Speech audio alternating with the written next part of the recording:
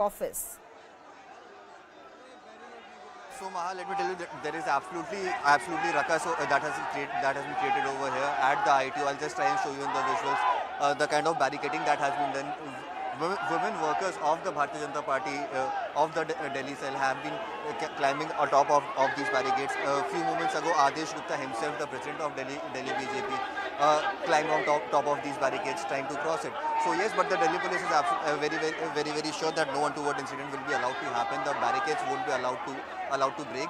Just behind the barricades, if you can see in the visuals, the police vehicles that have been put in place, the RAD control vehicle and water cannons have been put in place, and just behind this another set of barricades have also been put in place to make sure that even if something happens, as few people manage to cross this barricade, they won't be allowed to cross the next barricade. And the Aam Aadmi Party office is approximately 100 meters away from that the second barricade. So yes, the Delhi police is making sure that nothing untoward will be allowed to happen. But yes, the workers, the Delhi BJP workers are also creating a huge ruckus over here that we can see in the visuals. It is definitely getting to be a big headache for the Delhi police to maintain law and order and peace over here at the moment. At the same time, the BJP workers on the mic have been saying to march forward and try to break the barricades. So yes, it remains to be seen how does the Delhi police now work in tandem to make sure that people are not allowed to cross this barricade at any point in time. So yes, a huge ruckus has been created over here, a huge headache for the Delhi police right now to maintain peace in this area. As we were already talking that this is a very high profile area in the national capital, right in the center of the city, where many high profile offices, high profile courts, Rouse Avenue Court is also in this area. Just few kilometers away from here is the Minto Road, which is also one of the prominent roads in the city. So yes, this is becoming a huge task for the. I'll just try and show you in the visuals. Barricades have been broken over here. People are crossing over from the barricade. I'll just try and show you in the visuals what is happening here. The barricades have been broken. BJP workers have now crossed the first layer of barricades. Now they have started running and marching towards the second barricade that have been put in place. And the Delhi police is just now have no option but just to watch them as they march towards the second barricade right now. I'll just have my camera to show you in the visuals the kind of ruckus that has been created over here. The BJP workers, the barricades have now been broken. The first layer of barricades have now been broken, and the workers have now started the march second barricade now. So yes, a huge headache for the Delhi police to maintain peace and law and order. But the first layers of barricade have now been broken, and the Delhi police seems helpless here, at least at the first barricade. But there is a second layer of barricading that has been put in place, and it is likely that the police will not allow these people to cross the second layer of barricading now, Maha. So a huge ruckus and huge tensions over here that has increased. The workers have now managed to cross the first layer of barricade. The effigy of Arvind Kejriwal is also being burnt over here. So yes, a lot of ruckus has now been created, and it has absolutely become a nightmare for the Delhi police to maintain law and order in this area, Maha. Absolute chaos is breaking out outside the Aam Aadmi Party office as the BJP workers gather there to protest against what they call illegal detention that happened of Tajinder Singh Bagga, their party leader, this morning. They are protesting outside the Aam Aadmi Party headquarters, and the police tried to prevent them from going close to the party office. But the workers have already broken the first layer of barricading. They are heading towards the second layer of barricading. What steps, Anshul, is the police taking on the ground? So yes, there are two layers of barricading that have been put in place over here at the last barricade, and this is the last stop. After if these protesters manage to cross this barricade, then there is nothing in front of this that the people will stop. So they'll march right towards the Aam Aadmi Party office. So yes, this is the last security point that has been set up by the Delhi police to make sure that people are not able to cross. And also over here, as you can see in the visual, there is a massive ruckus that has been created over here. Anti-Aam Aadmi Party, anti-Arvind Kejriwal sloganings have been going on. But yes, people over here, I'll just try and show you more in the visuals the kind of ruckus that has now been created over here. It is becoming absolutely a nightmare for the Delhi police to control these people who have now managed to break the first layer of barricades. The riot control vehicles and the water cannon that were placed in front of the first barricades are still standing there and seems to be useless right now. So yes, the preparations of the Delhi police seems to be lacking somewhere, as the protesters have now managed to cross the first layer of barricades and are now going to sit on a dharna over here if they are not allowed to cross the second layer of barricading. But yes, Delhi police is trying to talk to these people, trying to talk to the leaders of the Delhi BJP to make sure to calm down the protest, so that the protest stays within the limits over here. So yes, a big challenge for the Delhi police as well, and also the workers are also listening to them now. I guess there is some calmness that can be seen over here. Although the workers are protesting, but yes, the workers seem to be more calm, and I don't think they are now trying to break this second layer of barricading now. So yes, Adesh Gupta is there talking to people right now, trying to tell them to maintain law and order and not break the second layer of barricading. So yes, this is the kind of current situation that we are seeing over here develop at the center of Delhi ITO.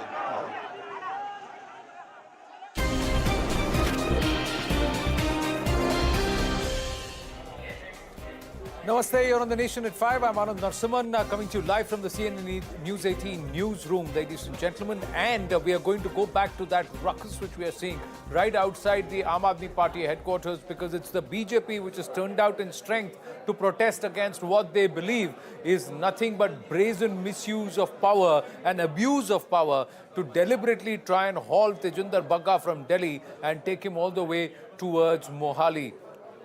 Is this how you're going to start teach personal scores? These are the bigger questions. Anshul now is joining us live at this point. Let's go across to him to understand what's the situation on ground. The barricades have now opened. Is the crowd dissipating? Is the protest over? Have the police been able to tell the protesters that they cannot go beyond that particular line? What is happening on ground? Who is leading these protests, Anshul?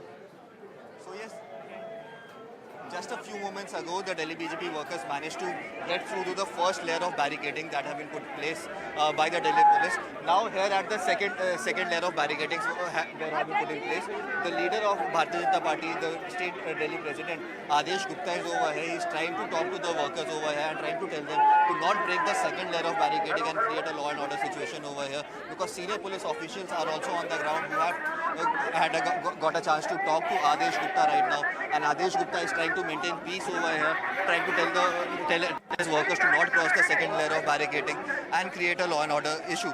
But yes, the Delhi police seems to be outnumbered right now by the number of protesters that have managed to gather here. He's now asking his people to sit down over here and carry on with the dharna. What is Adesh Gupta saying? It looks like Adesh Gupta is saying something to the media there. Anshul. I'll just try and get in a word from Adesh Gupta right now. He will be speaking.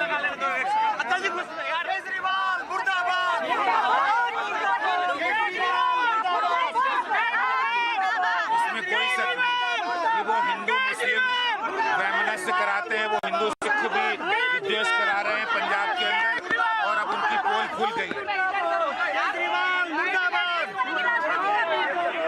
देखिए, केजरीवाल फूट डालो और राज करो, पंजाब के अंदर भी यही कर रहे हैं और दिल्ली में भी यही कर रहे हैं। इसके खिलाफ ये बीजेपी के कार्यकर्ता हम लोग सड़कों पर हैं और उनको पर्दाफाश भी किया है, और उनका जो घमंड है उसको भी चूर करने का काम बीजेपी कार्यकर्ता करेंगे। आगे की कार्रवाई क्या होगी? अब इसके बाद क्या होगा? देखिए, हमारा प्रोटेस्ट जारी रहेगा, हमारा प्रदर्शन सड़कों तक जारी रहेगा। हम ना रुकेंगे, ना थकेंगे, ना झुकेंगे, और केजरीवाल के घमंड का ईंट का जवाब देंगे। तो उन्होंने बग्गा जी के पिताजी को मारा है, पीटा है, बुजुर्ग को, ये केजरीवाल के इशारे पर हुआ है। इस तरह उन्होंने बग्गा को पगड़ी भी नहीं पहनने दी है, उसके खिलाफ, और केजरीवाल के जो अहंकार और जो उन्होंने जो गुंडागर्दी की, तानाशाही की, उसके खिलाफ आज बीजेपी की कार्यकर्ता सड़कों पर है।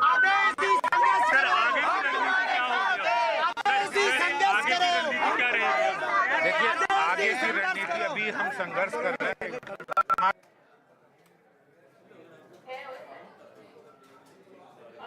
बीजेपी के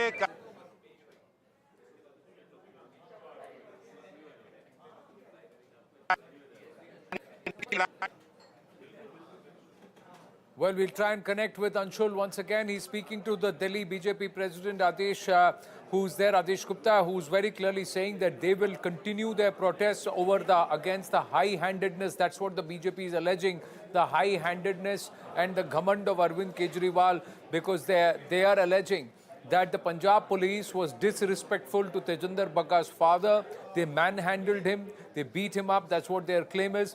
And they are also now saying that Tajinder Bagga was not allowed to wear his pagdi. He was deliberately taken away, and he was forcefully taken away from his residence. We had access visuals earlier in the morning where the police personnel were present there. The allegation that is being levied against the Aam Aadmi Party is that they're using the state police at their disposal for playing politics. Navjot Sidhu has also tweeted to that effect. Many people are raising questions, but right now this entire drama outside the Aam Aadmi Party headquarters in the national capital, where the Delhi police is also seen using loudspeakers to try and disperse the protesters and ask them to stay back. Anshul, is the protest under control? They were trying to break through the barricades. Are they trying to make their way to the Aam Aadmi Party headquarters, or are they listening to the Delhi police? What is Adesh saying? So yes, the first layer of barricades were broken, and here at the second layer of barricades, the protest has now calmed down. Adesh Gupta appealed to the crowd that gathered over here to protest to maintain peace over here, and Delhi police has also been announcing to maintain peace, and it seems that the crowd is now listening. They are now not trying to cross the second layer of barricades. So yes, situation seems to be under control now. There is no Delhi police has not used any force as of now. So yes, the situation seems to be absolutely in control. However, the Delhi police has put out these big buses which will detain all the people who have been protesting here. A few of these people will be detained and taken to the nearby police stations now. So yes, the protest seems to be ending right now. But yes, Adesh Gupta, as you heard right now, that the message has been sent. A message loud and clearly has been sent that the protest will continue on the roads against Arvind Kejriwal and against the Aam Aadmi Party for illegally using the state machinery that is at their disposal. Now it remains to be seen how impactful will this be in the coming days, because this protest is going to continue on the roads of Delhi for the next few days, is what Adesh Gupta is saying right now, Anand. So you're saying, has Adesh Gupta also been detained? Or is it just the protesters who have come with them who have been detained by the Delhi police? You're saying the protesters are now dispersing. The cops have detained a few people. Has Adesh Gupta also been detained by the Delhi police? Adesh Gupta has not been detained by the Delhi police as of now, because he has been cooperating with them and trying to maintain peace in this situation that has erupted over here just a few minutes ago. But yes, a few of the Delhi BJP workers who were not listening to the police are now being taken into this big bus that has come over here. Two big buses of Delhi police have come over here. These buses are going to carry all the Delhi workers, Delhi BJP workers who have been protesting over here. So yes, the people are now being detained. I'll just try and show you the visual. People are now climbing atop of this Delhi police bus. So yes, the protests are still continuing and ruckus is still being maintained. But yes, the people are at least now not trying to go to the Aam Aadmi Party office. That was pre-scheduled. They had to reach the Aam Aadmi Party office, so they are not going to the Aam Aadmi Party office right now, but are returning from here. The people who are returning peacefully, they are being allowed to go. The people who are not trying to return peacefully, they are now being detained by the Delhi police. So yes, in the next few minutes, we are going to see absolutely the crowd absolutely getting cleared from here, and peace and law and order will finally get restored over here. Right, so some semblance of normalcy seeming to return there as the protests are dying down. The protesters are returning. Adesh Gupta cooperating with the Delhi police officials. They have registered their protest and their resistance and against the actions which they claim are absolutely a brazen show of power, abuse of power, and politicizing the state police force to settle personal scores. That's the allegation the BJP has levied against Aam Aadmi Party and its chief Arvind Kejriwal, who's also the Delhi chief minister. We're going to move on here on The Nation at 5, ladies and gentlemen, to a mega expose here at CNN News 18. This is the big K plot that has been unearthed. It's the biggest, most devious plan that the Pakistanis sitting on the other side have tried to unleash in Jammu and Kashmir. We have all the details. Arunama has accessed some very, very exclusive details. Let's set the entire story up for you.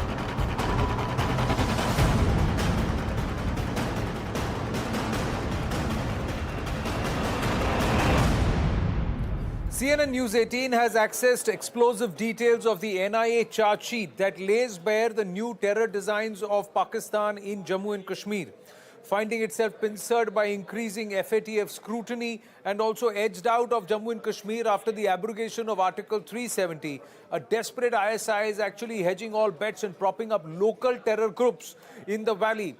This is the entire concept of hybrid terror that they have tried to develop, and we have access to evidence, material evidence, which points and proves the fact that this is what was being perpetrated on ground, ladies and gentlemen. This entire extended arm of the Lashkar-e-Taiba, the resistance front, this is all to project Kashmir terror as a homegrown problem. Now, they are actually using civilians to try and moonlight as terrorists, targeting politicians and non-combatants alike, and desperately pooling in funds from all terrorist groups. So this is what we will try and decode going forward. First up, here is the video that we have accessed of how these so-called hybrid terrorists are being trained via social media by their handlers sitting across the border. Have a look at this. Pistol in this region is commonly istemal karna. Prat kun weather condition must effectively operate gasa. Here is karo word thing magazine please. Tilbat karo is chamber paper. Chamber easily dust cover remove gasa. Next use component is remove karo disassemble karo so she requires spring. Gentle push demo is just a locks must band. Impact karo pull. So this is all short-arm firing and short-arm weapons the training is given, and this was the modus operandi recently. If you were to see in the recent past, most of the attacks, in fact, close to about 80% of the attacks have been these kind of hybrid terrorist attacks.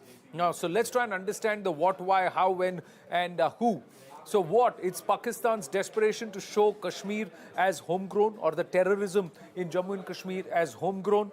Why? Because Pakistan's hands are tied due to the FATF scrutiny and the abrogation of Article 370. So their free access is now over.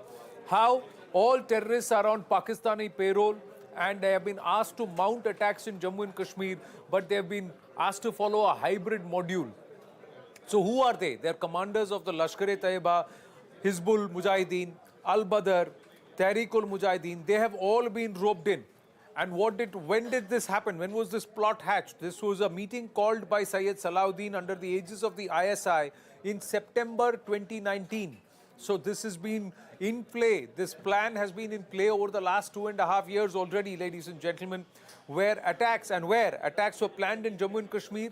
This was specifically against BJP netas, BJP workers, civilians, and of course Hindus or non-Muslims, Jammu and Kashmir minorities. They were the ones who were target. Arunima now joining us with more details. Arunima, you have accessed this NIA charge sheet and lots of material evidence. So it also corroborates a lot of the news breaks that we've put out here at CNN News 18 over the last 2 years, and also what some of the senior security personnel in Jammu and Kashmir have maintained, that this is a new form, quite diabolical, where you are students by the day, or teachers by the day, or professionals by the day, and terrorists by the night. Yes, this is an over 2,000 page long charge sheet, attached to which are various videos, photographs, recoveries made by the agencies from the phones and other digital devices. 25 people have been charge sheeted, including a woman.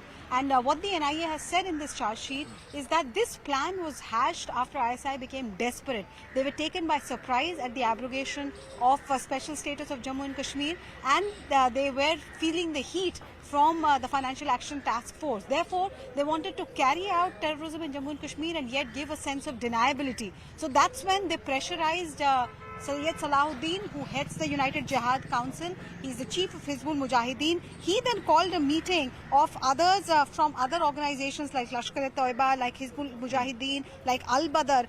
So some of the names given here are of Al-Badri, Mushtaq Ahmad Zagar, Sajid Ali Jatt. These were all commanders who then came together for this meeting. And at that meeting, the decision was taken that the resistance front, TRF, which is now carrying out attacks in the valley, killing civilians, killing pundits, killing Sikhs, killing migrant laborers. That is when the decision for TRF was taken. And TRF was born after Riaz Naiku, the Hizbul commander, was gunned down. Yes. And then the NIA charge sheet goes on to explain how TRF cadre is actually cadre from Lashkar, Al-Badr and Hizbul Mujahideen. And they help these gullible youngsters in the valley, professionals, students, social activists. They tap them online, and then when they see that they're completely radicalized, over video calls they are trained. One video we just played out as to how the arms assembly training is given, and once they are trained, they are sent to carry out either grenade attacks or small arm firing. In fact, one of the audios recovered by NIA tells you how casually they talk about killing BJP workers. Well, true, Arunima, and we'll unearth and we'll put out for our viewers layer by layer the entire set of evidence and material that we've been able to access. Great work here. But does this charge sheet also talk about, and let me ask you this before we go across to Alok Bansalji and Sumit Peer, does this charge sheet also talk about literature and also how people will be used? These people will also use social media as a tool. They will weaponize the social media platforms to try and push for a radical agenda. Yes, there is a full section on cyber conspiracy and social media strategy. This is section 11 of the charge sheet, where it has been detailed that how social media platforms, Signal, Telegram, Facebook, WhatsApp, you name them, and each of these social media platforms were utilized and groups were created, and each group had the name resistance. In its name, resistance word figured somewhere, so that they can tell the world that this is homegrown. This is no footprint of Pakistan involved here. And what the NIA says is, a number of incriminating messages venerating the fallen members of proscribed terrorists were part of this, and through these social media, closed groups, they were first gauged as to how much of radicalization has happened of the members. Once that was gauged, overground workers who were now trained terrorists would give them some basic training, and then the commanders sitting in Pakistan would come for a one-on-one meeting with these new recruits. They are no longer OGWs. Most of them are now active terrorists. Right. Arunima, stay on with us. We'll bring to our viewers more aspects of this entire charge sheet and the evidence that's been gathered. Alok Bansal and Sumit Peer with us. Captain Alok Bansal, namaste. Let me ask you, we've been talking about this repeatedly, but this charge sheet now backed with evidence very clearly shows this plot was also hatched by the ISI. When they found their hands tied behind their back, they have now resorted to some other devious means to continue to keep the valley, especially, in fact, Jammu and Kashmir, but especially the valley on the boil. See, there is no doubt that ISI's whole game plan is that this situation should not normalize, because when they saw that Jammu and Kashmir is progressing by leaps and frogs, and they had to actually derail the process of normalization, they had to insist. And social media as a powerful tool for radicalization has been used by a large number of radical organizations. Even Al-Qaeda and Islamic State have used social media. So they've taken a cue from there. And what they have started doing is that they are now trying to recruit those who have no past history, who are perfectly average Kashmiri citizens. And once they show their proclivity to fall for their radicalization ploy, radicalization propaganda, then they start training them. And this training also happens online, so that the sources back home cannot be apprehended, or they are not. So the link between the perpetrator and the one who's handling is also a virtual link. So that actually helps them to train them in small arms, grenades, etc. through the virtual media. And that prevents security forces, once they nab the perpetrator, from getting back to the handler, who's often across the line of control. True. Just stay on with us before I come across to you, Sumit Peer. We've got more inputs. Now, we've got chilling details of some more of these headline victims of this new terror nexus. Investigation further reveals, ladies and gentlemen, that on the directions of Pak-based terrorist organizations and commanders in association with active cadre of terrorist outfits, there were accused like Ishfaq Amin, Wani. They carried out the recce of Altaf Bukhari of Jammu and Kashmir Apni Party, Hina Bhatt of BJP, court complex of the Batmalu, and also Salting camp of CRPF for them. अस्सलाम वालेकुम रहमतुल्लाह। तो भाईजान ठीक है, कोई बात नहीं, मैं जाता हूँ तो या मैं अपने साथ ही बंदा लेता हूँ तो वो करेगा, और छोटा रखेगा, मैं अपने पास बड़ा रखूँगा, तो अगर मौका मिला तो उठा देंगे दोनों को। अगर और भी उसके साथ बीजेपी के होंगे तो उनको भी उड़ा देंगे वहीं से, तो उनको बोलो तैयार रहा करो। तो आज काम पे मत निकलो, फिर घर पे बैठो, देखो पोजीशन देखो क्या है क्या नहीं है, तो हम आने के लिए तैयार है। अस्सलाम वालेकुम रहमतुल्लाह। तो भाईजान ठीक है, कोई बात नहीं, मैं जाता हूँ तो या मैं अपने साथ ही बंदा लेता हूँ तो वो करेगा, और छोटा रखेगा, मैं अपने पास बड़ा रखूँगा, तो अगर मौका मिला तो उठा देंगे दोनों को। अगर और भी उसके साथ बीजेपी के होंगे तो उनको भी उड़ा देंगे वहीं से, तो उनको बोलो तैयार रहा करो। तो आज काम पे मत निकलो, फिर घर पे बैठो, देखो पोजीशन देखो क्या है क्या नहीं है, तो हम आने के लिए तैयार है। So this was the plot, Arunima, to smother any alternative political narrative. BJP leaders or anybody else who would want to look at an India-centric, a nationalistic point of view, move beyond the erstwhile soft separatist groups and smother that altogether. Yes, this audio clip and screenshot of messages which had similar content are part of this charge sheet. This was recovered by certain because there were attempts to destroy the phones as well when they realized that NIA was close on their heels. It just shows you, if you listen to that conversation, it just shows you with how much nonchalance the conversation is happening, that we will carry a chota, he'll carry a bada. There is no remorse, there is no batting an eyelid, and these are professionals we are talking about. We are not talking about hardened terrorists. We're talking about people who have just recently been recruited. But what NIA is trying to show through this evidence is that the extent to which these OGWs were radicalized, they were no longer OGWs, they had become active terrorists who were out to shoot with the gun. And we have seen how civilian killings have happened in the month of October and November. OGWs are no longer just providing logistical support. They are the active terrorists, active members of the TRF. Well, absolutely. And Sumit Peer, this is what we saw play out between 2019 until date. This is exactly what we've seen play out. Anybody who's talking an alternative political narrative, who's standing up for the tricolor, be it affiliated with the BJP or independent or their own political party, they have been targeted. So many BJP workers have been killed. So many independent candidates have been killed. So many of those who disagreed with the separatist narrative have been targeted. And this has all been done in a planned manner at the behest of terrorist organizations operating in Pakistan. Anandji, first of all, thank you very much for having me on your show. And most important thing, you deserve all the congrats. Your team deserves all the credit and kudos to your channel. Because what we have been saying for last so many years, you brought the evidence. You brought the evidence and you're showing it on the national TV. When the Wali-based politicians used to always say, "Bhai, hamare log bhi to marte hain." Well, that was not the case. Now, if you look at the killing of our RSS worker in Jammu, if you look at how 3 Kashmiri Pandits were killed when the Nadeem Anjum takes over, why a Sikh principal is killed when Nadeem Anjum takes over with at a point blank range with a small arm. Now, you have correlated the sequence of events. Why a ASI is killed, why another ASI and his brother, who is a local Muslim, is killed with point blank range, because this is all done and orchestrated on the behalf of ISI. They are giving them the training. They are exactly telling them by pinpoint accuracy which one to kill. That is why people from the DDC, that's why sarpanches are killed. Because anybody who's talking India and who's talking of building or bringing Kashmir into Indian name fame is by default a target.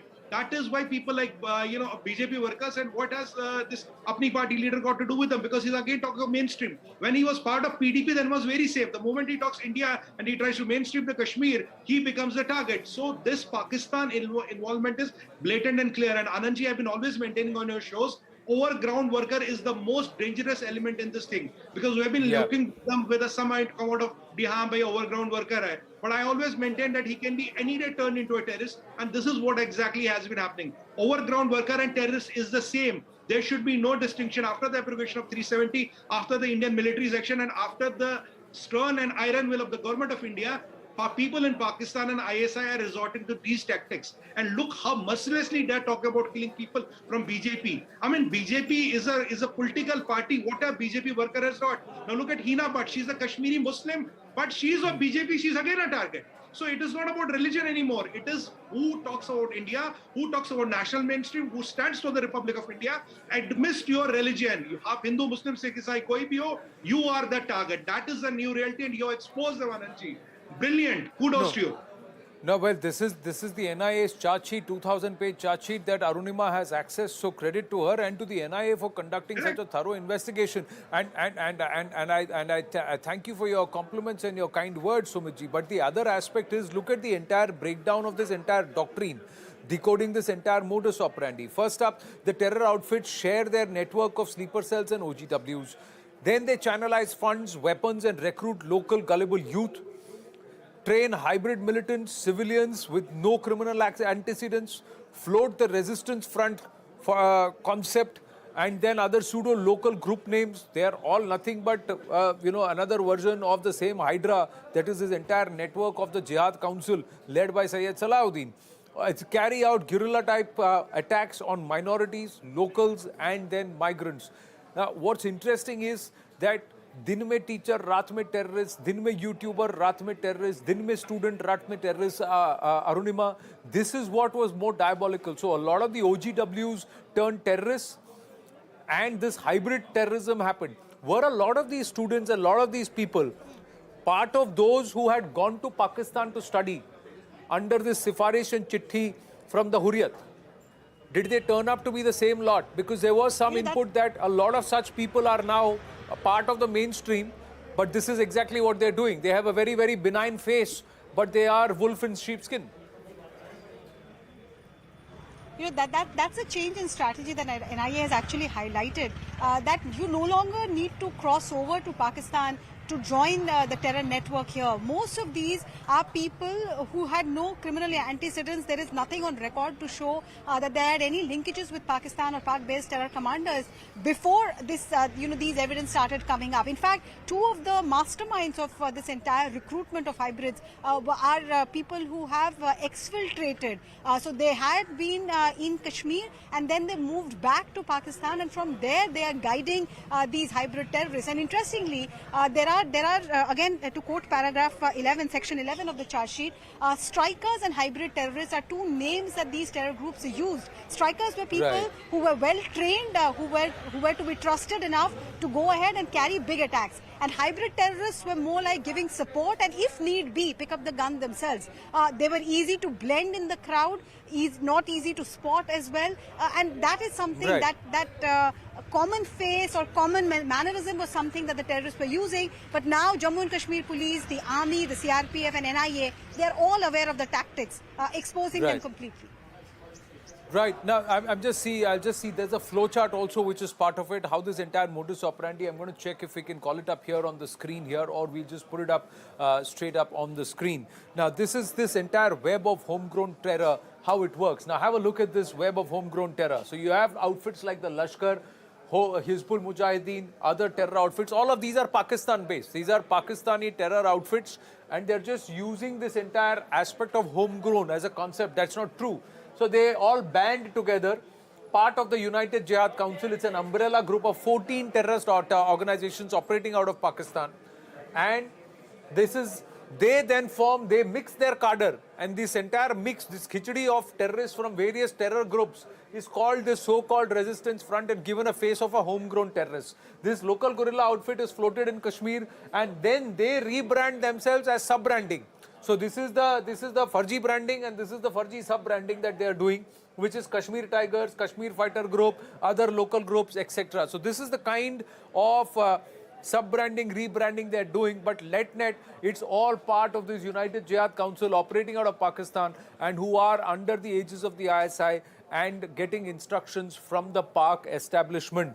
Now, Arunima has just got some more information that it's not just the ISI, but also the Daesh, that is the Islamic State, that is also finding a footprint in Jammu and Kashmir. And there are ISIS flags that are hoisted in the Kashmir Valley. The terrorists making the pitch that Kashmir will become Afghanistan.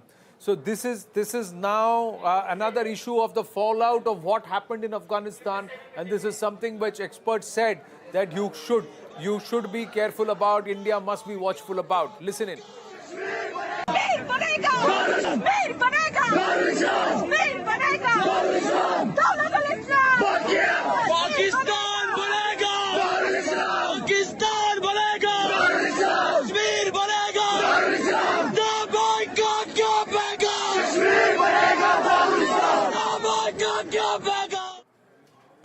but this is quite diabolical. Men, women, both involved, and this is largely Voices show, which is youth. Now, this is something that is going to be another phase, and they're brewing this, where they now are making it using religion as the opium, but clearly it is about dividing and challenging the sovereignty of our country. And the Islamic State getting into the act now. Arunima. Anand, again, I'm going back to what has been said in the charge sheet. When that meeting was called by Syed Salahuddin, where he asked Al-Badr, Lashkar-e-Toiba and Hizbul Mujahideen commanders to join in, support was also sought from the cadre of Islamic State of Jammu and Kashmir and Ansar Ghazwatul Hind, the arm of Al-Qaeda. Why is this dangerous? Because we have been told all this while, Kashmir kya mange azadi, that this was a struggle for azadi, for self-rule.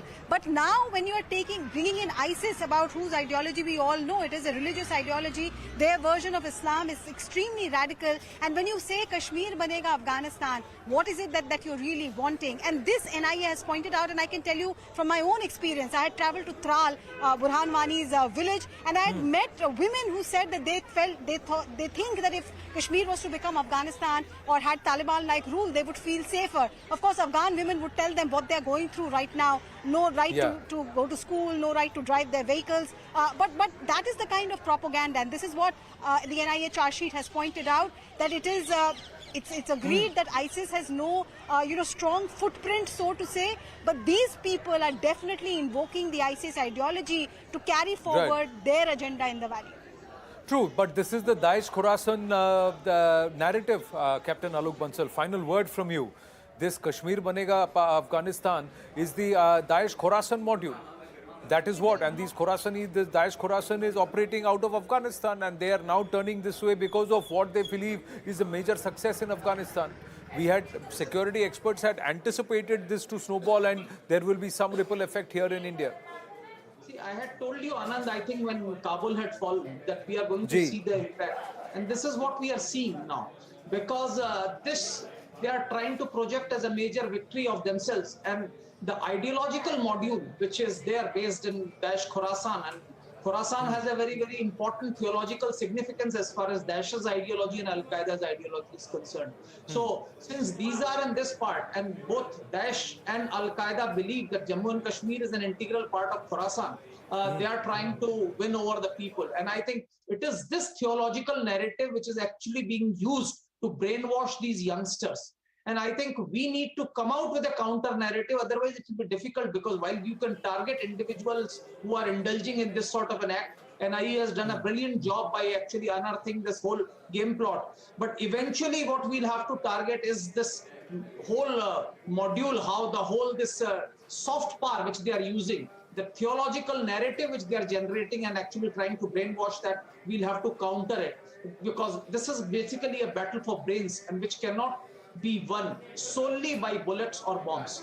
You would need to use actually a counter narrative to de-radicalize these youth. And I think we need to be cautious, vigilant, and I think the agencies are doing a fantastic job.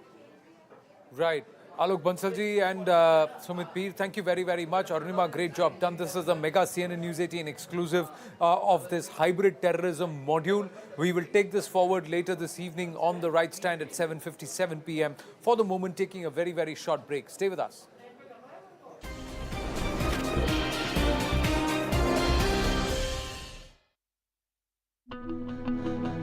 Welcome to Bits to Billions, the unicorn story. Harshal Mathur and Shashank Kumar, the founders of Razorpay, one of India's leading startups, currently valued at $7.5 billion. This is where it all began. So tell us about the significance of this house. When we moved into Bangalore, right, we were like already a group of 7-8 people, and we needed a place where we could just work and stay and do everything, right? Like you will see people working in this area, people will sit on the dining table and work. This is like your own garage, basically. Yeah. And the bedrooms would be like interview rooms, right? Like we would hire somebody and somebody comes in on an interview, we'll take him to the bedroom and do an interview there, right? Okay.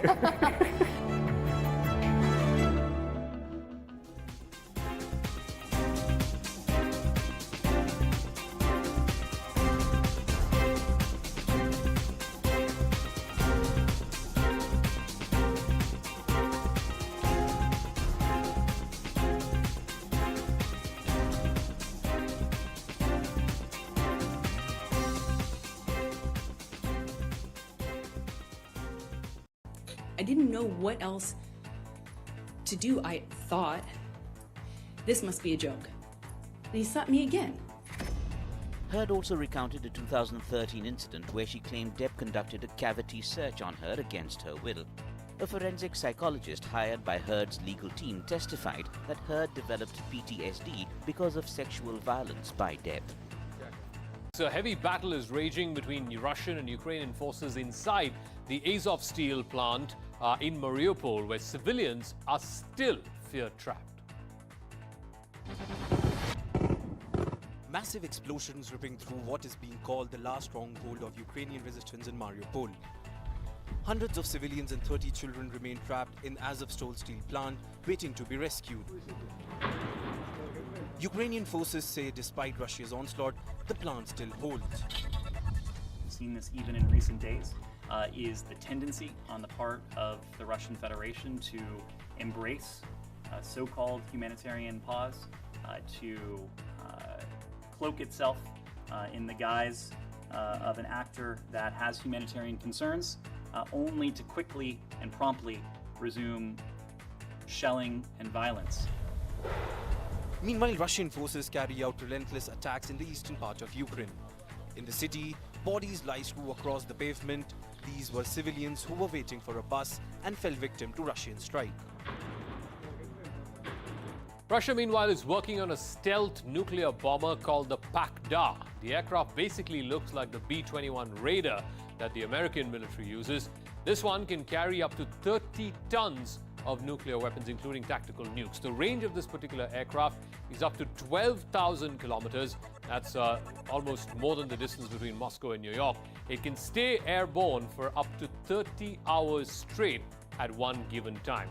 A demo prototype will be ready by as early as next year.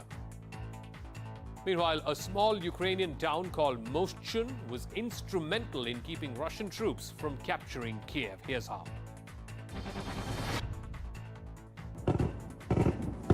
Outgoing fire from a frozen foxhole. The flaming pieces of an exploding armed vehicle. These are the scenes in this small town just northwest of Ukraine's capital. The Ukrainian soldiers who fought here recount how relentless artillery rained down. So they dug this trench here just across the river from Russian positions, of course, to take cover from things like this. So this would be spent ordnance, a rocket fired from a Russian attack helicopter here on the Ukrainian position. The town of Moshkon is surrounded by a dense forest, which was the perfect area for Ukraine to stop Russia's advance. Ukrainian troops lined up in a neatly dug positions, and Russian troops would quickly come under heavy fire. That body was found right there, and there were several other Russian soldiers that were killed right in this area, including this soldier whose body armor is still left behind. A fierce Ukrainian counterattack in Moshchun quickly turned around the battle for Kiev. The BJP and the TMC are at loggerheads once again, and this time over the CAA, or the Citizenship Amendment Act. Home Minister Amit Shah, in a public rally for his two-day visit, said that CAA is a reality which will be implemented, but the Bengal Chief Minister Mamata Banerjee has hit back, claiming that the BJP failed to implement CAA, and now they're simply putting the onus on states for the implementation of this amendment.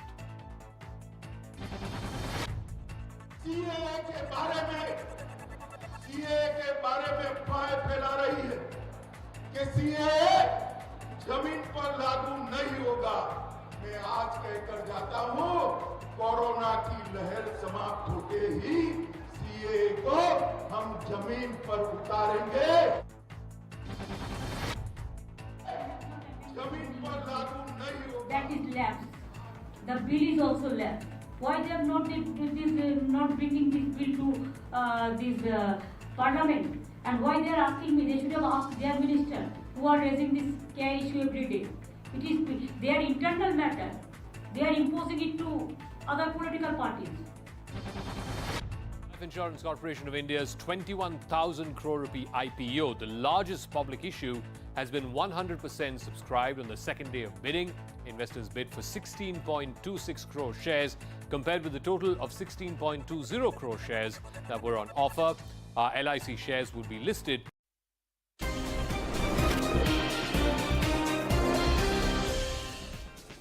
Back on with a major vindication for CNN News 18's investigation into the conversion racket in Tamil Nadu, with the Madras High Court upholding the maintainability of the petition filed by the petitioner B. Jagannath, who cited CNN News 18's investigation, raising the matter of forced conversion being imposed on students in schools, government and government-aided schools in Tamil Nadu, and seeking for rules to be set in place that this doesn't happen. The government now has to respond in 4 weeks' time.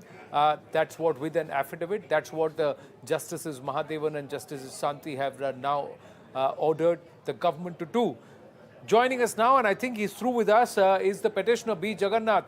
Mr. Jagannath, namaskaram. Thank you very much for speaking with us. First up, how would you see the court's response when the maintainability of your petition itself was challenged? Anand sir, you can hear me, sir? Yes, I can. Yes, sir. Sir, it's wonderful to be in your program, so thank you for having me in your program. It's a big relief, actually. I would like to thank the Honorable Madras High Court Division Bench, comprising of Justice Mahadevan and Justice Anandi, for accepting the maintainability petition and for accepting the maintainability plea that was raised by me and allowing the maintainability of the case. First and foremost, I would like to say that this issue, as you have rightly raised in your TV channel, was also given in the affidavit which was placed on record before the Honorable Madras High Court. If you see this particular conversion issue, as per your sting operation, has been happening across the length and breadth of Tamil Nadu, in South Tamil Nadu. That was raised in the affidavit, and accepting the contention, including with regard to the maintainability, the government now has to reply to all those things, sir, as how it's been given in the affidavit, sir. We are hoping that in the counter, the government will at least acknowledge that these things are happening, sir. But Advocate Jagannath, I must ask you, you have used the word forced conversion, and that's the basis which the maintainability was charged, because the government said there is no evidence of forced conversion. And if there is any forced conversion, they will act strictly upon it. So this forced is a very convenient play, because experts believe and activists believe that there is pressure, there is persuasion, there is allurement, there is inducement, there is an environment that is created of differentiation, discrimination. How does that come as forced? How will you be able to prove that that is equivalent to being called forced?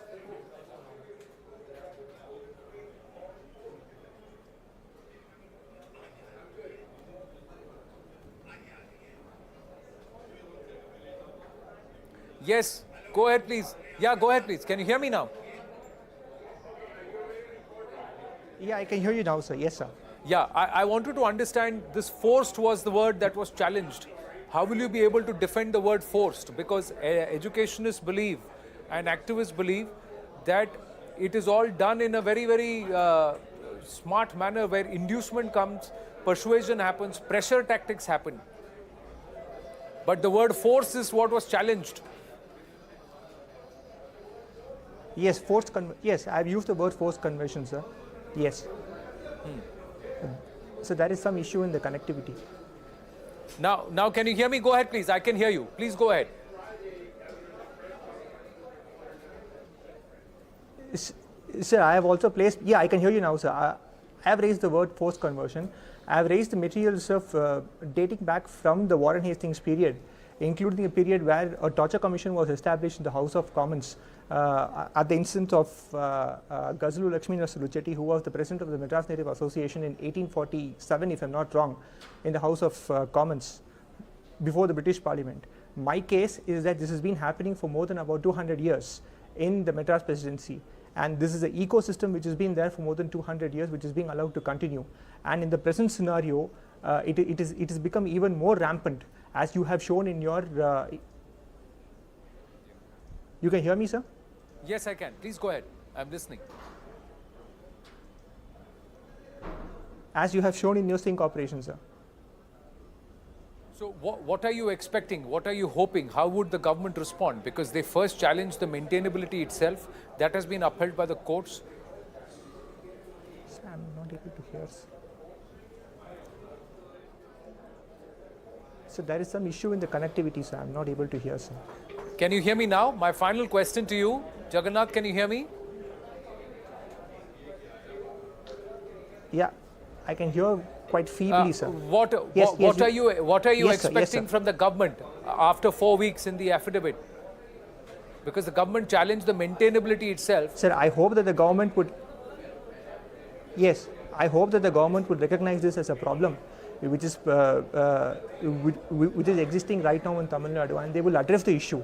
Now, there are three things that I have asked mainly with regard to the guidelines, which has to be framed. Number one is that the forced conversion to any religion in government schools should be banned, both in primary, in higher secondary, as well as the government-run schools and the aided and the non-aided schools. The forced conversion to any religion in these schools should be banned is what I have asked for. Point one. Point two, I have raised the issue with regard to, in the additional affidavit which I have filed today, I have requested the government to take this as a plea or as a request from my side when they are framing the guidelines, that they would give the constitution to all class 8 students free of cost and name it after Ambedkar, instead of giving a particular religious book like the Bible or the Gita or the Quran. This would be the fitting tribute that we can do to our freedom fighters who have got the constitution for our country. I mean, who have got the independence for our country, because there is no religious book which is to be superior in this country. Because if you see in the rural areas in the government-aided schools, they keep giving the Bible free of cost to all of these young children, and they try to forcibly convert them into Christianity. So what I have raised is, instead of giving one particular religious book, it would be better if the government would take this into consideration, and they would give the constitution free of cost to all class 8 students, and that scheme can be named after Dr. Ambedkar, who was the architect of our constitution. Point number 3, the main issue what I have raised, the main request what I have raised with regard to the guidelines which is to be framed, is that if you see, the Supreme Court has given the Visakha guidelines with regard to the sexual harassment at workplace. The Supreme Court has categorically stated that you need to have a safe working environment to prevent sexual harassment at workplace. Similarly, you need to have a safe studying environment for these young, innocent, gullible children in government schools for them to study properly. You have to keep these kind of conversion activities out of school. So only if you create a safe studying environment, you can prevent the conversion in the first place from happening, and these kind of religious activities for any religion for that matter. My petition is not against any particular religion. So this has to be taken into consideration by the government, and internal complaints committee on the model of Visakha guidelines can be framed at every district level, where the district educational officer can be head of the fact-finding committee. He can also be in the committee, and within 30 days, along with the assistance of the police, that district committee will accept the pleas or they will accept the complaint if it comes with regard to forced conversion. They can take a call, they can pass final orders, and the statutory appellate authority for that can be the district collector. They are all the government officials coming under the government department. I don't see any reason as to why the government should have any objection to this, because at the end of the day, they are part of the government mechanism. So I hope that the government would take this seriously, and they would accept in framing the guidelines to ensure that these kind of activities are prevented in government schools and in the government-aided schools, sir. Right. V. Jagannath, thank you very much for speaking with us. You have made some very noble prayers in your petition. Let's hope, and we'll wait to see how the government responds and how the hearing progresses. All the very best with that. Thank you very, very much for speaking with us. We're going to take a very, very short break here on The Nation 5. Stay with us.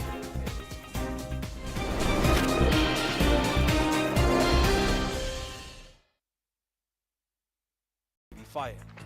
That body was found right there, and there were several other Russian soldiers that were killed right in this area, including this soldier whose body armor is still left behind. A fierce Ukrainian counterattack in Moshchun quickly turned around the battle for Kiev.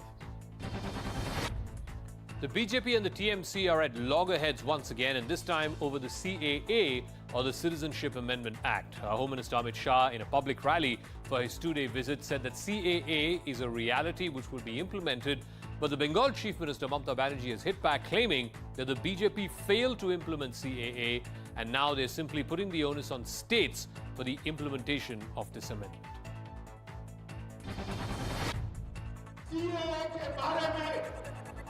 CA के बारे में अफवाहें फैला रही है कि CA जमीन पर लागू नहीं होगा। मैं आज कहकर जाता हूं, कोरोना की लहर समाप्त होते ही सीए को हम जमीन पर उतारेंगे। जमीन पर लागू नहीं होगा। That is lapse. The bill is also lapse. Why they are not bringing this bill to this parliament? And why they are asking me? They should have asked their minister who are raising this care issue every day. It is their internal matter. They are imposing it to other political parties. Life Insurance Corporation of India's 21,000 crore rupee IPO, the largest public issue, has been 100% subscribed on the second day of bidding. Investors bid for 16.26 crore shares compared with the total of 16.20 crore shares that were on offer. LIC shares would be listed on the 17th of May. Meanwhile, the war in Ukraine is making Qatar, one of the richest countries in the world, even richer. Here's how. Europe is increasing the LNG imports from non-Russian producers. Qatar, of course, produces a large proportion of the LNG requirements around the world. Qatar was the world's biggest LNG exporter as of last year. Europe was getting additional LNG imports from Qatar since February itself.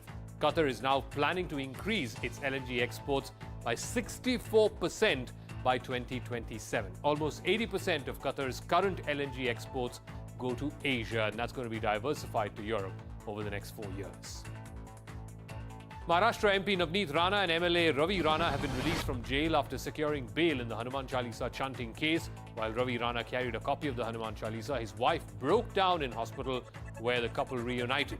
The Ranas were arrested for threatening to recite the Hanuman Chalisa outside Maharashtra Chief Minister Uddhav Thackeray's residence.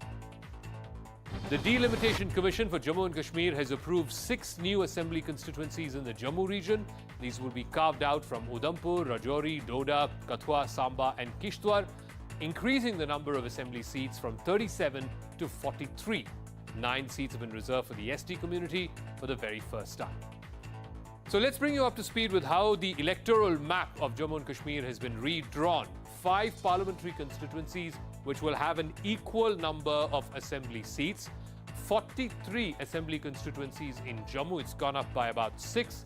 The number of constituencies in Kashmir, it's also gone up by 1 to 47. So there's a 4-seat difference between Jammu and Kashmir. Additional seats have been recommended for migrants as well as for Pakistan-occupied Kashmir. 9 seats currently are reserved for scheduled tribes, and that, of course, has been the recommendation of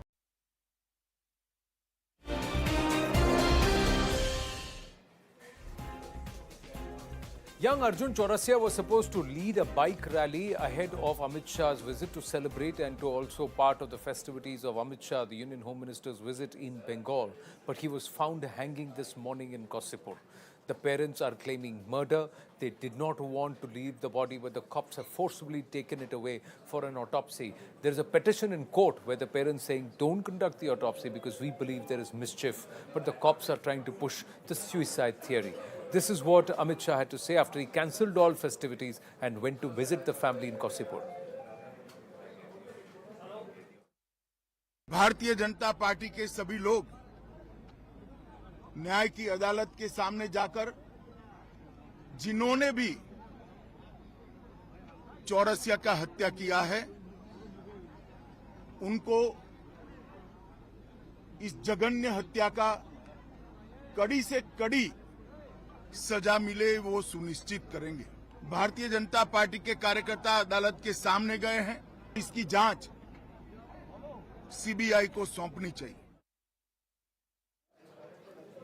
With that, it's a wrap of this edition of The Nation at 5. Do watch the Bengal face-off between the BJP and the Trinamool at 8:25 p.m. on the right stand. But first up at 7:57, more on the mega exclusive on Pakistan's devious, diabolical, hybrid terror plot in Jammu and Kashmir.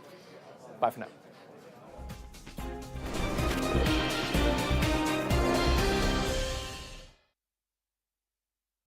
CCTV footage shows a worker filling air in a huge tire. Another man then comes and presses the tire a couple of times in order to check the air pressure, which then leads to the explosion. A viral video purportedly showing a Chinese fighter bomber pilot preparing to pull the trigger and sacrifice himself as he chases an unidentified warship in the South China Sea. It's now gone viral. The video was released by Chinese state broadcaster CCTV and claims that the foreign ship was sailing close to Chinese territorial waters. So let's break down the importance of the South China Sea and the disputes around it. It lies between China, Taiwan, Philippines, Indonesia and Vietnam. A third of the entire world's shipping traffic passes through the lanes of the South China Sea. China, in fact, claims that most of the sea as sovereign territory. There's something that they call the 9-dash line. It covers 3/4 of the South China Sea. But China's claims are contested by its neighbors as well as the United States. The US backs smaller countries in the fight against Chinese overreach, countries like the Philippines, Vietnam, etc. And finally, Hollywood actor Tom Cruise knows how to arrive in style. At the premiere of his new movie, Top Gun Maverick, Cruise arrived on a helicopter that he himself had flown. Cruise landed the helicopter on an aircraft carrier where the movie was premiered. Tom Cruise is reprising his role of Maverick after over 35 years since the original Top Gun debuted in 1986. The Johnny Depp Amber Heard defamation trial continues. After 2 weeks, Depp's team rested their case and Amber Heard takes the stand very soon. This is the most painful and difficult thing I've ever gone through. Amber Heard took the stand Wednesday in her defense against a $50 million defamation suit by her ex-husband, Johnny Depp. In her 3-hour testimony, Heard detailed the early days of their romance and allegations of physical and sexual abuse. I just laughed because I thought he was joking. And slapped me across the face. And I laughed. I laughed because I didn't know what else to do. I thought, this must be a joke. And he slapped me again. Heard also recounted a 2013 incident where she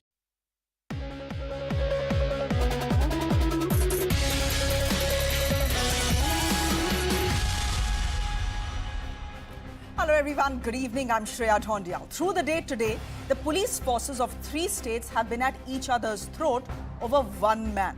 BJP leader Tajinder Pal Singh Bagga. First, the Punjab police swooped into Delhi and arrested Bagga. The Delhi police then accused the Punjab police of not following protocol and not informing them. Then they went on to file a case of kidnapping against the Punjab police.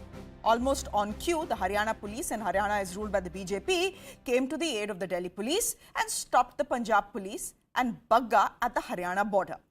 The courts then stepped in. Bagga ji is now back in Delhi. Now the entire bawal has of course escalated into a full-scale war of words. But it is also raising a very worrying question. Has the Indian police been completely politicized? The debate ahead. First, the story so far. This is the moment BJP leader Tajinder Pal Singh Bagga was arrested by the Punjab police. He was dragged out of his house, not even allowed to wear his turban. 2 जने घर में entry करी है, बग्गा जी के father को पंच करा है face के ऊपर और बग्गा जी को घसीटते हुए ले गए हैं, उनको पग भी नहीं पहनने दी. According to Bagga's family, his elderly father also wasn't spared. अचानक ये 2 पुलिस वाले आए कि लगभग 10 से 15 के बीच होंगे, अंदर कमरे में घुस आए और उसको खींच के ले जाने लगे. तो मेरे को कमरे में खींच के एक बंदा ले गया, मेरे को जबरदस्ती बिठाया, मेरे मुंह के ऊपर पंच किया. Bagga has been booked on charges of making provocative statements, promoting religious enmity and criminal intimidation after he allegedly threatened AAP convener Arvind Kejriwal. Punjab police say they sent multiple notices to Bagga to join the investigation, but he refused to comply. इनको 5 बार on record इनको notice दिया कि आप हमारी investigation join करो. इन्होंने एक बार भी इन्वेस्टिगेशन ज्वाइन नहीं की, हर बार इन्होंने टाला है. But the drama didn't end there. The Punjab police team, which was taking Bagga to Mohali, was stopped en route by Haryana cops after the Delhi police registered a kidnapping case based on a complaint filed by his father. 3 राज्यों की police यहाँ पर बटी हुई दिखाई दे रही है, क्योंकि दिल्ली पुलिस, उसके बाद हरियाणा पुलिस और पंजाब पुलिस है. Hours later, the Delhi police landed up in Kurukshetra, citing violation of procedure by the Punjab police. And then Bagga emerged from the police station, accompanied by the Delhi police who brought him back to the capital. Tajinder Pal Singh Bagga Sameer Sharma की गाड़ी के अंदर बैठ रहे हैं, यानी Delhi police की custody में तेजिंदर पाल सिंह बग्गा हैं। और तेजिंदर जिस तरह से दिल्ली पुलिस जा रही है तो तेजिंदर पाल सिंह बग्गा जो है दिल्ली की तरफ जाएंगे, ये साफ इंडिकेशन यहाँ पर दिखाई दे रहा है। Bagga's arrest has turned into a massive political and jurisdiction face-off between the Aam Aadmi Party and the BJP. Arvind Kejriwal जो उसके खिलाफ लोग बोल रहे हैं, जो सच्चाई खोल रहे हैं, जो उसके बेनकाब कर रहे हैं उनके झूठों को, उनका मुंह बंद करना चाहता है। मैं ये बताना चाहता हूं कि पंजाब पुलिस पूरी तरीके से निष्पक्ष होकर इसके ऊपर कार्रवाई कर रही है। As the war of words escalates, it comes down to this. Is Bagga's arrest valid or is it simply vendetta? Let me go straight across to my guest with that question. Dr. S.S. Channi is a BJP spokesperson joining us here on the broadcast. Thank you, Dr. Channi. Vikram Singh is a former UP DGP. He's going to tell us what laws and procedures were flouted today.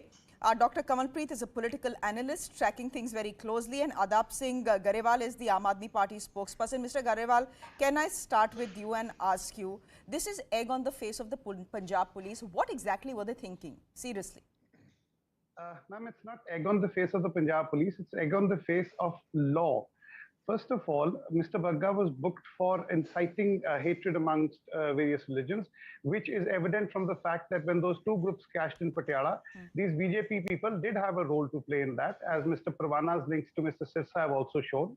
Number two, he was issued 5 notices.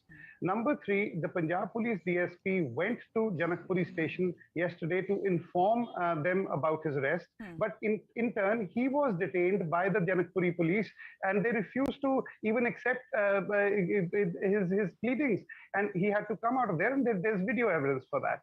Number 3, the law states that either or you have to produce the person in court within the next 24 hours. That was the next option available to Punjab Police, and that's what they are doing. Now, what the BJP has done has set a clear example that hate mongers who incite violence amongst various communities will be protected to any extent. The way the police of 2 states went running to protect this man is amazing. The BJP has to answer for that. And number 2, what is more important is that if they say, like the way they are saying that, okay, if the procedures were not followed, how come they are not answering the fact that the Punjab police personnel who went to meet them were not even given the courtesy of being recorded in the books? And ma'am, more importantly, in Punjab, there is, if you can look at the Punjabi media, talk to anybody in Punjab, there is no such thing as political vendettas being carried out right now. But when they try to create mischief, when they try to create animosity amongst religions, we will set an example and nobody will be spared. And that's what happens with Mr. Bagga. Okay, I understand. The Aam Aadmi Party has been saying since morning that the BJP is protecting a gunda, a mawali, a rioter, a dangai, a lafanga, etc., etc. You have called Tajinder Pal Singh Bagga all kinds of names. Maybe you have reason to, maybe he should be booked for inciting hate, etc. That is not the debate here. The debate here is, what was the Punjab police thinking? Violating procedure without informing the Delhi police, simply picking him up and going, ab theek hai, you can say that this is, nahi, theek hai. I understand what you are saying. I understand you are saying that the BJP is protecting a gunda mawali, but the fact is that the Punjab and Haryana High Court has also protected that gunda mawali, na? To say that, no, of course it has. They have said that he cannot stay at Haryana, he has to come back to Delhi. That's what the Punjab and Haryana High Court has said. The High Court has sent notices, number 1. All the procedures were followed. 5 notices were issued to him to join the investigation. Our DSP, Punjab Police DSP, went to inform the Delhi police yesterday. There's video evidence of that. But they went out of their way to protect him. And we have gone into the Punjab Haryana High Court, and the Punjab Haryana High Court has issued notices to everybody. Yes. And the matter will be taken up tomorrow by the High Court. And we are very sure, we are very confident that the judiciary will make sure that the law is judiciary has refused your initial plea of letting Mr. Bagga travel all the way to Mohali or to be at least be in Haryana. So they have denied that plea. Let's get the others in. Just for one day. Chalo, theek hai, but still they have. Na? Let's get in Dr. S.S. Channi, who is the BJP spokesperson. Dr. Channi, what is very clear is that the Delhi police and the Haryana police have worked together in this case to stall the Punjab police that, according to Mr. Garewal, was merely doing its duty. 5 bar notice serve किया, बग्गा जी आए नहीं to join investigations, छठी बार वो आके arrest कर लिया, करते क्या? Shreya, I must tell you, the Constitution says that if any accused is there in some other state, and the state where which takes notice of that, it is invalid. Otherwise, Constitution it's invalid to go and just arrest the person like Mr. Bagga has been arrested, and they barged into the house and they slapped his father, old father, and they didn't let him to even tie the turban, and they didn't inform the Delhi police, and Delhi police has got such Mr. Garewal is saying Delhi police ko bakaida Punjab police official went to the Janakpuri police station yesterday itself to tell them this arrest is going to take place. Instead, he was detained.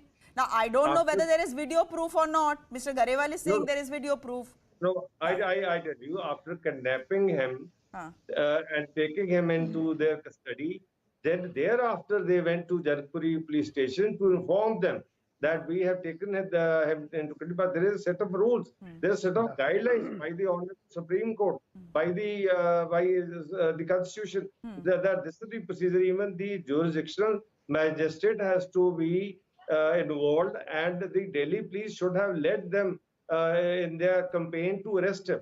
So they did follow the procedure, and that's how they didn't get any relief from the Honorable Punjab and Haryana quotas. Vikram Singh, would you want to come in here and explain to our viewers what exactly is procedure and whether in this case procedure was violated? One side is saying 5 notices ke baad he didn't show up, we didn't have the option. The other side is saying, and just by the way, this is 2 police forces fighting against each other, that itself is worrying. But the other side is saying, well, procedure was not followed, you didn't inform us. So this Shreya is just, my task is very simple. I don't have to prove a thing except quote the rule book. 2 plus 2 is equal to 4, neither 3.75 nor 4.25. In the first place, to give 15 notices. But when you go to make an arrest, please take pains to go to the police station. If your allegations are correct that the police station did not give proper response, you should have gone to the ACP, then to the DCP, then to some higher up. But you cannot say this is the police station was inhospitable and non-cooperative. Therefore, you decided to just go in for a rocket launcher. It doesn't happen. Number 2, if the cases pertain to punishment less than 7 years, arrest is not mandatory. Supreme Court guidelines, those who go for the arrest have to be in uniform. Then after the arrest, if you have not been able to make a GD entry, make a GD entry after the arrest. Now, if the concerned court is outside the jurisdiction of 30 kilometers, then take a transit warrant and then proceed. You have failed on all the counts. Therefore, to pass the buck, it is not a matter of choice. It is a matter of compulsion that all these rules and procedures have to be strictly adhered to, and which I have my serious reservations. I have a lot of respect for Punjab police. I have worked with them. I have worked with Haryana and Delhi police. I would just not like to believe what has happened. I would like to take it as a nightmare.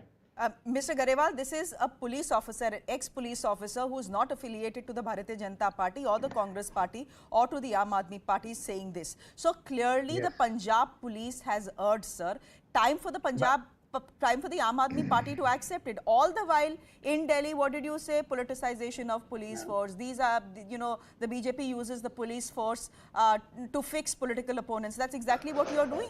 And it is not and mind you, it is not just Tajinder Pal Singh Bagga.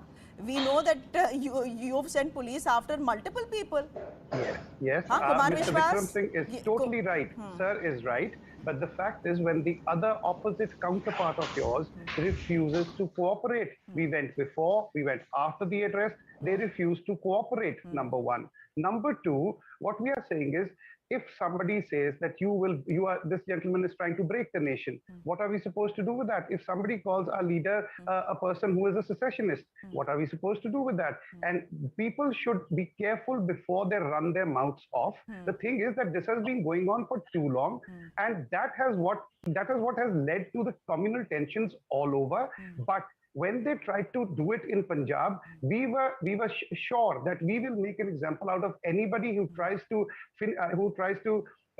create such a situation in Punjab and they will be taught a lesson. Okay. Mr. Chenni is a gentleman, but on other channels, I have heard BJP spokespersons raking up Khalistan, which is a dead issue in Punjab. So we all know the direction they are trying to take this in. We all know the communal build-up that is being done over here. But the thing is, we will not let this succeed. And as far as the Punjab police is concerned, there is no interference, ma'am. And you can ask anybody on the ground in Punjab. Earlier, what used to happen, whenever the government used to change, there used to be cases slapped on the opposition parties, left, right, and center. Nothing of that sort is happening in Punjab. But when Grewal, I'm fairly certain. I'm fairly certain that the Punjab police has better things to do than go chase Tajinder Pal Singh Bagga. Because his words led to the problem in Patiala, ma'am. The kind of Mr. Parwana was Mr. Sirsa's friend. Bagga is making such statements. You incite violence in Punjab, two groups. And you do two groups fight on your behest, and then you try to make it into a communal clash. Well, this will not be tolerated, ma'am. They can't Dr. just Channi, get away with that. They Dr. can't just Channi, get away with what creating trouble and then Mr. Garewal is saying is that here is a guy who's obviously a trouble creator. According to Mr. Garewal and the Aam Aadmi Party, it is Tajinder Pal Singh Bagga's tweets that created the unrest in Patiala. It's our job to maintain law and order, and if it means going to another state and arresting the person who is creating trouble, that's exactly what we'll do. This is our job, and the BJP does it too. Haven't you arrested Disha Ravi from another state? What about Jignesh Mevani from Assam? Dr. Channi, yes? Yeah. You know, Shriya, I must tell you, we people have gone through the days of terrorism. I was Deputy Commissioner of Gurdaspur, then thereafter Ludhiana for 5 years. Abhav knows it very well, and I have been Home Secretary as well. We have suffered a lot, and I must tell you, the Patiala incident was a very, very small incident. Some anti-social elements on both sides of Shiv Sena, the person who has been suspended, he belongs to Maharashtra, Shiv Sena, and some other persons, like Parwana and all. They could have been prevented. They could have been arrested. Some remedial measures should have been taken. There have been intelligence inputs in the district. Yogaraj Sharma, Shiv Sena person, met the SSP. He met the DGP. And they didn't take any action. Dr. Channi, what is the point? What is the point you are trying to make here? I'm trying to make a point that, the AAP government, Bhagwant Mann government said that this is the handiwork of Akalis, BJP and Congress. They are trying to, small incident, they want to spread it and they want to hide their own failures under the garb of, this kind of communal violence. There has never been communal violence, which they are trying to have it, and just for their own failures. And especially Mr. Kejriwal, who has tasted power through Bhagwant Mann for the first time, he is trying to settle score with rather his own people like Vishwas, Alka Lamba. This will come, Mr. Garewal, this will come. Alka Lamba ho, Kumar Vishwas ho, they are not the only ones. The fact is that Mr. Kejriwal is trying to fix his political opponents. Ma'am, first of all, Mr. Kejriwal has got nothing to do with it. Mr. Kejriwal is the CM of Delhi. This is the Punjab police. Well, he's called the super CM of Punjab. Ma'am, they can say whatever. Yesterday, Mr. Sidhu was challenging him to come to Punjab. Now they are calling him the super CM. We don't know whether we come or go. Now that we are taking action, they don't want us to take action. When that thing happened, that incident happened, they said, "Oh, you should have done it earlier." Now, when we are shutting down the hate mongers, what is the problem? Either you approve of what Mr. Bagga is saying, or either you approve of what Mr. Kumar Vishwas said, that Kejriwal wants to break the country. Either you approve of the uncouth language used by Ms. Lamba. Well, ma'am, that is not done. What we are saying is that when we take action, why have you gone out of the way to protect a person who is known to be a motor mouth? Unfortunately, but when you're a politician, you need to have a thick skin, na?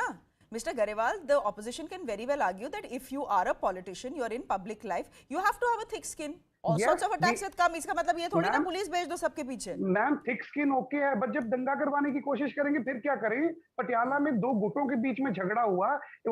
Shiv सेना के साथ BJP का general secretary खड़ा है. परवाना is best friends with Mr. Sirsa. What are we supposed to do when these people are trying to create trouble? They wanted to test the waters. That okay, it's a new government. Let's do a small panga and let's see how they react. Well, now they've learned their lesson. And all those people, either was it from the Shiv Sena side or those idiots who were dancing when the police was firing. You see their faces today. When they are presented in courts, they don't look anything like what they did on that day. And I assure you, we will make such an example out of them that the law will show them how to behave and how not to create trouble in a society. And soon Mr. Bagga will also see the law. Kamalpreet Singh, you want to come in here and tell us how you read the situation that has played out through the day, because it is not just a situation that developed in Delhi and was moving to Punjab, it got somehow intervened and entangled in Haryana as well, which is a BJP ruled state.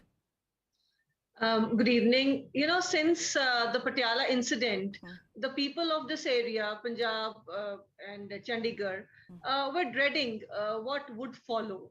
It was not very healthy, and it was a harbinger of something bad which would happen. And all the Tajinder Bagga's Twitter speeches, hate speeches, well, he had to be brought to the book.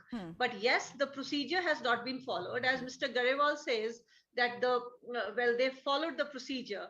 Well, the story will come out in a day or two, whether the constable who went to the station, the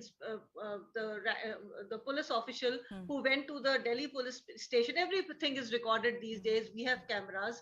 If they say that the officer went to the police station and he was not listened to, well, that is another story. We'll come to know about it also. But yes, when you are arresting somebody from another state, the procedure has to be followed. I think all the procedures would have been followed, because the Advocate General of Punjab is a very seasoned, mature, and a man, lawyer who has his head over his shoulders. You know, he is very seasoned.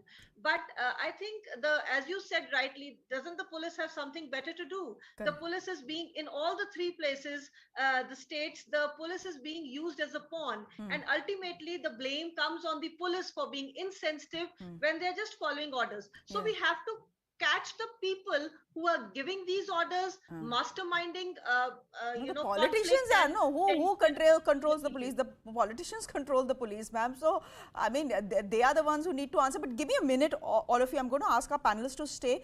You've mentioned the Punjab Attorney General, and we are hearing from him now as well. The Punjab AG has rejected Mr. Bagga's father's claim that he was roughed up.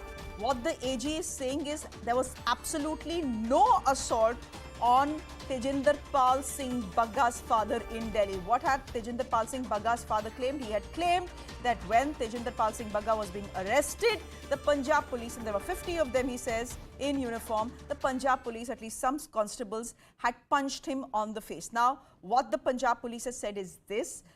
We knew that this matter is going to be, well, politically hot. So we have video recorded everything. We have not just video recorded everything, we have also live streamed everything, which means if there is any wrongdoing, then we will be caught. But in our case, we have followed the rules of the land completely. We have gone by the book. Now, Vikram Singh, let me come to you here. What do you make of the Haryana police's intervention? I found that very interesting. Shreya, this is one thing that when on a complaint of Mr. Bagga's father, probably, that it was a wrongful arrest and therefore the detention was wrongful restraint and wrongful confinement. Serious offences in the Indian Penal Code.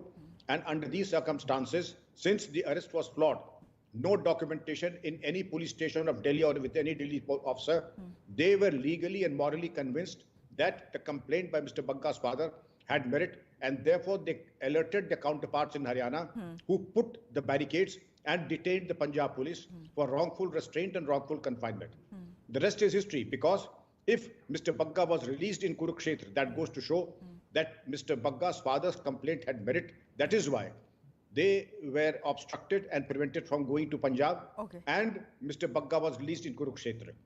Mr. Singh, can I ask you this? Is this normal for the police force of one state to stall the police force of another state, for the police force of one state to lodge FIRs of kidnapping against another police state? Is this normal, or is this a sign of the deeply polarized political times that we live in? This is bizarre. I did not realize that I lived long enough to see this day. Yesterday, IED and explosives were recovered in Haryana. Correct. I had expected Punjab police, Haryana police and Delhi police to work together and give a Sir, befitting can I reply interrupt to the... you here? ML Khattar, the Chief Minister of Haryana, is speaking on the issue. Let's go across to that. वो गाड़ियाँ जो थी उस number की, एक गाड़ी number की थी, बाकी 3-4 गाड़ियाँ और थी, उनको कुरुक्षेत्र में पिपली के पास उन्होंने उसको रोक लिया, पकड़ लिया है।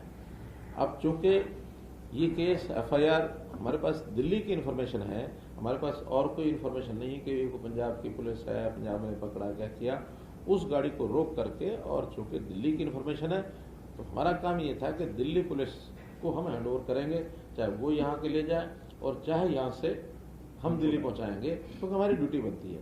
इस बीच में उन्होंने अपनी आइडेंटिटी बताई कि हम पंजाब पुलिस के लोग हैं, हम इनको लेकर के जा रहे हैं।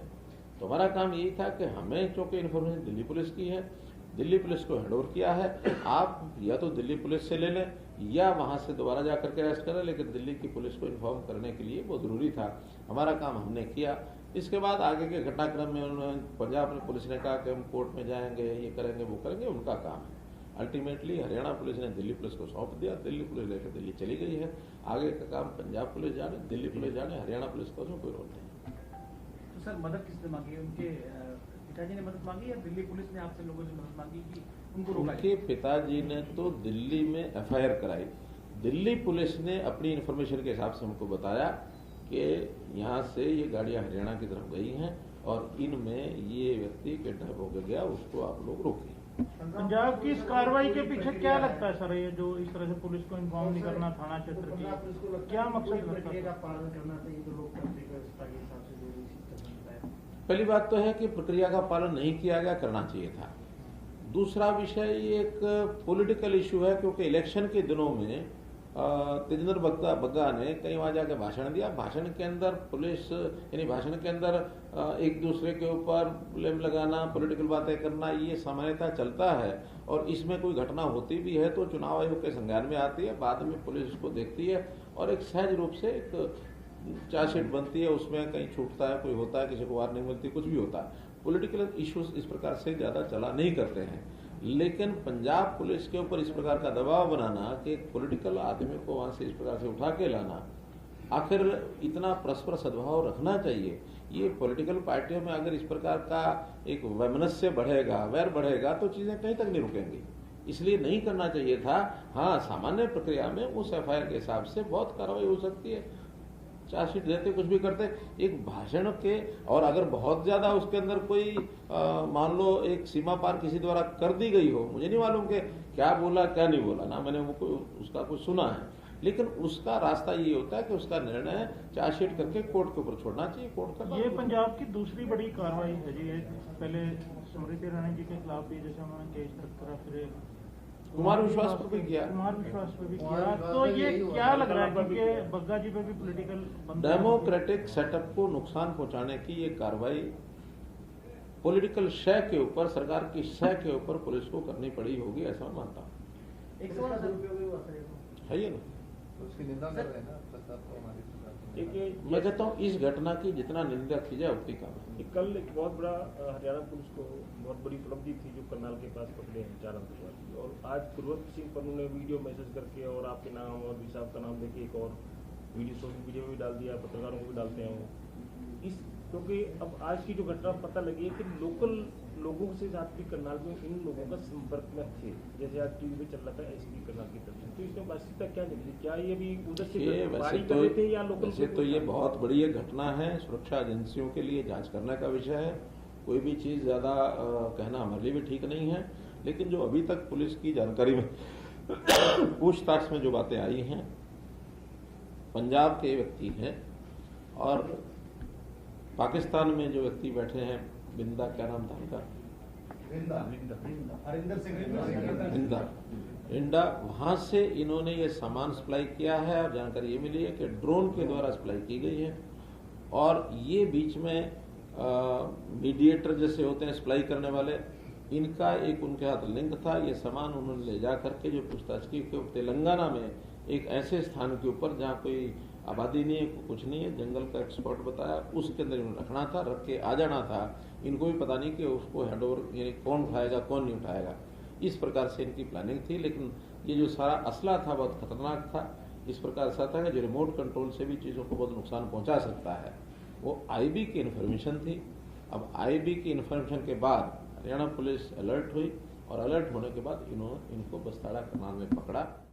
Okay, that was Haryana's Chief Minister giving a sequence of events, also almost saying that, look, this is none of our business.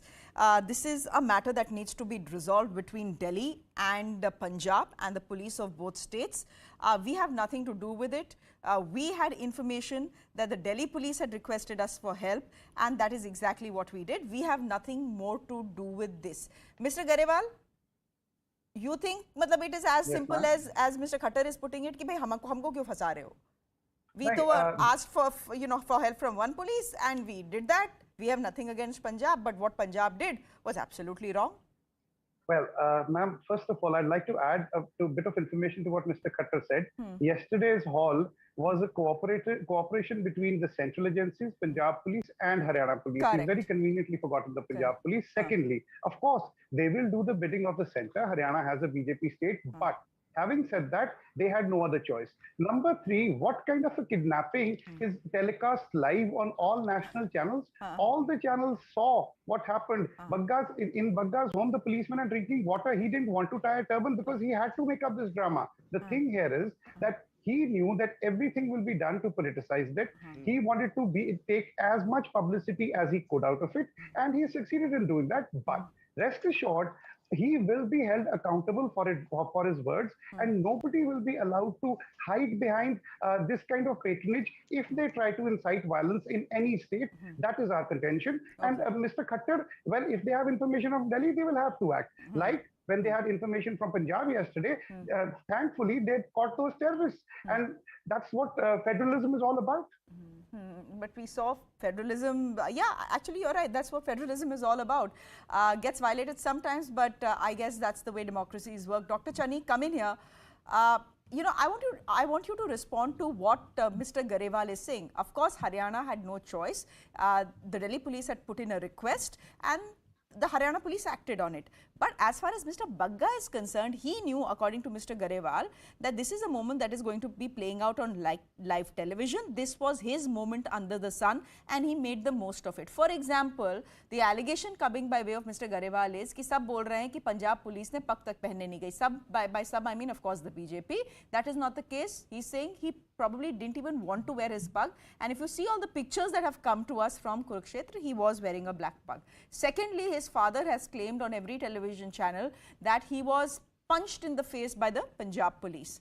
Today, the AG of Punjab has very clearly denied it as well. So this was also to some level drama being played out by Mr. Tajinder Pal Singh Bagga, who thought that this was his moment to shine. Shreya, if you go through the guidelines which have been laid by the Constitution and also by the honorable courts and the CRPC or in other laws, that they must have taken two independent witnesses and the Delhi police. Then these things, even if we had, agree to the extent that maybe he was trying to create a drama, it would have been, totally denied. But they didn't do that. They didn't. They informed the Janpuri police after kidnapping or arresting him. And but how is this kidnapping, Dr. Channi? How is this kidnapping? Police आपको कहीं लेके जा रही है, वो पूरा TV camera पे record कर रहे हैं, उसको लाइव स्ट्रीम भी कर रहे हैं. कुरुक्षेत्र में the whole sequence of events, there are at least 200 cameras and 300 camera persons. So how is this? By what kind of kidnapping is this on live TV? Everything is being live streamed. Everything is being recorded. I am talking about his house when he was being arrested or when he was being taken into police custody. I am not talking about on the way on the national highway. That's not I'm trying to say. But I must tell you one thing, that this government of, which is being run by Mr. Kejriwal, and he takes, Mr. Maan as a puppet. He's trying to, upset the state of Punjab, which is totally full of brotherhood, and we have suffered a lot. And I think they are going to have these similar days of terrorism back in the state of Punjab. Oh, And even during those days, there was no criminal Dr. Chandy, violence. isn't that a bit of a stretch? Go ahead, Mr. Garewal. I will, if I say something, I'll be accused of being an Aam Aadmi Party spokesperson, but go ahead. First of all, Mr. Chandy hiding behind the Constitution when the Chief Justice of India, no less, said in the presence of the Prime Minister of the nation that the court's orders are being ignored. So please don't talk about propriety, sir. Number two, our politics is not politics of religion. I just thought Mr. Chandy would resist it, but every BJP spokesperson has been harping about Khalistan. It exposes their game plan. Khalistan is a dead issue, sir. When you were DC in Ludhiana, I was a student. I have also seen those states. You've given me prizes in school, sir. You also know that. Khalistan is a dead issue. Nobody wants Khalistan. Punjabis, Hindus and Sikhs together have thrown out Khalistanis. But the way, sir, your people have taken the name of Khalistan 500 times today. Why are you doing this, sir? Please, I really respect you, and I just thought you would avoid it. There is no issue of terrorism, nothing at all. Two stupid groups fought. But what we are saying is that anybody who is trying to do this, anybody who is trying to incite such a thing, will face the law. Your police comes and arrests Jignesh Mewani, drives him all the way to Guwahati, and the next day the High Court releases him. Sir, you are talking about propriety. 140 cases have been filed against Aam Aadmi Party MLAs in Delhi. We have been exonerated in 72 of them. You have raided each and every one of our leaders' house. You have found nothing. And we made no such statements. What we are saying is that we will not allow people to vitiate the atmosphere. These hate mongers have to be made an example out of under the law. You have 20 seconds. Please stop You have 20 seconds. You have 20 seconds, Mr. Chandy. Just for a second. You know, when there was input, intelligence input, and especially by all the concerned parties, even Shiv Sena met the SSP and the DGP, please take action. And they literally failed to take any action, and they are just trying to hide it under. But Mr. Chandy, why would the Aam Aadmi Party orchestrate trouble in its own state, knowing that the sort of criticism that will come to it? No, this is what they did. This is what they failed in. And tell me one thing. Why did they transfer the IG? Why did they transfer the SSP? Why did they transfer the SSP? For exactly the reasons you said, sir. The reasons you said. For the lapses that you are pointing out, we transferred them because of those lapses. And now we will ensure that an example is made about everybody or anybody who tries to disturb the law. Okay, I'm going to give 20 seconds to my other guests. Why Bhagwant Mann was annoyed with the DGP? Why was How do you know that, sir? Okay, sir, please, time over. Time over. WhatsApp University chhod dijiye. Time over, sir. Dr. Chennai, time over. This debate, of course, continues through prime time. Thank you very much for joining us. I'm going to thank Mr. Vikram Singh for joining us as well, Dr. Kamalpreet Singh, and of course, Mr. Garewal from the Aam Aadmi Party. With that, I'm slipping into a quick break on the show. Our next big debate is on Bengal, so do stay with us.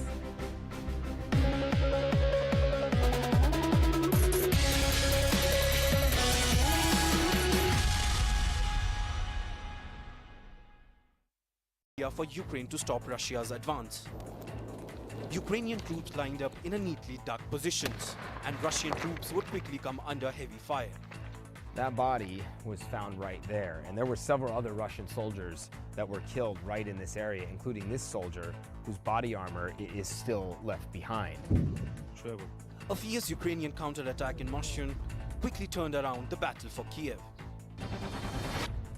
The BJP and the TMC are at loggerheads once again, and this time over the CAA, or the Citizenship Amendment Act. Home Minister Amit Shah, in a public rally for his two-day visit, said that CAA is a reality which will be implemented, but the Bengal Chief Minister Mamata Banerjee has hit back, claiming that the BJP failed to implement CAA, and now they're simply putting the onus on states for the implementation of this amendment.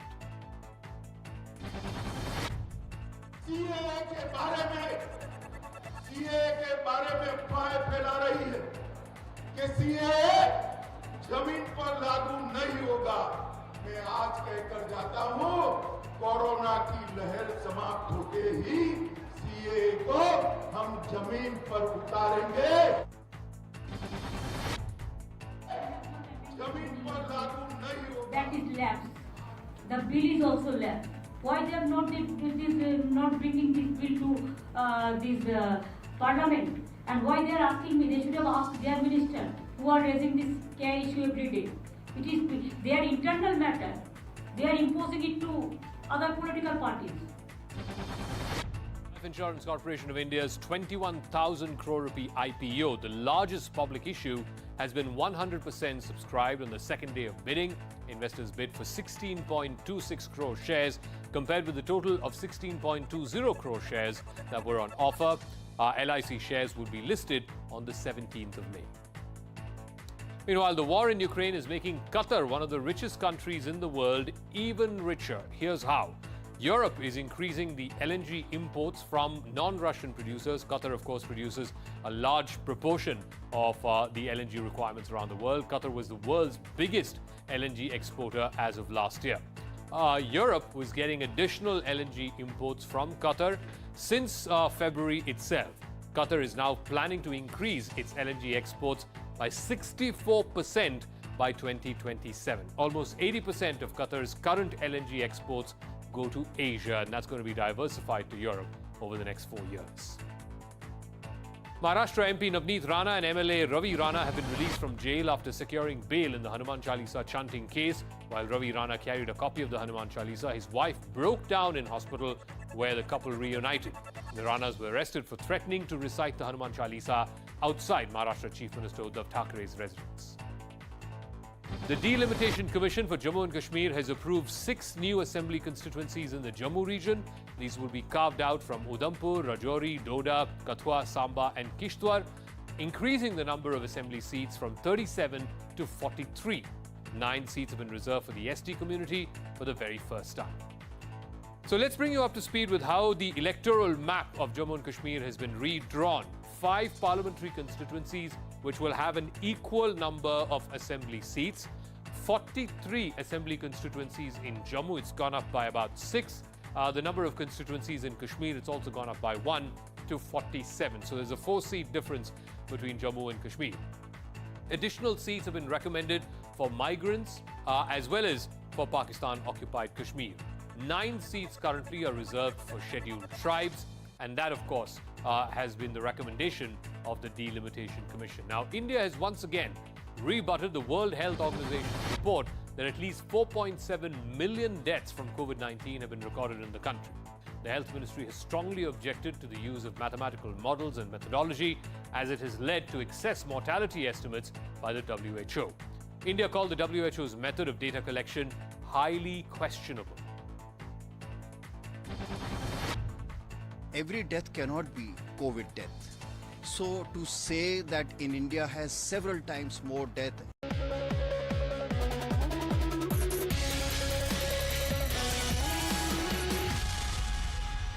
Welcome back. It's a murder most foul in Calcutta, and the BJP and TMC since morning have been crossing swords over it. Arjun Chaurasia, a BJP worker, was found hanging under mysterious circumstances in Kolkata a day ahead of Home Minister Amit Shah's Bengal visit. Now, this is his first visit after the BJP's defeat in the state last year. Mr. Shah has called it a political murder that TMC has denied any hand and instead claimed that Mr. Chaurasia was their man, not the BJP's.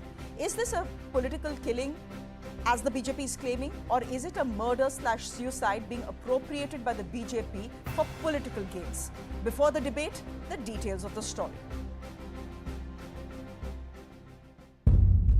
कल ही तृणमूल सरकार के 1 साल हुआ है, उसके दूसरे ही दिन बंगाल में राजनीतिक हिंसा, राजनीतिक हत्या का परंपरा फिर से शुरू किया है। Union Minister Amit Shah, who visited Bengal for the first time since last year's assembly elections, is once again crossing swords with Chief Minister Mamata Banerjee. The latest flashpoint is the death of a BJP worker in Kolkata. Arjun Chaurasia, a member of BJP's youth wing, was found hanging in an abandoned building near his home in Kolkata. Hundreds of people, thousands maybe, are here. They are still protesting, and you can see the kind of gathering that is here outside the house, the abandoned building where the body was discovered. The BJP alleges he was murdered by the Trinamool Congress. वही पुराना तृणमूली कायदा में मार के उसको झुला दिया गया। और आज इसको क्यों किया? माननीय अमित शाह जी का कार्यक्रम यही पर है और उस कार्यक्रम को नष्ट करने के लिए इन्होंने साजिश का तौर पर किया। Amit Shah, who was on a 2-day visit to Bengal, visited Chaurasia's home and demanded a CBI inquiry into his death. Bharatiya Janata party के कार्यकर्ता अदालत के सामने गए हैं कि इसका वीडियोग्राफी के साथ पैनल पोस्टमार्टम हो और इसकी जांच सीबीआई को सौंपनी चाहिए। The TMC denied any hand in the BJP workers' death. After a bitterly fought election last year, the BJP and the TMC have continued to accuse each other of violence and killings in the state. So is an independent probe the only way ahead? Putting that question to Riju Datta, spokesperson of the TMC, Priyanka Tibrewal, spokesperson of the West Bengal BJP, Nilanjan Das is a TMC supporter, and Abhijit Majumdar is a consulting editor of First Post. Thank you, first of all, to everyone for being with us on the show and for waiting. I know that we've delayed this debate by a bit. Priyanka Tibrewal, I want to come to you first. Why is the BJP convinced this is a political murder? How does it even know this is a murder and not a suicide? There's a postmortem. It's not just that I don't know or I know. It is that I am 101% sure. I'll tell you why. Because Arjun is the same person who was ousted from his house, and on court's order, I personally went to Chitpur police station and I took Arjun and his brother both along with 55 more boys under the same police station, and I ensured that they go back to their houses. Thereafter, on a regular basis, the TMC goons used to threaten him, intimidate him, and his family knows about it. And his family was also telling me the same today. So we also know that the Honorable High Court had said that those who have been ousted from their houses, the state government should ensure and the police should ensure that they go back to their houses. They also said that anything which is related to post-poll violence, whether it is a rape or a murder, it will be handed over to a CBI. So we are very sure that this is a result of post-poll violence because this boy was not allowed to go back to his house. And today, since he is the vice president... But Priyanka, help me understand this. How is this post-poll violence given the fact that the election results had come out 10 months ago? I'll tell you, he couldn't enter his house for a month or two. Thereafter, I took him to his house, as I'm telling you. It is on records in Chitpur police station also, you can find out. Okay. So, I am saying that when the violence is continuing for one entire year, it is not that it has stopped. It is taking place in many other places. Still, people are unable to go back to their houses. It's been a year. It's been a year that people are unable to go back to their houses. And the violence continues. Okay. That is the reason, again, a team of NHRC has been made to come and to assist people so that they can go back to their houses. Riju Datta, here's the thing. I found it very interesting when the Deputy Mayor of Kolkata, speaking to my colleague Shokota Mukhopadhyay in Kolkata, said that Arjun was actually not a BJP member or a BJP Karyakarta. He had worked with the TMC in the civic poll. So, which essentially trying to imply that why would we kill our own guy? How are you making that claim when the BJP is so confident that he is from the BJP? I'll tell you this. I'll tell you just one very simple answer. Every death is mournful. But before the postmortem is even conducted, a man stood in front of national television and said that this is a political assassination. Unfortunately, that man is our home minister. From the time he has landed in Bengal, he has only done divisive and communal politics, which Bengal rejected in 2021. He should understand that. And, you know, the BJP should immediately stop this vulture politics. It is very unbecoming of him, and the Home Minister looks even desperate in his attempt to defend Bengal. And if there is an investigation, there should be an investigation in the death of Mr. Arjun Chaurasia, but there also should be an investigation that whether this was a political sacrifice by BJP during the time the Home Minister is visiting Bengal to give some political mileage to the Bengal's BJP unit. No, what are you saying? Completely irrelevant. What are you saying? Are you saying that the BJP itself has killed its own person?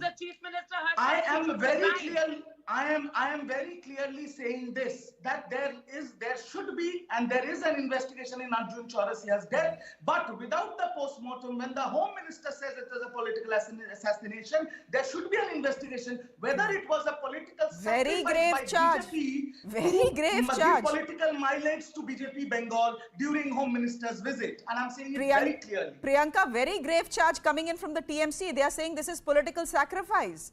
That Arjun had to give up his life because Amit Shah was visiting the state and somehow he had to be given a handle to beat the TMC with. Right. So in the morning they were saying that he was from TMC and now they are saying that we have sacrificed. Correct. So I do not understand different versions of their story. Now, the thing is that they have reduced West Bengal to murder, mayhem and massacre. They do not have an answer to this. But I will answer to this also. If he feels that this has been done by us and proper investigation should be done, then it is a failure. Who is the police minister? Who is taking care of the police department? Can I give a quick rebuttal? Who is responsible for the law and order situation in West Bengal? See, go ahead, Riju. Go ahead, Riju. The police minister has a lot to respond to. Complete failure in the last 1 year.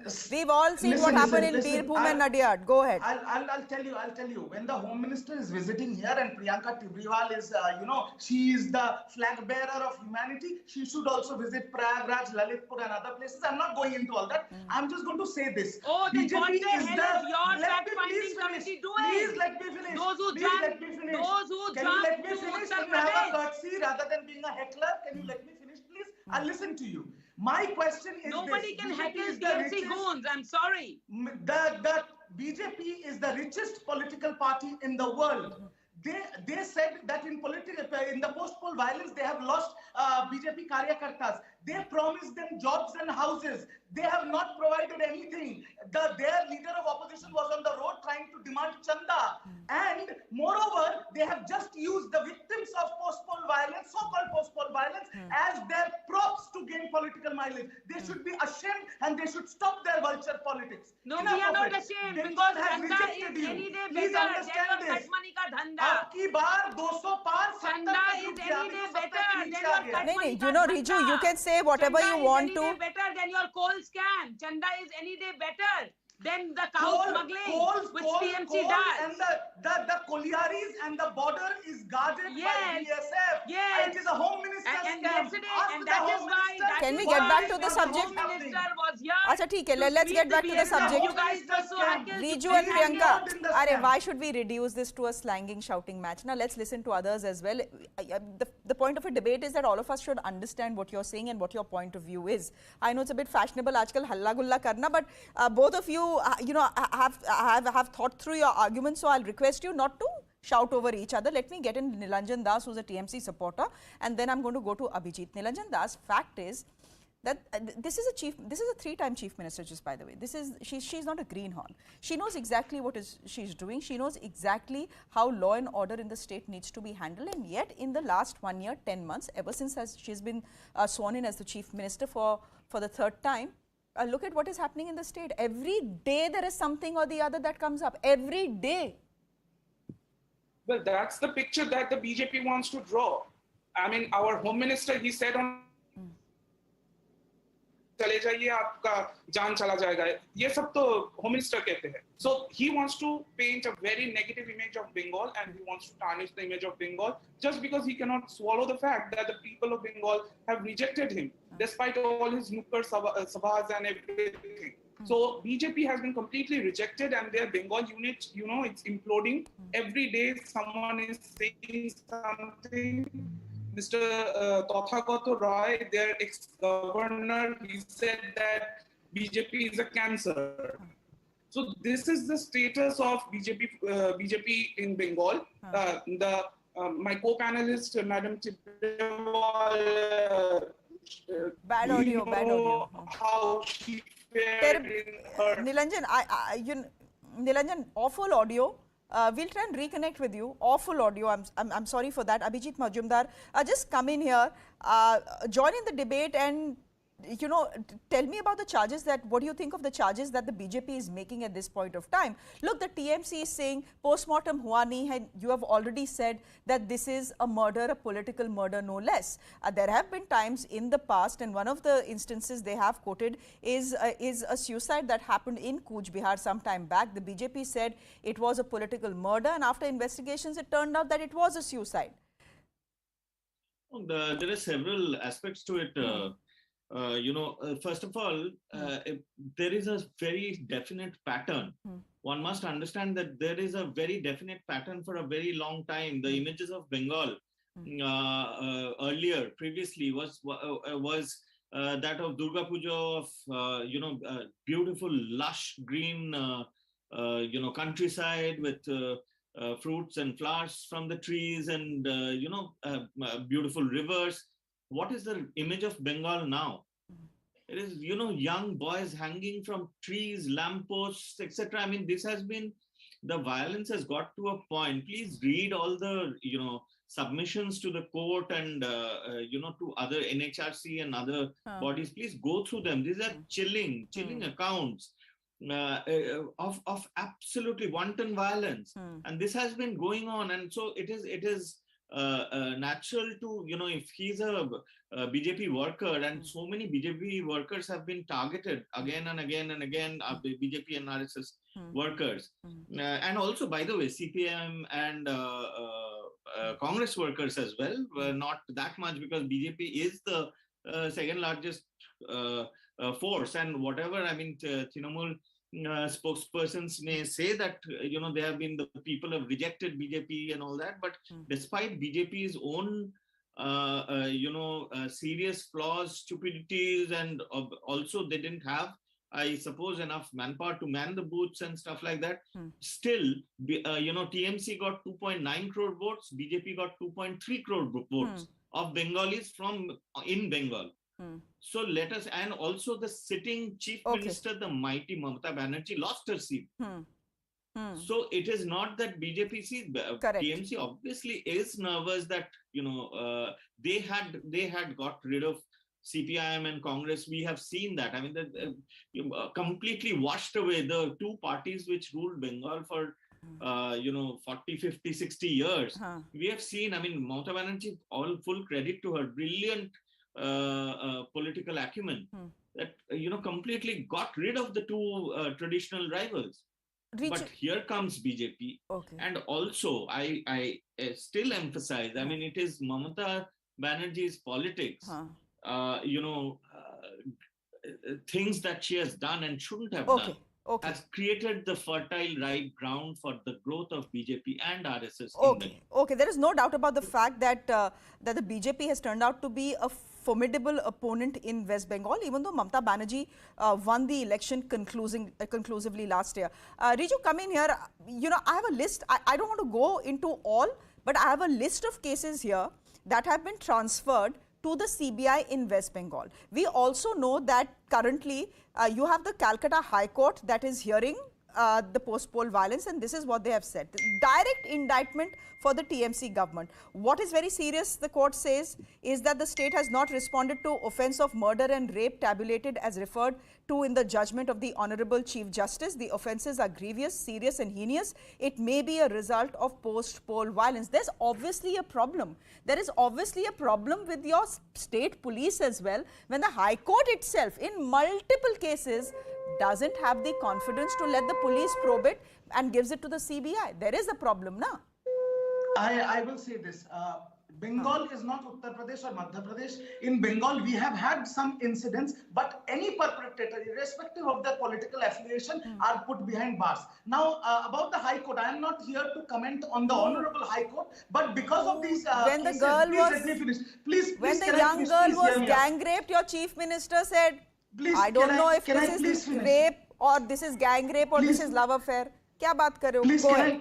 please let me finish. And you know, in these cases, the cases that are transferred over to the CBI, unfortunately, we have seen within the courtroom also single bench versus division bench, which is very unfortunate. But at the end of the day, the cases have been transferred over to CBI. Now, I want to ask not just CNN, News18, but media in a general, that when CBI takes over the case, we are very quick to ask questions about what the state law and order is. What has CBI done with these proceedings?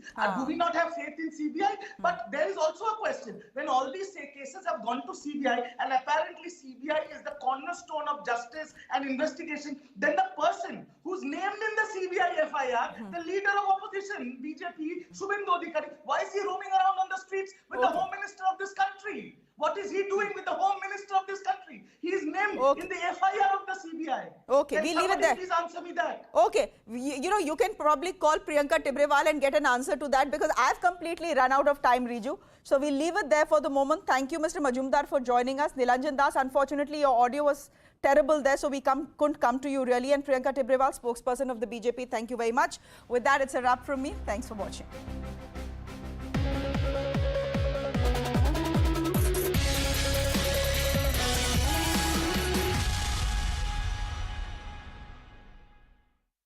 On the Ukrainian position. The town of Moshkon is surrounded by a dense forest, which was the perfect area for Ukraine to stop Russia's advance. Ukrainian troops lined up in a neatly dug positions, and Russian troops would quickly come under heavy fire. That body was found right there, and there were several other Russian soldiers that were killed right in this area, including this soldier whose body armor is still left behind. A fierce Ukrainian counterattack in Moshkon quickly turned around the battle for Kiev. The BJP and the TMC are at loggerheads once again, and this time over the CAA, or the Citizenship Amendment Act. Home Minister Amit Shah, in a public rally for his two-day visit, said that CAA is a reality which will be implemented, but the Bengal Chief Minister Mamta Banerjee has hit back, claiming that the BJP failed to implement CAA, and now they're simply putting the onus on states for the implementation of this amendment.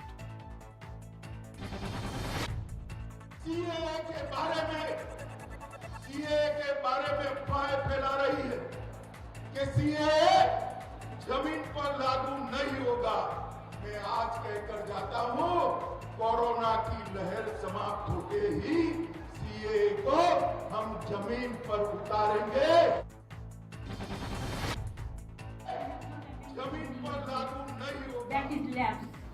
The bill is also lapsed. Why they are not bringing this bill to this Parliament? And why they are asking me? They should have asked their minister, who are raising this care issue every day. It is their internal matter. They are imposing it to other political parties. Life Insurance Corporation of India's 21,000 crore rupee IPO, the largest public issue, has been 100% subscribed on the second day of bidding.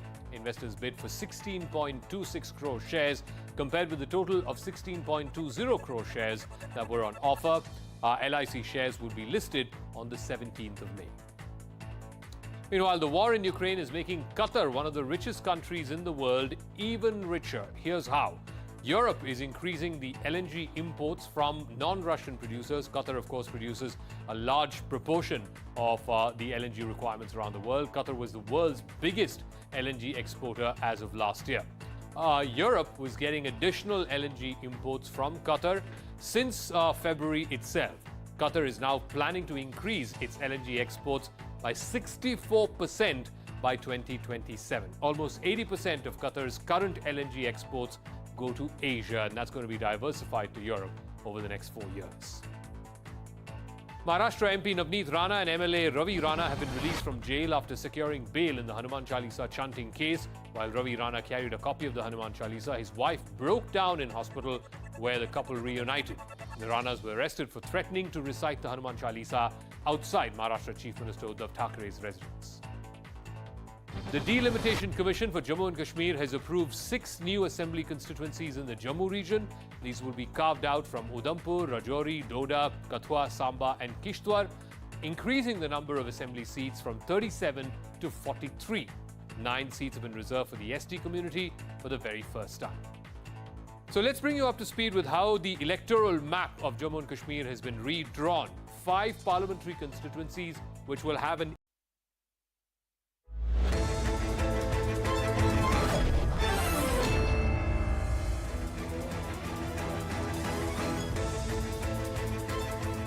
Good evening. You're watching Plain Speak. I'm Ridhima Bhatnagar. There has been high political drama all through the day. It started with BJP's Tajinder Pal Singh Bagga's arrest by the Punjab police from his Delhi residence this morning. The family of Tajinder Singh Pal Bagga claims that Tajinder was arrested with no protocols being followed. He was heckled and wasn't even allowed to wear his turban. His father also claims that he too was assaulted by the Punjab police. The Punjab police says 5 prior notices were given to Bagga and him failing to respond resulted in this arrest. This claim by the Punjab police resulted in a face-off between two state polices, Delhi versus Punjab. The Delhi police claims that they were kept in the dark. No communication was made before this arrest. The question that we are asking this evening then is whether there was due procedure that was followed, or was this just vendetta politics as far as the Aam Aadmi Party and the BJP is concerned. This is what we will be debating over the next 30 minutes. But before we get into the politics of what really played out today, what was said by the Aam Aadmi Party and the BJP, we also want to take some time to actually build the sequence of events of what really happened right through the day and how did this play out to be such a big story all through the day today. First, let's begin with what happened this morning. You had Tajinder Singh Pal Bagga being arrested by the Punjab police from his Delhi residence in Janakpuri here in the national capital. Those visuals on your screens, this is where the drama began in the morning. But what followed after this were claims that came from the family. You had the father of Tajinder Singh Pal Bagga saying that he too was assaulted by the Punjab police. He also went on to say that Tajinder Singh Pal Bagga wasn't even allowed to wear his turban and he was dragged out of his house. Then, as I said, you had various state polices also getting involved. The Haryana versus Punjab police, that also play out. And then, of course, you have the Delhi police also intervening. There was a lot of political drama because nobody really knew where Tajinder Singh Pal Bagga was being taken or where his whereabouts were. Then drama continued to play out at the Kurukshetra station as well. Then you had one team of the Delhi police also being dispatched to Kurukshetra to try and understand where Tajinder Singh Pal Bagga is and if they can actually get him back. So as we said, as all of this was happening, you also had a political war of words between the BJP claiming this is vendetta politics and the AAP saying this is all rubbish because we had given enough notices to Tajinder Singh Pal Bagga as part of the Punjab police. He never responded. Then, as we said, the drama only continued with the later half of the day. You had the Delhi police officials reaching Kurukshetra and they managed to get custody of Tajinder Singh Pal Bagga. This was, of course, a big setback to the Punjab police. They started to get Tajinder Singh Pal Bagga back to the national capital. But the BJP wasn't letting it go anytime soon. There were enough protests right through the day in the national capital, especially in front of the offices of the Aam Aadmi Party as well. So this is what really has played out all through the day. The question where we started the show with, was there due procedure in the arrest of Tajinder Singh Pal Bagga, or was this just vendetta politics? Before we get into the debate with our guests, let's also take a look at some of the political reactions that we got right through the day. Arvind Kejriwal सत्ता हासिल करने के लिए कर रहे हैं।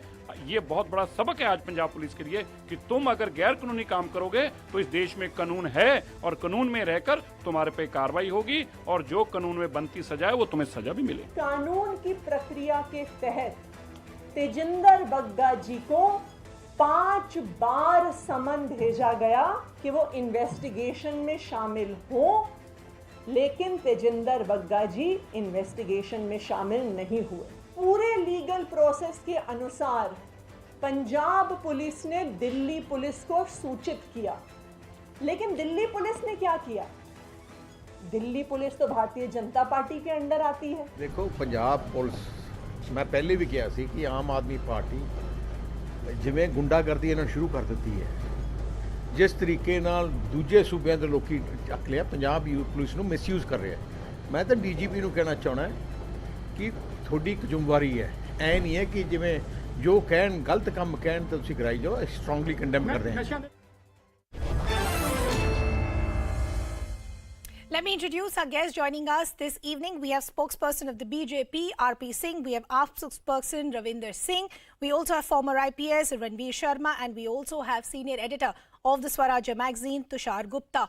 Good evening to all of you. Good to have all of you on the broadcast. I actually want to begin with Ranveer Sharma first. And I want to understand, was there due protocol that was followed or not? Because the Delhi police is saying that they were kept in the dark. There was no formal communication that was given. As per the protocols that has been cited by them, there needs to be enough protocol that needs to be followed. Local communication needs to be done with the local police. A diary entry needs to be maintained. But none of that happened and the arrest still took place. So I want to begin by understanding from you, was there due procedure that was followed? See, ma'am, there are 2-3 lapses, the Punjab police and the Delhi police have done. First of all, I'll talk about the Punjab police. Of course, they have summoned the Bagga 4 or 5 times. If he is not responding properly, they would have gone to the court for taking arrest warrant, which they have not taken. First. Secondly, when they come to Delhi, they should have again approached to the court as well as the police also. We want this man regarding this FIR. Neither they have informed police properly, gone to the police station and made an entry in the Delhi diary. I think they have not done it in that. Even that, if they have arrested, they should have gone to the magistrate, Ilaka magistrate of the Delhi and taken the transit remand, which they have not taken. Okay. If they have not taken the transit remand, in the meantime, the political bosses, they talk and they had just mixed up this all system in a very bad shape. बहुत बुरा system इन्होंने निकाला, वो अपनी बात निकाल रहे, वो अपनी बात निकाल रहे. Okay, so due protocol was flouted. Ravinder Singh, I want to bring you in here. The Aam Aadmi Party keeps criticizing the BJP, that the BJP is a party that misuses power and there is vendetta politics. What was so different and what played out today as far as the Aam Aadmi Party is concerned? See, so far as the your question, I just want to, narrate a bit of the character, what kind of person Mr. Tajinder Pal Singh Bagga is. Tajinder Pal Singh Bagga is the same person who attacked on a lawyer in the Supreme Court's on premises. And he's the same, and FIR is there. And he is the same person who attacked a book writer in his own book launch. There are a number of FIRs under Section 452, under Section 153, under Section 406. No, all that is fine. I'm only understanding what transpired today. Why did the Punjab police not make a formal communication to the Delhi police? Why wasn't a notice given to them? Why wasn't a diary entry maintained? Why did all of this? The Delhi police is going on record as saying there was no memo that was given.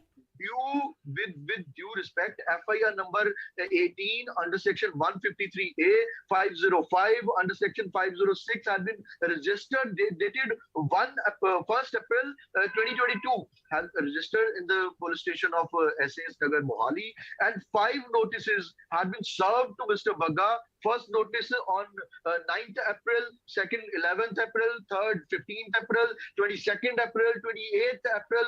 When he denied to came to the police station, I'm very much what kind of statements are coming from the BJP side. If he's so honest, what was stopping him to come to the police station and serve his statement? If he's so honest with regard to his position, respond to what the Aam Aadmi Party is saying, that there were enough notices that were given to Tajinder Singh Pal Bagga. The allegations against him is that he has made insensitive comments, he's made provocative statements as well.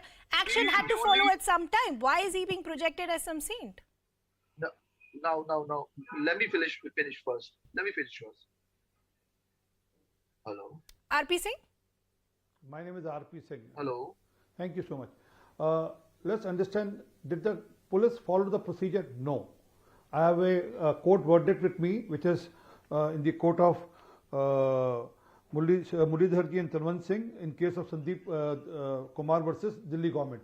And court categorically states in the verdict, para 15.5 and 6, that the police has to approach the local police station and then go to the person's house to arrest him. They can't go to the person directly. Secondly, the man was talking about section 153A, 505, 506 and other sections. In none of the sections there can be a punishment more than 5 years. And as per Supreme Court, if there's a punishment less than 7 years, you can't arrest a person come to the High like Court, this and get your for that you have bail. to properly notify him. Okay. Did I Ravinder Singh, one second. Let RP Singh respond. He didn't interrupt you. Let him finish. RP Singh, please go ahead. That's the problem with the Aam Aadmi Party. They behave and conduct like anarchists. They don't believe in rule of law. And let me tell you, sir, please, the country will be run by Dr. Ambedkar's law, not by Kejriwal's law. Let's be clear on this. And then you can push, you can try to do whatever you want to do, but law is above everyone. So police didn't follow the proper procedure, and in that process, the local police went to the court, and then the search warrant was issued to find out where the Bagga is, and then the person was found in Kurukshetra. The police got him back to Delhi. Now there's a legal perspective. Now coming to the real issue, let me tell you the real issue. Why today? Why Friday? Why today? Because yesterday there were Khalistanis who were arrested in Karnal who hailed from Firozpur and they had roots in Firozpur. Why Khalistan issue has started working again, or Khalistani has started working again in Punjab, in Patiala, in Malerkotla. So best way was to easily divert people from the Khalistan issue which would have been raised and raked up. Please sir, stop heckling. Arey anarchist. Okay. Anarchist, okay, fair enough. Both the parties have made their point. I never interrupted. Let me fair enough. Both the parties have made their point. So I still haven't gotten a clear answer whether there was due procedure or was this vendetta. Tushar, I want to bring you in here. How did you read the events that played out today? Claims, counter claims. You had 3 different state police being involved as well. Then you had Tajinder Singh Pal Bagga being brought back to the national capital. What really is playing out? Do you buy the narrative by the Aam Aadmi Party that due procedure was followed, enough notices were given, and then action had to be taken? Rithima, I'll sum this up in 5 points. 1, where is the Punjab Chief Minister Bhagwant Singh Mann? You can win 80-odd seats in an assembly of 117 seats, and yet you have to do the bidding of your superiors in Delhi, which is Arvind Kejriwal and Raghav Chadha. Where is he in the entire scenario? Was this even sanctioned with him that this is going to be done? That's the first point. The second point is Tajinder Bagga, it has been apparently claimed, has been arrested for his views on Kejriwal on Kashmir files. Arvind Kejriwal is the Chief Minister of Delhi. Tajinder Bagga is a resident of Delhi. And somehow we have an FIR filed in SAS Nagar, which is Mohali, for the comments made by Tajinder Bagga by an Aam Aadmi Party leader. How's that valid? The other reason where he's being arrested is that he's trying to provoke a communal fault line between the two communities. Now, this is very ambiguous. One of the BJP panelists before me, he made a very important point that yesterday 2 terrorists were arrested in Karnal. Now, will he be also arrested on the charge that he's trying to spread, he's trying to exploit the communal fault lines? The charge is very ambiguous. That is what is the worrying part. Okay. Number 4. Why do you need 50 policemen to arrest an individual? 50 policemen. And the Aam Aadmi Party says they summoned him 5 times. He was not responding. I agree with them. I give them the benefit of doubt. If Tajinder Bagga was indeed not responding to all the summons, they had all the more reason to go through the Delhi police, to go through the courts and have him arrested. Now, and I will also give the Aam Aadmi Party spokesperson more benefit of doubt. I'll say, yes, he's right. Tajinder Bagga is probably the worst politician in this country. I'll give him that benefit of doubt. He might have attacked lawyers. He might have attacked writers. I'll give him that benefit of doubt, even though he's wrong. You still have to follow a due process. Correct. If you are so sure about your case, if you're so sure that he was not responding, then why were the protocols not followed? My other big concern is it's not just the protocols that were not followed by the Punjab police. How did we have 3 different state polices being involved and each shirking responsibility at the end of the day? Some pressure had to be involved by some political party, and this is where I want to bring Ranveer Sharma in. We heard from Manohar Lal Khattar a short while ago saying we didn't have much role to play, but he feels that the Punjab police was being pressurized. Who were they being pressurized with? How did we have 3 state polices after one particular person? Ranveer Sharma? Will you please repeat your question, please? I was just asking, one, my concern is whether there were due procedures that were followed or not. My other concern is how did we have 3 different state polices being involved? Haryana police have put up their hands and saying we didn't have a big role to play. but they feel that the Punjab police was being pressurized. I want to understand from you and from a former IPS perspective that where did the protocols were flouted? How did we have 3 different state polices after one person? You see, when Delhi police have registered the case of kidnapping against the Punjab police and they give informations to the Haryana control room, कि so and so party and so police personnel have taken kidnapping the this Bagga. So then the Haryana police intercepted at Kurukshetra and stopped them and asked the Delhi police, we have already stopped them. Now you take to these people in court of magistrate and let the magistrate have to decide now whether the Punjab police has committed some lapse because they have not taken the transit remand. This is a big mistake I think I feel in my experience. They should have taken the transit remand from the local magistrate if they have not informed properly to the Delhi police or they have not made any entry in the daily diary report. Secondly, if they have not done something, they would have taken arrest warrant from the local magistrate of Punjab, which they have also not taken. That is why now the Haryana police was in a system ki what should we do? Whether how we should cooperate the Punjab police or Delhi police. Inki sune ya Delhi police walo ki sune. That seems to be the problem as far as the Haryana police is concerned. I agree with you. And I want to bring Ravinder Singh here. Ravinder Singh, respond to what we are hearing from Ranveer Sharma. He is saying every possible protocol on the book was flouted. Even if we put that aside and we see some sort of solution come out between the Delhi police and the Punjab police, how do you respond to the claims that have come from the family of Tajinder Singh Pal Bagga? We've heard both from the mother as well as the father. The father is claiming that he himself was assaulted. Tajinder Singh Pal Bagga was not even allowed to wear his turban. The phones were snatched away. What kind of behavior is this with a senior citizen?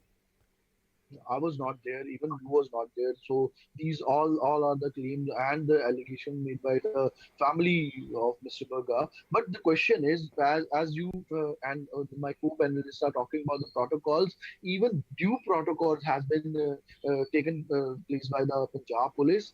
3 police officers have been detained by the Janakpuri police station officers. 3 officers of Punjab police detained by the police station or police authorities of Janakpuri when they went there to inform the local police that we are going to arrest Mr. Bagga in so-and-so FIR. That is the whole question is. That the Delhi police is giving shelter to Mr. Bagga, bypassing every possibility of law. You know, my concern here is, I would have given you the benefit of doubt. My concern here is if the Punjab police was so confident that they had such a tight case, how did the Delhi police manage to get the custody back of Tajinder Singh Pal Bagga and get him back to the national capital? Tushar, I want to bring you in here. Isn't that a big setback to the Punjab police and raises question as far as their seal case is concerned? And then now let me complete my statement again, that if they guys are, even every co-panelist is very sure, even the BJP spokesperson is very sure, why would they fail to get bail from Punjab and Haryana High Court? Why the Punjab and Haryana High Court haven't granted them the bail in this very matter? Okay. Tushar, I want to bring you in here. That's my concern. That if the Punjab police was so sure as far as this case was concerned, why was the protocols not followed? Why were they flouted? And secondly, what does it mean when you have the custody being given back to the Delhi police to get Tajinder Singh Pal Bagga here to the national capital? Doesn't then that raises question as to where things started from? Absolutely. See, I am giving the Aam Aadmi Party spokesperson all the benefit of doubt here. I'm saying, yes, Tajinder Bagga was wrong. Yes, he rejected the summons. Yes, he should have been present. Yes, he's committed a crime. If the case was so watertight, why is he not in the custody of the Punjab police right now? The Punjab police, it's a very simple thing. As one of the decorated IPS officers just explained, you had to intimate the Delhi police, you had to get the right paperwork done, you had to get the all transit paperwork done and just get him to Punjab. They have not been able to manage such a simple thing. So yes, the protocols were flouted. Yes, this is an embarrassment for the Punjab police and consequently for the Aam Aadmi government in Punjab. They can do all the press conferences claiming that Bagga was wrong, Bagga was this, Bagga was that. I am giving them all the benefit of doubt. All I'm asking is, if you're so sure of your case, Why not have the protocols followed? Why was there a need for 50 policemen to barge into the house of Tajinder Singh Bagga, assault his father, take him away without following the proper procedure? That's my simple question. Talking about the Haryana police's role here, they are going to only follow the orders. Let's be very clear here. No police department, be it Haryana, be it Delhi, be it Punjab, are following arbitrary orders. It's all about protocols. No political party is going to step in and tell how the police department should conduct its affairs. But clearly, at the end of the day, the Delhi police had its paperwork, had its protocols in order against Punjab police, and that is why you see Tajinder Bagga right now in Delhi and not in Punjab police custody. It's that very simple. That's it. Okay. RB Singh, I know you wanted to come in. Please respond. Well, let's understand the subject. What is the tweet? Can someone let me know what is the tweet? What is the subject? I mean, how, on what account he has been held, or what account the charges have been framed against him? I have the tweet. He said, तुम्हें जीने नहीं देंगे जब तक कश्मीर के विषय पर माफी नहीं मांगेंगे और हम धरना प्रदर्शन करते रहेंगे. What's wrong in it? You take a part of it and say, oh, he has threatened the Mr. Kejriwal, तुम्हें जीने नहीं देंगे. Whereas the complete part is here. If you want, I will send you his audio clip for this. But the game, I am again saying, the game has been drafted, planned by Kejriwal to deflect people's attention of questions would have been raised today on Khalistan. How Khalistani elements are there in Punjab, in Firozpur, what's happening? And second question which would have been asked today would have been that he has withdrawn the electricity lollipop which he has given to Delhi. He has withdrawn that yesterday. So everyone would ask, free bijli ka kya hua? So the best way was to deflect people's attention, send someone to kidnap Tajinder Singh Bagga so that people's attention will revert to this. Otherwise, our debate would have been on how Khalistani elements are propping up their head in Punjab, whether it's Patiala, Malerkotla or Firozpur, after the Aam Aadmi Party has come to power. Okay. Last word to Ravinder Singh. Was this a distraction tactic as far as the Aam Aadmi Party was concerned? I just want to inform all of my co-panelists and to you and to your audience also that yesterday the 4 Khalistani accused who were arrested by the Haryana police, it was a joint mission by Punjab police and Haryana police. Information has been floated by the Punjab police. Sir, they hail from Firozpur. How come drones came to Firozpur to give them the material, to give them the weapons? You have no answer to that. How could there were the Khalistani slogan being raised in Patiala? How could there be a Khalistani flag hoisted in Malerkotla with a placard of Khalistan in the DC's office? You have no answer. You only to deflect and divert people's attention have done Political war of words continues. This, of course, will be a developing story right through tomorrow as well. A lot of questions still remain unanswered, but unfortunately, completely out of time. Like to thank our guests as well. We also now want to understand, as far as the sequence of events were concerned, from the version of the family as well. And we have Tajinder Singh Pal Bagga's father, in fact, now joining us on the broadcast. We have Preetpal Singh Bagga now joining us. बहुत-बहुत धन्यवाद sir हमसे बात करने के लिए. शुरुआत से शुरू करते हैं. सुबह क्या हुआ अगर आप हमें बता सकें तो. सुबह मैं और तजिंदर घर में अकेले थे. 8:30 का समय था. मेरा दरवाजा नॉक हुआ. मैंने दरवाजा खोला. हेलो जी, सुन सकते हैं आपको. हाँ, तो दरवाजा नॉक हुआ. मैंने दरवाजा खोला. 2 सज्जन थे. वो अंदर मैंने उनको करके बात करना शुरू किया. अभी बात कर रहे थे तो बाहर से हैंडल घुमा के दरवाज़ा खुला और एक एक करके करीब 15 आदमी घर के अंदर घुस आए. उन्होंने तजिंदर को पकड़ लिया और खींचने लग गए. तजिंदर ने कहा क्या बात है. उन्होंने कहा चलो हमारे साथ. तजिंदर ने कहा बात तो बताओ. उन्होंने कोई नहीं हमारे साथ चलो. तजिंदर ने बोला ठीक है मैं साथ चलता हूँ, मेरे को पगड़ी बांध लेने दो. उन्होंने तजिंदर को पगड़ी नहीं बांधने दी और बिना पगड़ी के ही बाहर खींच के ले गया. जब वो खींच रहे थे तो मैं अपने रूम में गया जो सामने ही है. मैंने रूम में अपना जाके फ़ोन मोबाइल उठाया और उसे ऑन किया वीडियो बनाने के लिए. इतने में एक बंदा आया. उसने मेरे को मुंह के ऊपर पंच किया, मेरा मोबाइल छीन लिया, फिर मेरे गले और कंधे के ऊपर हाथ मारा जिससे मैं बेड के ऊपर बैठ गया. उसके बाद वो मोबाइल मेरा छीन के अपने साथ ले गया। जी, तो सर आप बता रहे हैं कि आपके साथ भी हाथापाई हुई, क्या आप हमें बता सकते हैं कि कितने पुलिस वाले थे आपके घर पर? सर मैडम मैं तो बता तो रहा हूँ, जब मैंने अपना मोबाइल उठाया तो एक अकेला बंदा था जो मेरे पास आया, उसने मेरे से मेरा मोबाइल छीनने की कोशिश की। इस दरमियान हाथापाई, फिर उसने मेरे चेहरे के ऊपर राइट साइड में मुक्का मारा और उसके बाद कंधे पे अपना हाथ से जोर से मार के मेरे को बिठा दिया, जिससे मेरे गले पर चोट आई और मेरा मोबाइल छीन लिया। मोबाइल छीन के वो साथ ले गया। जी सर, आपको क्या कोई मेमो या कोई नोटिस दिखाया था पंजाब पुलिस ने? और जब ये अरेस्ट हो रहा था, दिल्ली पुलिस के कोई ऑफिशियल्स थे, क्या उनको कोई जानकारी थी? दिल्ली पुलिस के पास कोई खबर नहीं थी, इसके बारे में आप कंफर्म कर सकते हैं दिल्ली पुलिस से। दूसरी बात, चलो आप आए भी हैं, हो सकता है तजिंदर ने आपके नोटिसों का जवाब दिया या नहीं दिया, लेकिन क्या ये नियम है कि किसी के घर में ज़बरदस्ती घुस के बिना नोटिस के, बिना वारंट के उसको उठा कर ले जाओ? अगर ये जायज़ है तो मैं कहूँगा उन्होंने ठीक किया है। और अगर ये है कि कोई भी अगर आपके घर में आता है, पुलिस आई है, तो क्या कोई नियम है कि आपको वारंट दिखाएं, उसके बाद गिरफ्तारी दिखाएं, फिर ले जाएं? जी, पंजाब पुलिस के दो बयान आए हैं। वो कह रहे हैं कि प्रायर नोटिस भी दिए गए थे, तेजिंदर सिंह पाल बग्गा ने रिस्पॉन्ड नहीं करा, इसलिए स्टर्न एक्शन लेना पड़ा। दूसरा उनका ये भी कहना है कि काफी प्रोवोकेटिव ट्वीट्स डाले थे तेजिंदर सिंह पाल बग्गा ने, इसलिए एक्शन हुआ है।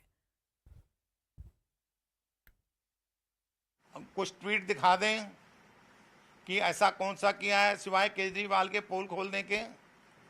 अब जी वो उन्होंने केस पंजाब में डाला है कि लोग सड़क पे जा रहे थे, कुछ लोग पोस्टर लेके शोर मचा रहे थे जिसमें तजिंदर पाल बग्गा का नाम लिखा था।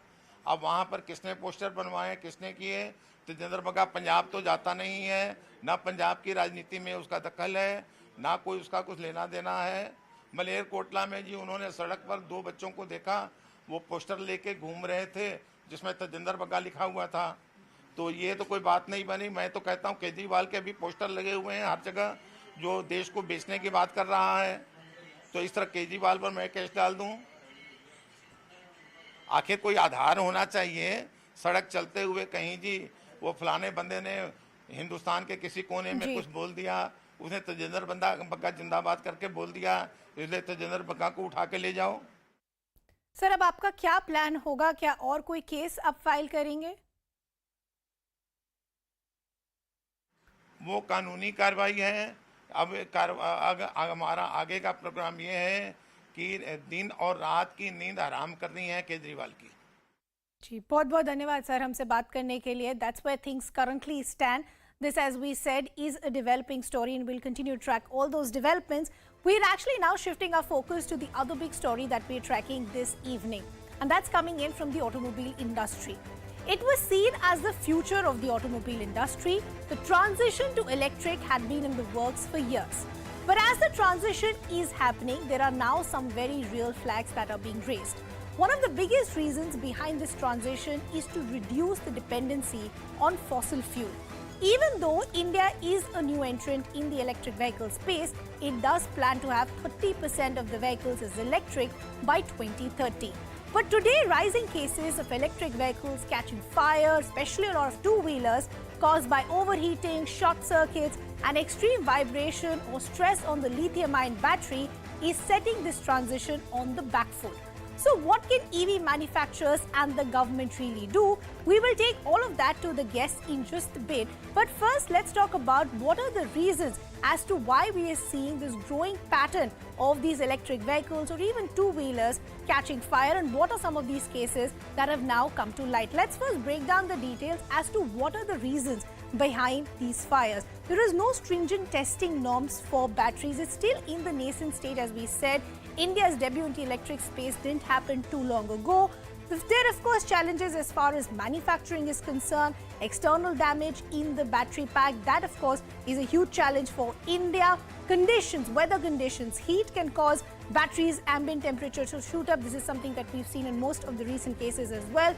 Short circuit is another case in battery which actually causes the chain reaction and results in this explosion, which unfortunately has also resulted in a few deaths. Let's talk to you about some of the recent incidents and what have the manufacturers done so far. In some of the cases, we've actually seen the manufacturer recall these vehicles, but where have these cases happened? If you begin with April 23rd in Vijayawada, you had one two-wheeler that actually caught fire. It actually ended up in a 40-year-old losing his life as well. This, of course, was again a case of the lithium-ion battery exploding. But this isn't an isolated case. As we said, this has actually now become a pattern which is raising a lot of flags that where are the gaps as far as the EV manufacturers are concerned.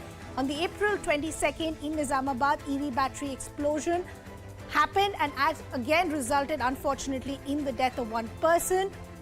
You had the manufacturer of this particular scooter actually recalling this particular batch. But the question that many are raising that if these cases continue, will this set the transition for India a lot steps backwards? Then again on the 9th of April in Nashik, you had many e-scooters that caught fire.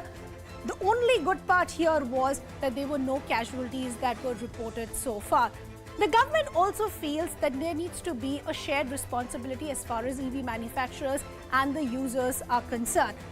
If you talk about Krishnagiri in Tamil Nadu on the 30th of April, you had an e-scooter that caught fire.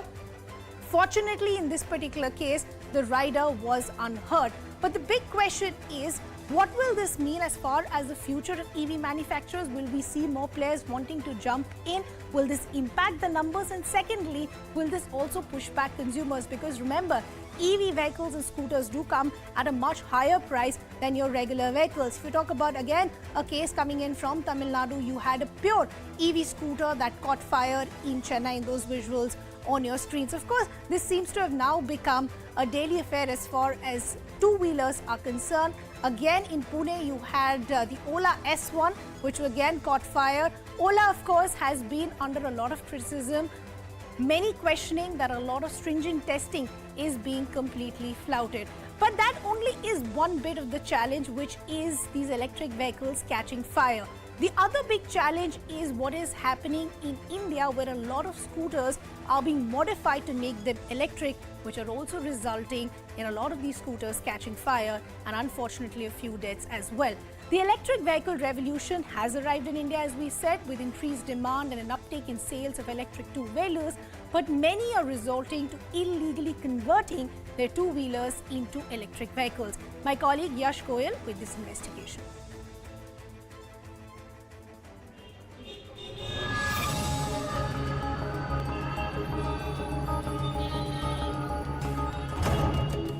A brand new electric two-wheeler in India costs between 80,000 to 1 lakh rupees, depending on the specifications. But some in the national capital have found a way around it, thanks to an EV conversion kit.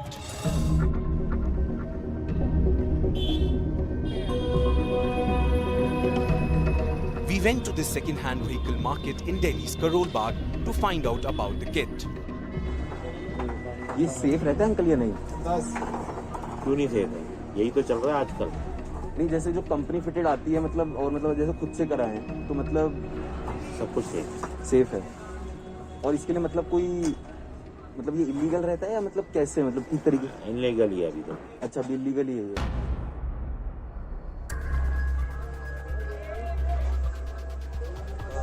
Seller after seller revealed that they are dealing in illegal electric conversion kits which are made in China. Legal नहीं। अच्छा, legal नहीं, illegal है। Legal इसलिए नहीं क्योंकि आपकी गाड़ी जो ओरिजिनली है वो एक्टिवा की। ये अपनी दिल्ली में मैन्युफैक्चरिंग होती है इनकी या आपकी अपनी मैन्युफैक्चरिंग? अच्छा, सब चाइनीज है ये। We found a mechanic who agreed to convert our two-wheeler into an electric one using the illegal kit. अरे भाई साहब, आप ये जो नॉर्मल स्कूटी होती है उसको इलेक्ट्रिक में कन्वर्ट कर देते हैं क्या? बना देंगे इलेक्ट्रॉनिक। बना तो देंगे, लेकिन पासिंग नहीं होगी। है? पासिंग नहीं होने की। पासिंग मतलब? पास नहीं होने की गाड़ी, मतलब इलीगल चलेगी। Another shop owner was ready to put a stamp of authenticity on this blatantly illegal racket. Petrol cost is high, so many illegals, companies or many illegal persons who are transforming that petrol scooty bike into e-vehicle. That is very dangerous also, because they are not fulfilling the norms and speed, and they are fitting illegal motors. These kids do the job, converting a petrol two-wheeler into an electric one. But the use of illegal and substandard wiring and battery make them a threat to riders. When you are actually converting something, it has to be a very scientific operation, and you have to see the safety of the conversion, plus you have to see the safety of the passenger, the people around you. And two-wheelers can be tucked away anywhere, in a house, in a godown, in a shop, in whatever else. So this gives enough of fuel to fire. There's a fine line between conversion and modification, and many sellers in Delhi are going all out selling these illegal conversion kits, which could actually result in loss of lives. Just imagine if fault lines are emerging in legally produced vehicles, what could actually happen with the illegally produced ones. This is Yash Goel with video journalist Pramod Kumar and Ravindra Kumar for CNN News 18. We now want to discuss what do these recent fires mean as far as India's transition to EV is concerned, and what are the steps that are being taken by the government as well. To discuss all of this and much more, I have with me the CEO of Niti Aayog, Amitabh Kant, now joining us on the broadcast. So thank you so much for taking our time and joining us here on CNN News 18. I want to begin with basic first. What do you think is the reason behind these recent fires, and how is the government carrying out the investigations? The challenge really, the possible causes of advanced cell fire are, firstly that the cell quality, there can be a manufacturing defect, or there can be a poor mechanical design which leads to cell short circuit, or there can be an inadequate battery management system resulting in overcharging and hence bulging of cell form. And the fire incidents in India, some of them are largely in vehicles with speed of less than 25 km per hour. And these vehicles are locally assembled. Okay. But they don't have the adequate battery management system to detect and isolate the faulty cell. And all of these cells are imported. And therefore, my view is that they need to be tested and certified before the import, that they are in accordance with the United Nations 38.3, that is the categorization 38.3. And this is very critical. And I can say that some of the steps that we are taking, that we need to ensure mandating of minimum battery management system requirement. Okay. All cells should have UN 38.3 test certification. Okay. And all electric vehicles with speed of less than 25 km per hour should also follow UN 38.3. And cell sorting and self-certification is a must for all battery assemblers. And frequency of cell testing for all electric vehicle OEM needs to be done on a random sampling basis. Okay. This is important. And we should mandate, we have a very high certification, mandate AIS 156, so that we are able to ensure that we do not have a reputation. Okay. I also want to understand what the government has done so far. We do know that the government has set up a panel. What do we know so far as the findings of this panel is concerned? So, it's important to note that India has the world's stringent testing standard AIS 156. And this includes the fire resistance test, where the battery is subject to a direct and indirect flame of over 2 minutes. Okay. It's very important that testing of each and every cell during assembly is paramount and has to be done at assembler's level with self-certification. And we should mandate this, and we should ensure that all testing and certification is done prior to the cell import coming into India. That is what we are looking at. There should be no compromise on safety, be it during manufacturing or operations of EVs, and the procedure and the quality gate setup has to be fully adhered to, and that is important to our mind. Okay, I also want to understand from a consumer perspective, sir, what about these batches that actually caught fire? We do know some of them were recalled, but do we know how many and what about the rest? So majority of the cases in which this had happened, all vehicle manufacturers have recalled their vehicles. They are looking into this. This has been a very good step. This is in line with the global practice. All major manufacturers across the world have had this challenge, whether it was General Motors with its Chevy Bolt, whether it was a Ford with its Kuga plug-in hybrid crossovers, or whether it was Hyundai with its Kona, or BMW or Volvo. They have all recalled their vehicles due to issues with battery systems. This is nothing new across the world. This is a practice. And I'm very happy that Indian manufacturers, if the Indian EV system has to mature over a period of time, then the global best practices must be followed, and Indian manufacturers have done this, which is a very good measure. And OEMs, that is auto and battery manufacturers dealing with such issues, recall the vehicles to ensure that any issue whatsoever is fixed timely without any loss of life or property. This helps rebuild the reputation of the sector and manufacturers as a whole. This is a very, very good step taken by the private sector of India, and I would appreciate that. Okay, sir, I also want to talk about the other big concern which has been around these Chinese imports, as their quality is usually very doubtful. Is that where a big lag stands? So my view is, as I said repeatedly, that it's very important that the cells which come into India, cell quality is very important. It's also important to look at the mechanical design which leads to cell short circuit.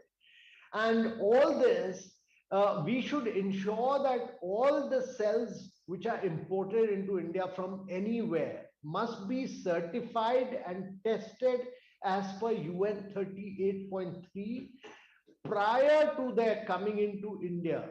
And that is very, very important. And subsequently, after the assembly has been done, they should be subjected to self-certification by the auto vehicle manufacturers.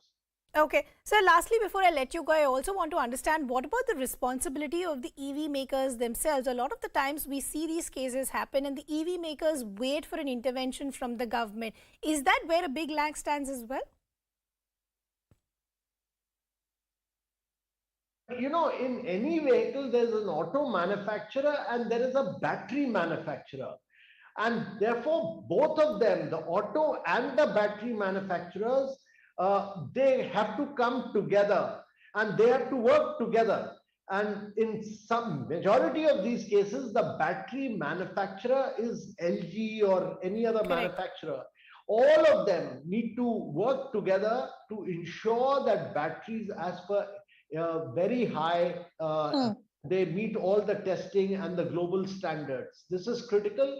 Wherever recalls have taken place across the world, they both have joined hands. The responsibility not just of the auto manufacturer, but also of the battery manufacturer. They jointly work together to ensure, because this is to take care of the challenges associated with the adoption and penetration of a new technology. This is a sunrise sector. So industry has taken cognizance of this and they have stepped up their efforts. You know, there are supply chain issues involved. And therefore, both of them need to come together to ensure that. wherever this recalls have taken place, both have taken responsibility for this. Okay, we leave the conversation there, Mr. Kant. Always a pleasure talking to you. So the big question now is, we hope that these lapses can be put into place and this transition happens smoothly as far as India is concerned. We're slipping into a very short break, coming back with lots more.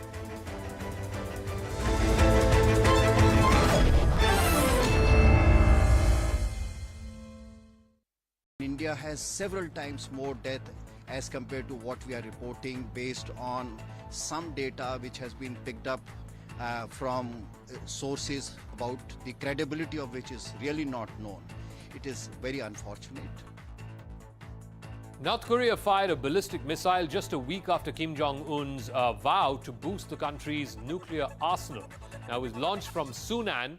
Pyongyang flew at a distance of 500 kilometers. It fell in the sea outside Japan's coastline, the special economic zone on Japan's coastline. This is the first such launch since the military parade on the 25th of April. In fact, Kim Jong-un has vowed to ramp up the nuclear arms, particularly in the aftermath of the invasion of Ukraine. Meanwhile, after unearthing a tunnel at the India-Pakistan border, the security forces have also found an oxygen pipe measuring 265 feet. The underground tunnel is suspected to have been used for infiltration by terrorists involved in the Sunjwan attack. NIA teams visited Samba for further investigation. 2 people were killed when the tire of a bulldozer that they were filling air in exploded in a workshop. The incident took place in Chhattisgarh's Raipur. CCTV footage shows a worker filling air in a huge tire.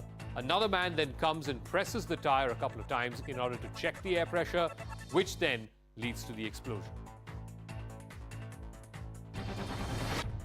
A viral video purportedly showing a Chinese fighter bomber pilot preparing to pull the trigger and sacrifice himself as he chases an unidentified warship in the South China Sea. It's now gone viral. The video was released by Chinese state broadcaster CCTV and claims that the foreign ship was sailing close to Chinese territorial waters.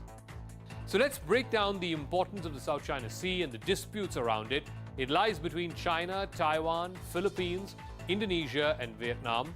A third of the entire world's shipping traffic passes through the lanes of the South China Sea. China, in fact, claims that most of the sea as sovereign territory. There's something that they call the 9-dash line. It covers 3/4 of the South China Sea. But China's claims are contested by its neighbors as well as the United States. The US backs smaller countries in the fight against Chinese overreach, countries like the Philippines, Vietnam, etc.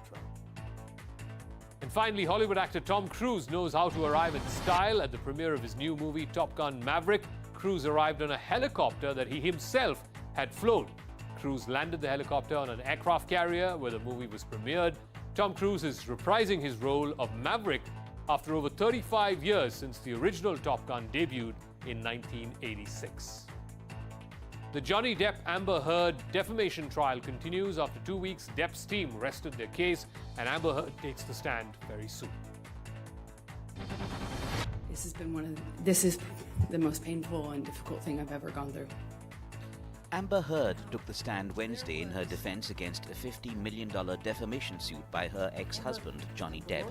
In her 3-hour testimony, Heard detailed the early days of their romance and allegations of physical and sexual abuse. I just laughed because I thought he was joking and slapped me across the face. And I laughed. I laughed because I didn't know what else to do. I thought, this must be a joke. And he slapped me again. Heard also recounted a 2013 incident where she claimed Depp conducted a cavity search on her against her will. A forensic psychologist hired by Heard's legal team testified that Heard developed PTSD because of sexual violence by Depp. So a heavy battle is raging between Russian and Ukrainian forces inside the Azov steel plant in Mariupol, where civilians are still fear-trapped. Massive explosions ripping through what is being called the last stronghold of Ukrainian resistance in Mariupol. Hundreds of civilians and 30 children remain trapped in Azovstal steel plant, waiting to be rescued. Ukrainian forces say despite Russia's onslaught, the plan still holds. We've seen this even in recent days, is the tendency on the part of the Russian Federation to embrace so-called humanitarian pause, to cloak itself in the guise of an actor that has humanitarian concerns, only to quickly and promptly resume shelling and violence. Meanwhile, Russian forces carry out relentless attacks in the eastern part of Ukraine. In the city, bodies lie strewn across the pavement. These were civilians who were waiting for a bus and fell victim to Russian strike.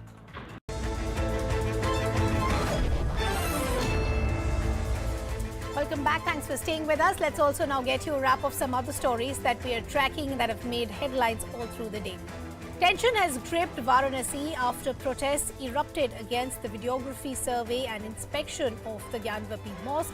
The court-appointed team that reached the location in the afternoon for the survey faced protests outside the mosque. However, the survey team started its work amid heavy police deployment at the complex. The survey is likely to continue tomorrow as the whole mosque complex area is yet to be videographed. The survey was ordered after several petitions demanding daily prayers at the Sri Gargauri temple that is located behind the Gyanvapi mosque complex. Home Minister Amit Shah has demanded a CBI probe into the death of a BJP worker in Kolkata's area and has called it a political murder. BJP worker Arjun Chaurasia was found hanging from the ceiling of an abandoned building just today morning, ahead of Home Minister Amit Shah's Kolkata visit. He was slated to lead a bike rally to welcome Amit Shah, who remember is on a two-day visit to the state of West Bengal. Shah also met Arjun's family and hit out at the Trinamool Congress for the state of lawlessness in Bengal. A mega scene in News18 impact. The Madras High Court is convinced with the maintainability of the petition seeking a direction to the Tamil Nadu government to frame guidelines to prevent forcible religious conversion in schools. The Madras High Court has also directed Tamil Nadu government to file a counter affidavit within 4 weeks.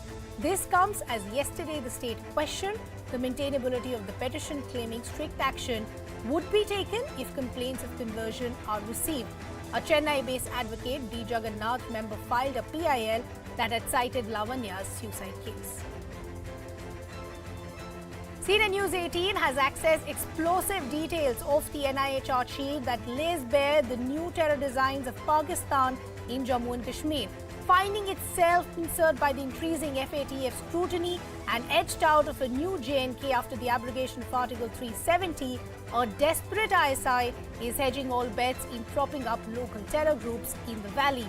Groups such as the Resistance Front, all to project Kashmir terror as a homegrown problem.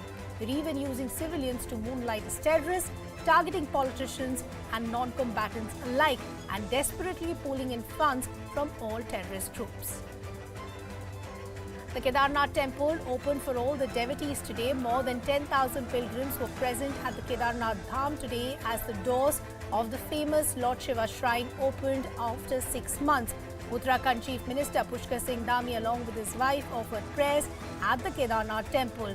The doors of the Kedarnath Dham opened with rituals and Vedic chanting, and the temple has been decorated with 15 quintal flowers. After almost 2 years, the Char Dham Yatra commenced without COVID-19 restrictions since the pandemic began.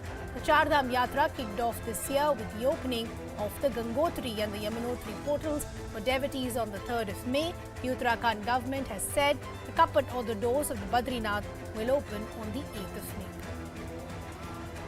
Heavy battle is waging between Russian and Ukrainian forces inside a plant in Mariupol, where civilians are still trapped.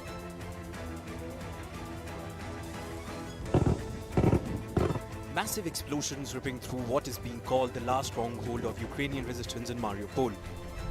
Hundreds of civilians and 30 children remain trapped in Azovstal steel plant, waiting to be rescued.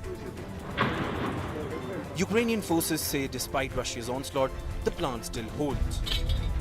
We've seen this even in recent days, is the tendency on the part of the Russian Federation to embrace a so-called humanitarian pause, to cloak itself in the guise of an actor that has humanitarian concerns, only to quickly and promptly resume shelling and violence.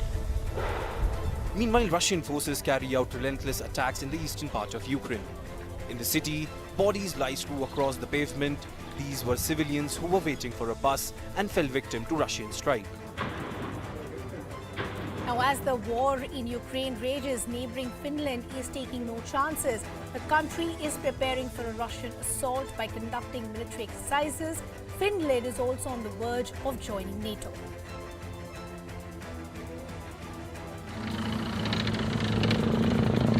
In Finland's forests, the nation's military is readying should Russia threaten war.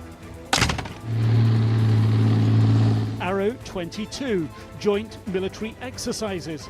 Finnish troops alongside British, American, Latvian and Estonian forces. I really don't know what happens. It depends on the commanders of each side. These annual exercises now with added urgency.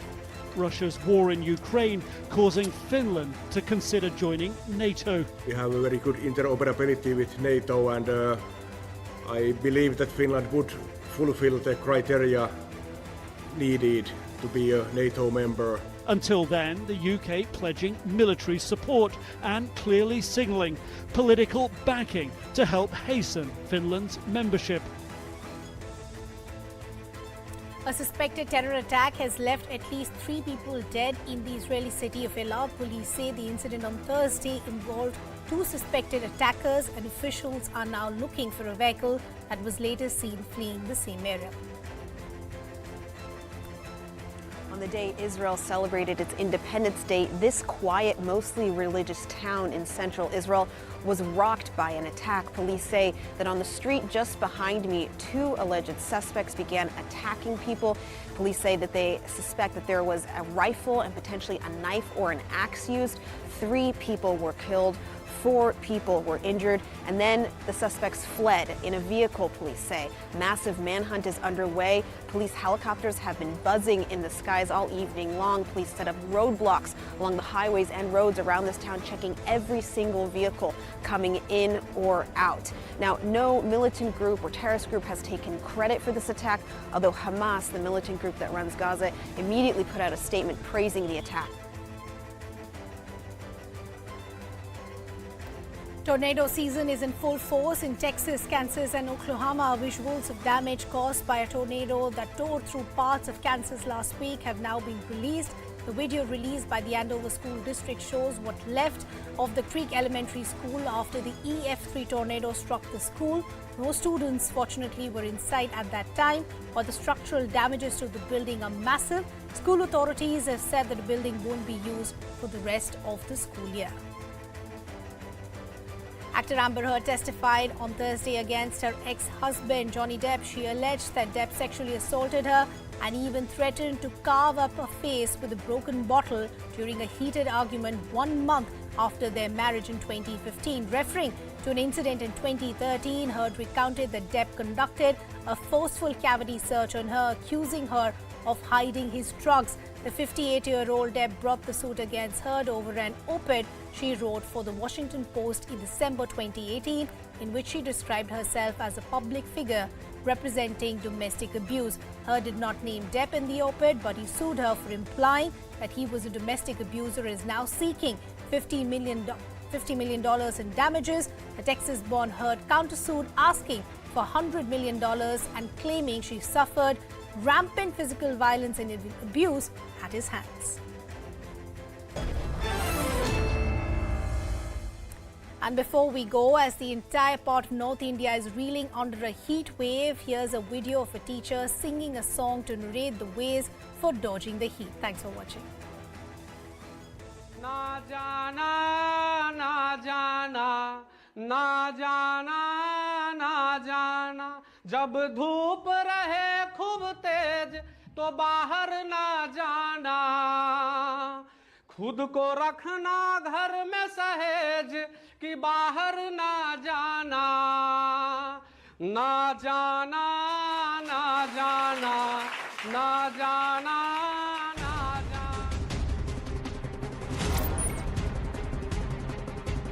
Look at these visuals and the information that we are putting out. This is what his representation was as a responsible member of society, also as a member of the Bar Association, and also a senior Congress leader who's practiced his wares with the Congress party for more than 4 decades now. These are young children who in educational institutions are being openly induced by this Christian missionaries or the conversion racket and the conversion mafia.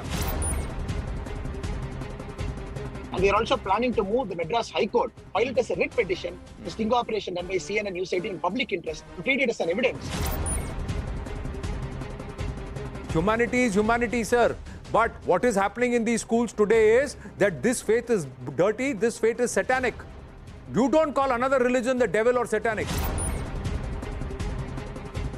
Political opposition is being used as perhaps the grounds to seed radicalization. Why will an Ayman al-Zawahiri talk about a matter in India? इस सरकार का record खोल के देख लीजिए, जितने भी इनके सरकारी स्कीम्स हैं उसमें से कम 25 to 30% बेनिफिट सिर्फ मुस्लिम कौम को दी गई है. Who is the United States to talk human rights?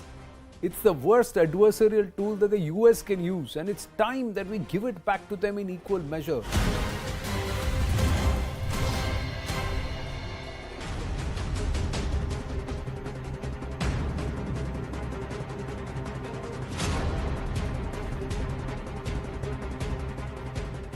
Namaste, ladies and gentlemen, and thank you. Thank you for your confidence in CNN News 18. Thank you for your confidence on the right stand, and thank you for your continued viewership, support, patronage. We will continue to endeavor to set the benchmark for complete, comprehensive coverage that you enjoy here on CNN News 18. This is your destination, ladies and gentlemen, and stay with us right through. That's what we'd like to tell you as we take the right stand this Friday evening.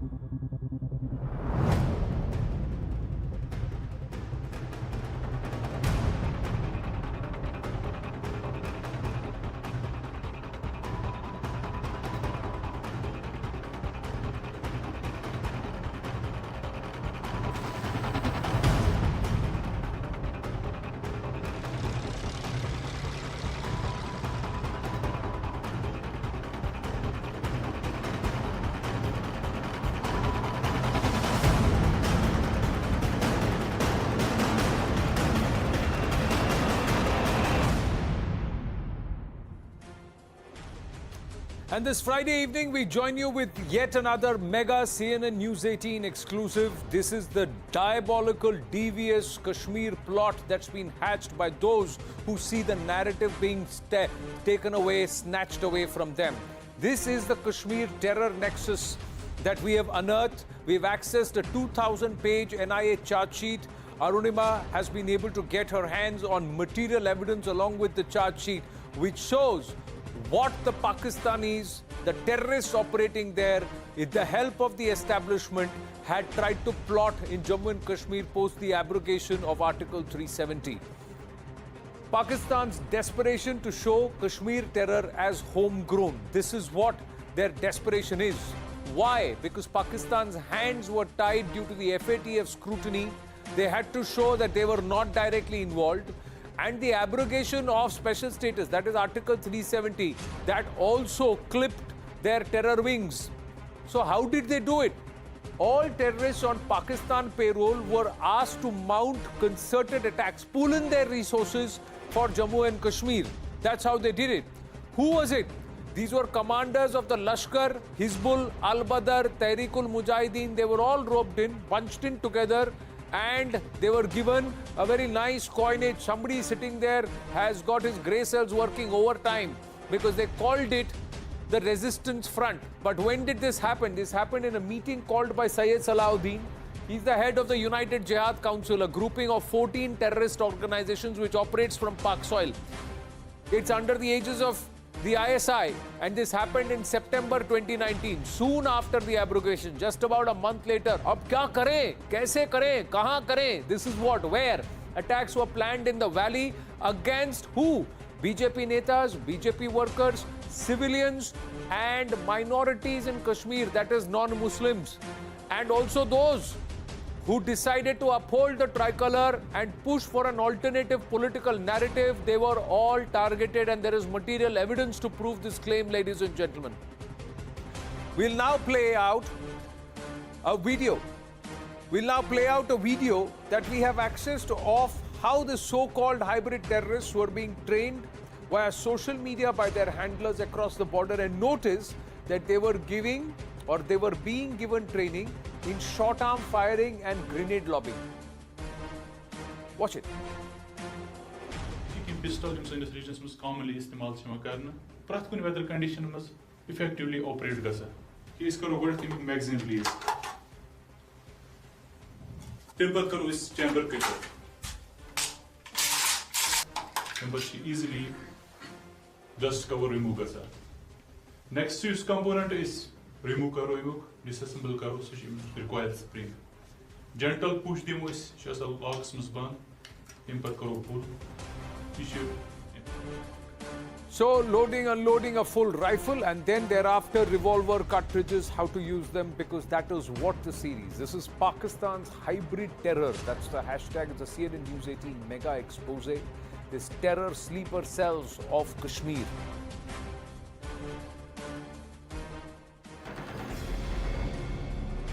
Major General Dhruv Katoch with us, Director of India Foundation, Sushant Sareen, Senior Fellow ORF, Ahmed Ayaz, Political Analyst with us, Javed Beg, Jammu and Kashmir Youth Leader with us. General Katoch, I'm going to start with you. My namaste to everybody.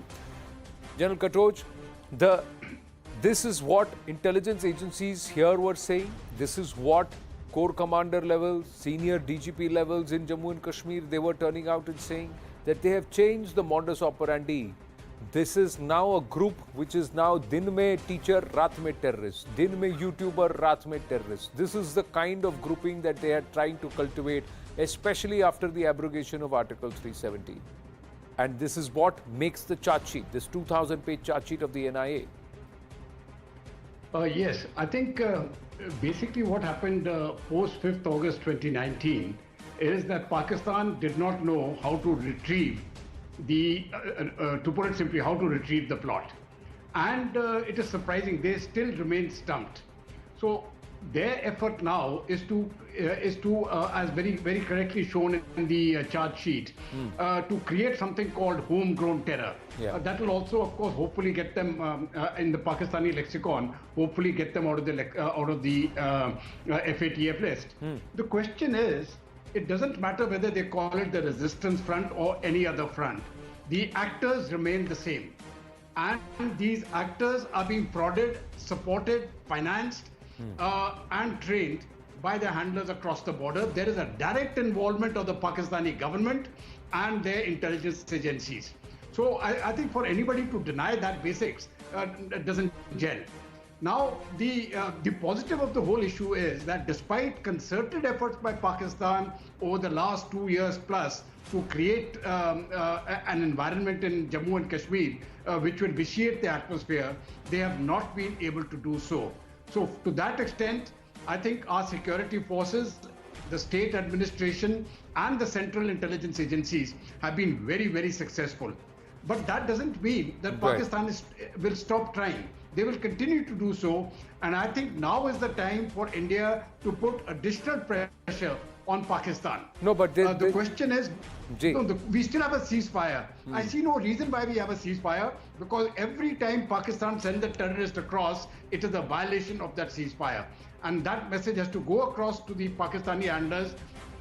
No, see, look at what we found in Jammu. As far as the Shunjwan terror attack is concerned, look at that tunnel which was being dug, and there is a 265 feet long oxygen pipe that has been unearthed from there. So that is the level to which these terrorists have been known to come. The investigation authorities believe that these terrorists used that tunnel to come in and enter into Shunjwan. But even here, Sushant Sareen, a lot of this hybrid terror, there is a connection with those who were sent to Pakistan by the Hurriyat on reference. They were sent there to study medicine, they were sent there to study higher studies, etc. But they were actually radicalized, they were roped in and they were working for the ISI, sending in vitriolic stuff on the dark net. Then they come here and then they become OGW come terrorists. Yeah, but Anand, look at the kind of foolishness of the Indian state. That number one, we allowed students to go and get educated in Pakistan, especially from Jammu and Kashmir, without realizing the implications of that particular move. So this was bound to happen. You ask any Kashmiri who has ever traveled across the border to meet family or friends or whatever, and ask them how the kind of reception they receive, number one. Number two, how they are, how attempts are made to recruit them. Now, if you're a student out there, staying out there for months on end, you become easy meat for anybody who wants to potentially recruit you. But that is not the only thing. That is just one part of that entire equation. The other part of the equation is how this generates funds, because when the Hurriyat was nominating these people, they were also taking enormous amounts of money for nominating these people. And that money was used not just to live well, but also for purposes of terror finance. So this was an entire ecosystem that was prevailing in Jammu and Kashmir, and frankly, the Indian state and the state of Jammu and Kashmir were actually sleeping through this whole thing. Even if somebody knew about it, nobody was talking about it. So this, number one, I think it is important that this ecosystem is busted. But number two, I think what is also important is, and I agree with everything General Katoch has said, but I'll just add a caveat to it. Look, at best what the Pakistanis can now do is this low-level kind of terrorism, target an innocent man, somebody who's a handcart puller, somebody who's a laborer, somebody who's sitting in his shop. This kind of cowardly kind of acts they can do with the kind of new tactics which they've adopted. But anything more than that, they are incapable of doing, number one. Number two, even the guys who are carrying out these kind of attacks, their networks are busted within a couple of days, maybe maximum a couple of weeks. Because as General Katoch very correctly said, the intelligence networks are working perfectly well. The security grid is extremely tight. So I think in terms of law and order and in terms of security, there isn't much to worry about as far as Jammu and Kashmir is concerned. There are other problems, but I don't think that's part of the program today. But that is not a problem. But I think the phenomena which is a little dangerous is this one of what is now called the hybrid terrorist. He's a normal, ordinary guy who goes to his college or goes for his job or sits in his business, and then suddenly he's also part of a network. He picks up a gun and goes and kills a person and then goes back to living a normal life. And busting those networks becomes a little more complicated than busting actually known networks. So, but I'm sure these guys, the cops and the military and the intelligence agencies will keep busting these fellows, as we are reading virtually on a daily basis. Networks being busted. So I think this charge sheet is very valuable because it is an official document which puts it in black and white the way this entire ecosystem was working. So that way, I think this charge sheet is extremely important. But other than that, I think we have a fairly firm handle over the situation in Kashmir. Well, we have a firm handle, but I'm just saying, look at the ingenuity, what they will do to circumvent whatever is the pressure on them or the spotlight on them. But they are so obsessed with this agenda of bleeding Jammu and Kashmir that they will never let go of it. That's the... Anand, that's a no-brainer. They will fight in Kashmir till the last Kashmiri. They have no love lost for the Kashmiris. You have to go to Pakistan and talk to the Punjabis, and I can tell you of certain conversations which I've had with Lashkar-e-Taiba people, and the utter contempt in which they've held the Kashmiris. Correct. In terms of, for example, what they call their fighting prowess, their eating habits, their culture, all of that. So it's the typical Punjabi Muslim contempt for anybody else. okay, which you see across the board inside Pakistan. They do the same thing with the Pashtuns, they do the same thing with the Kashmiris. So as far as the Punjabi Muslim is concerned, he will fight the hated Hindu till the last Kashmiri is alive. And I think that is what we need to use to change the, the narrative inside Kashmir. That look, these people are not your well-wishers. In fact, they are your worst enemies. Correct, and they've killed. If God forbid Kashmir was ever going to become part of Pakistan, the treatment meted out to the Kashmiris would be even worse than the treatment which is meted out to the Baloch. No, so as long as we can convince the people of this. And that is where I think no, and अभी देखिए ना पाक occupied Jammu Kashmir POJK में आप देखिए what has happened. What Pak occupied Jammu and Kashmir, it is the Kashmiris there who are suffering, and it is the Sindhis who have come there, it is the Punjabi Muslims who have come there, and it is the Chinese who have come there. The entire Neelam Valley has been robbed of its water because the Punjabi Muslims want the water, and they've said that these dams will also help the semiconductor factories in CPEC for the Chinese.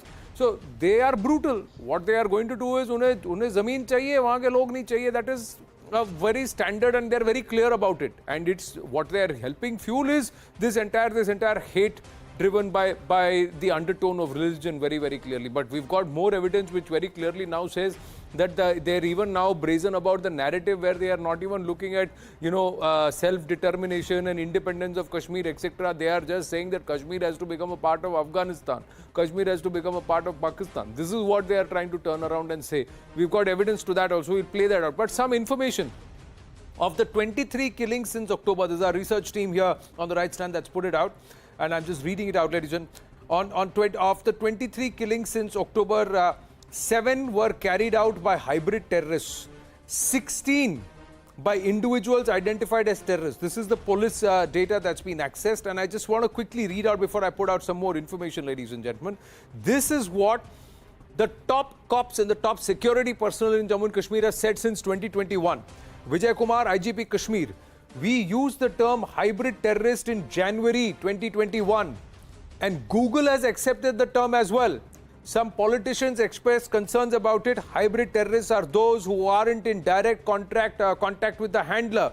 Pakistani terrorists who are present in the valley are also using newly recruited hybrid terrorists to carry attacks against soft targets, that is against locals, non-locals, Kashmiri Pandits and or security forces. This is again Vijay Kumar, IGP Kashmir.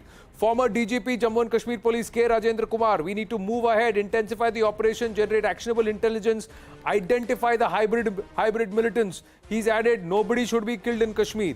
So there are many. Colonel Emran Musavi, defense spokesperson, also coming out and saying the core group discussed fresh strategies of the terrorist organizations and their handlers, including the use of hybrid terrorists and targeting of soft targets.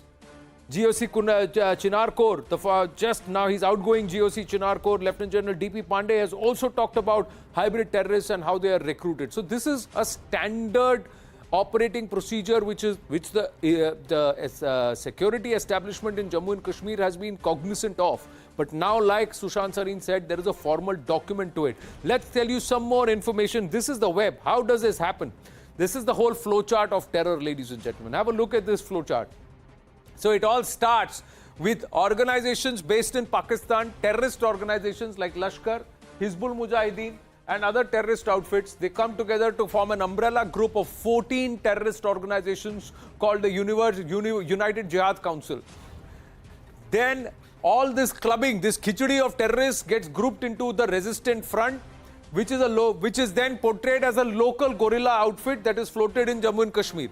And then they take these sub-names, Kashmir Tiger, Kashmir Group, and of course, other local groups, whatever name comes to mind, just to say that there is a lot of homegrown resistance that is coming in. See, this is how they create the perception. So what is the step? What is the modus operandi? Let's try and understand the entire modus operandi, and this is how we're decoding it. Have a look at this, ladies and gentlemen. So, first up, terror outfits share their network of sleeper cells and OGWs. तो मेरा तुम्हारा चलो share कर लेते हैं, एक pool में डाल लेते हैं. तुम्हारा OGW मेरे टेररिस्ट को हेल्प करेगा, और he will go ahead and execute an operation that's planned by you. This is what they are doing. This is pooling of terror. Channelized funds, weapons, and recruit local gullible youth. and largely a lot of it as either money or drugs. Train these hybrid terrorists, civilians with no criminal antecedents. That's the third step. The fourth step, float the resistance front idea and these pseudo-local group names. And the fifth one is carry out guerrilla-style attacks and identify vulnerable sections, people whom you mingle with, जिनके साथ दिन में चाय पियोगी और रात को जाके गोली मार के आएंगे. This is what they are doing. Ahmad Ayaz.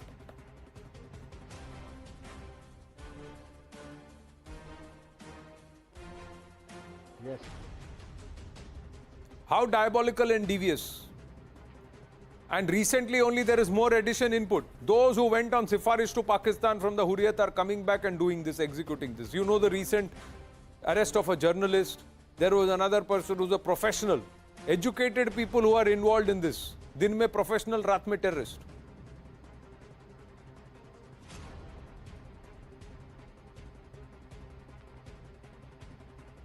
You see, Anand, it is a 32nd year of militancy in the Kashmir, and it is surprising that even today, after 32nd year of this issue, we are discussing as to where the exactly problem lies. We all have to understand that believing the intelligence reports, the media reports, and the actions, as a result of the actions of the security forces, that many people have been killed, many militants have been arrested and killed, and the confessions made by them, those who were killed, and many were identified as Pakistani nationals, and those who have confessed that they have got the training from the Pakistan, and then we all know it that the people have been crossing over from there, from here, and certainly if we say that where the problem lies is slightly, or whether there is an involvement of the Pakistan, is slightly disturbing. But the larger point, the main point, what we have to see is that if we are all aware about what's happening around, and it's being done by the Pakistan, and they are changing the strategies. Earlier they were doing one way, now post abrogation of Article 370 they are doing another way, the way you call it, the hybrid terrorism. I mean, these would be the activities definitely of the enemy country, to see that what would be their strategies from time to time. But I don't think that's to be. I don't think that's a point to be worried about, because the people have to be prepared for it, that they will take any side, any action, any mode of action they will take to see that things are disturbed.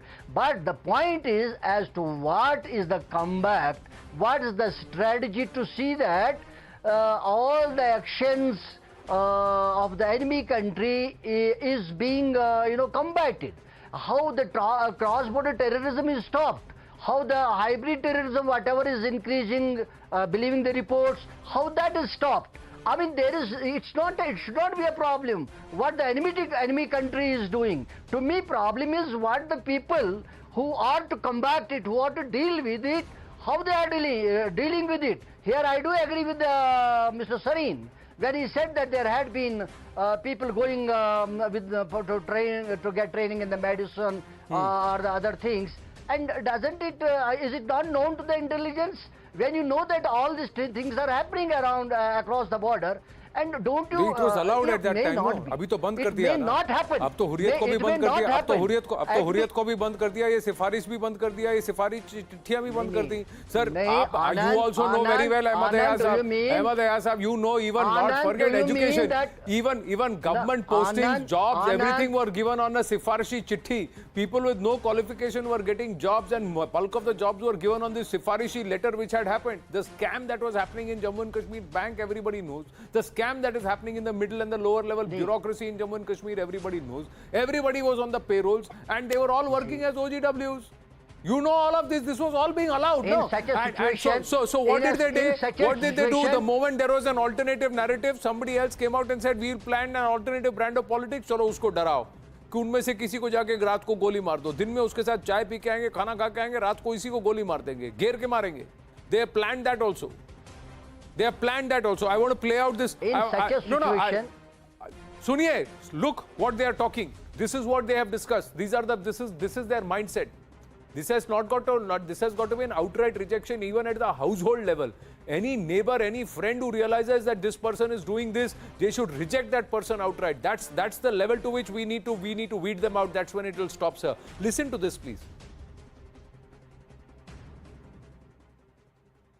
अस्सलाम वालेकुम रहमतुल्लाह। तो भाईजान ठीक है, कोई बात नहीं, मैं जाता हूँ तो या मैं अपने साथ बंदा लेता हूँ तो वो करेगा, वो छोटा रखेगा, मैं अपने पास बड़ा रखूँगा। तो अगर मौका मिला तो उठा देंगे दोनों को, अगर और भी उसके साथ बीजेपी के होंगे तो उनको भी उड़ा देंगे वहीं से। तो उनको बोलो तैयार रहा करो, तो आज काम पे मत निकलो, फिर घर पे बैठो, देखो पोजीशन देखो क्या है क्या नहीं है, तो हम आने के लिए तैयार है। This is what their plans are, Javed Bey. They'll tell one person, watch that guy, tell me when to come, I'll come shoot them.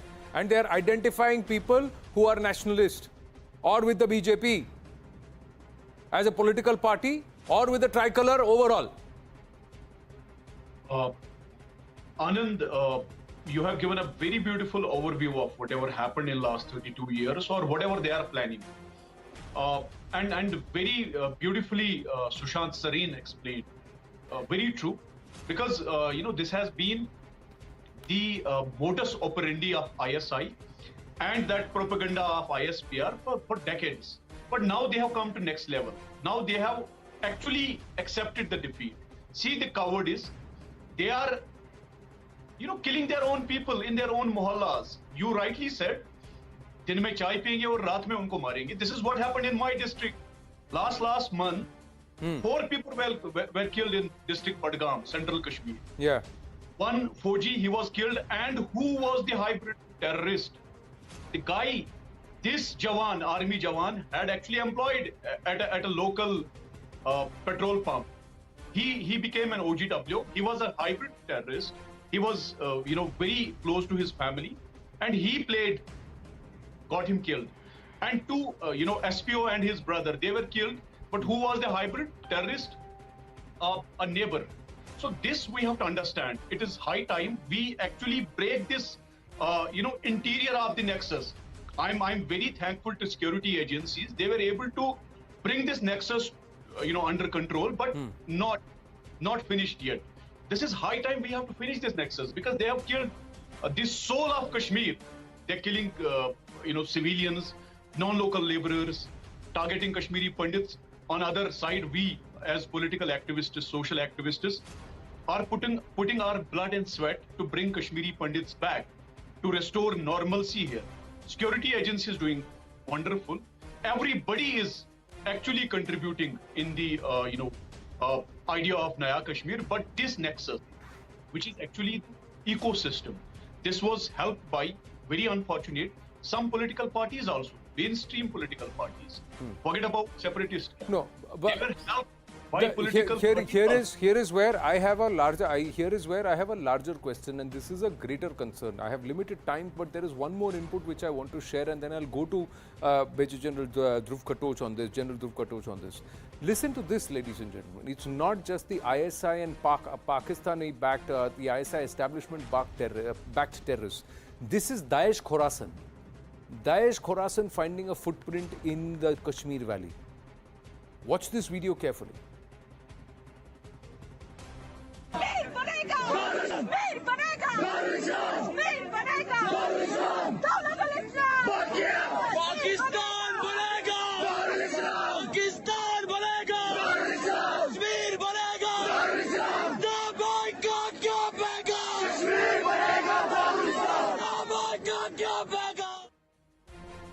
The chants now are Kashmir banega Afghanistan, Pakistan banega Darul Islam. That's what they are saying. Kashmir banega. This is the ISIS Khorasan. This is the Daesh Khorasan map and module which is now making its way inroads there. This is another level of radicalism that we are seeing. And men, women are standing there and chanting and holding these flags. General Katoch. They're killing in Afghanistan, they are killing innocents. They're killing Shias there, Sufi, Sunnis. This is what we have to understand. We are very much aware about their intentions. Islamic State of Khorasan province is nothing, but they are actually drug cartel. We know all that, but the point is that this is the next level of threat that we are getting. General Katoch, please, Javed Beg, please. Yeah. Yes, Anand, I want to actually get onto this because this is a very important aspect. I think too many people forget that the process of radicalization in Kashmir Valley started in the mid 60s. So we've had 2 or 3 generations actually who have been radicalized. So to me it doesn't come as a surprise because anybody who goes onto the Khorasan idea, and who is following Daesh, that person has been radicalized completely because once you get onto that ideology, there is no coming back. So I don't think the Indian state should live in denial. It doesn't mean that it has spread widely, but the point is it is there and it has to be nipped in the bud right from now.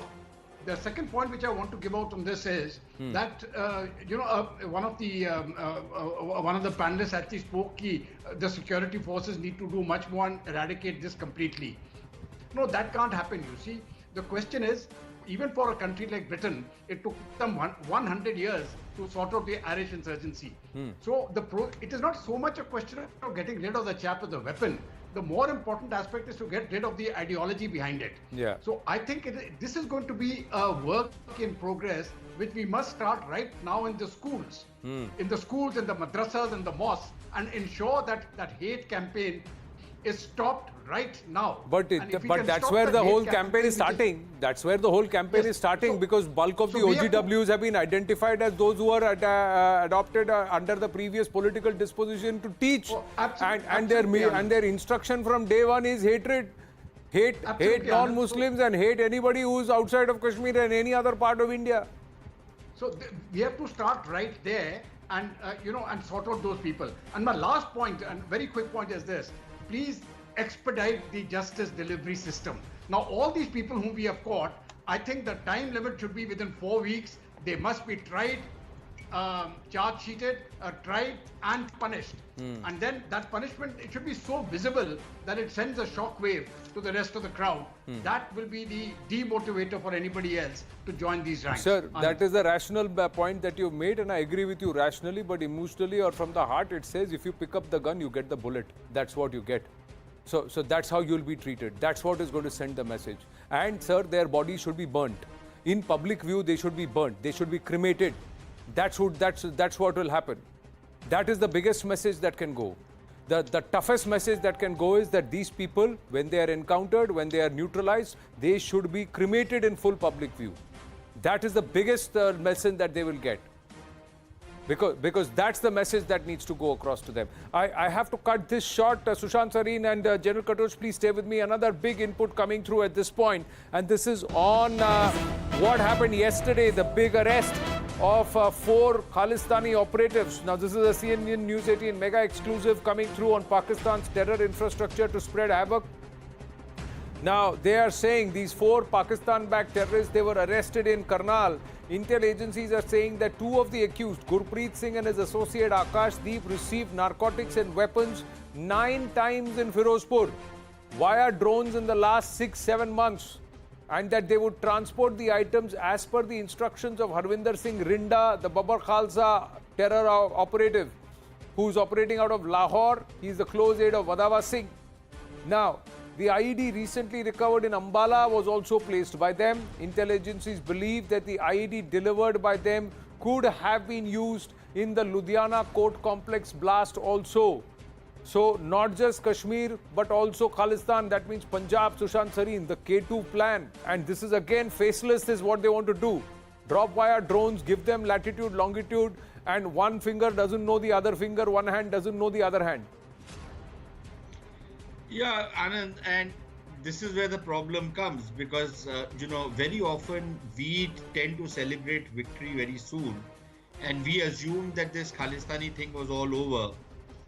But people who were watching this very closely knew that the Pakistanis were constantly trying to agitate this, and from around 2015, 2016, you saw a bit of a spike. From around 2019, you saw a major spike in both propaganda as well as, incitement, as well as instigation, as well as action on the ground.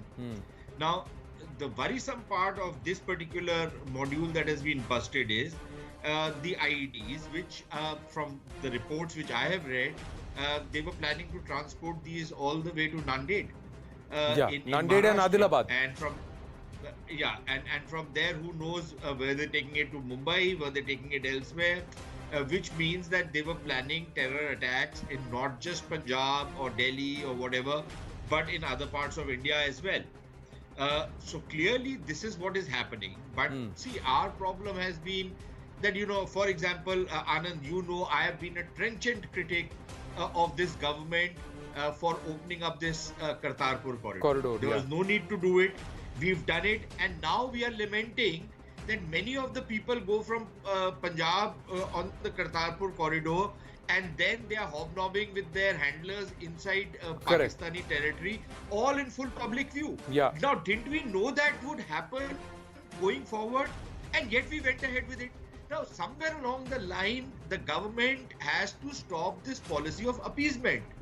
If they don't stop this policy of appeasement, then you will have to pay the wages of that policy, which is what is going to happen going forward. So, look, the enemy will do what the enemy does. Right. Why should we beguile ourselves that the enemy is not the enemy, Correct. or that the enemy has changed, or that the enemy will not use those same tactics all over again? Right. What we do is give them opportunities on a platter. Correct. And perhaps that is something we need to stop here and now. I agree, but I'm just saying that not every Sikh who's going across into the Kartarpur corridor is engaging with... I understand. That's not the point. I understand, I'm not saying Sushant. that. I'm just saying, I also share your sentiment, but this is the larger consideration that out of 1,000 people, if 10 people are indulging in this, the remaining 990 are getting something which is an old promise, which is supposed to be done. But yes, it is a bigger challenge. I totally agree with you. General Katoch, sir, your reaction to this? Well, Anand, the way I looked at it is, and one point which I think Mr. Sushant Sharif made was that the activities increased tremendously, the Khalistani activities post-2019. Now, there's a reason for that, because that is the time when Article 370 was abrogated, and the activities of the Pakistanis to create trouble in Kashmir started reducing. And once they started reducing there, then they diverted their attention to Punjab. That nexus is very, very clear. Right. Now, unfortunately, it is not simply Pakistan anymore. Right. Here, when we are looking at this Khalistani angle, it is simply not Pakistan. It is also China which has come into it. And then the Khalistani bases which are there in London and in Canada and in certain other parts of the country, even now, to some extent in Germany, I think all of them have come into play. There needs to be, we need to be, in fact, nations with whom we've got great equations, we need to very seriously start telling them that they need to monitor the activities in the Gurdwara and what is happening, because we are, in some places we are given to understand that there are open collections in the name of the Khalistan movement, and also to try and create a certain level of activity in India. So it's being done quite brazenly inside the Gurdwara, which is again an unholy act. But that is what is happening. General Katoch, thank you very much, sir. Thank you very much. I have to move on here on this edition of The Right Stand to the other big issue, ladies and gentlemen. He was supposed to be leading a bike rally to welcome Amit Shah, the Union Home Minister in Bengal. But he was found hanging this morning.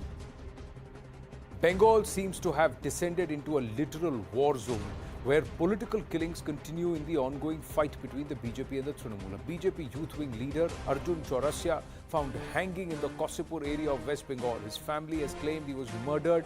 Police officials were met with heavy resistance while attempting to take his body away for an autopsy, because the family said don't conduct the autopsy because it's murder. They've even moved the court. Now, this gruesome incident took place just ahead of Home Minister Amit Shah's Kolkata visit, and the main events were cancelled as he paid a visit to the BJP workers' bereaved family.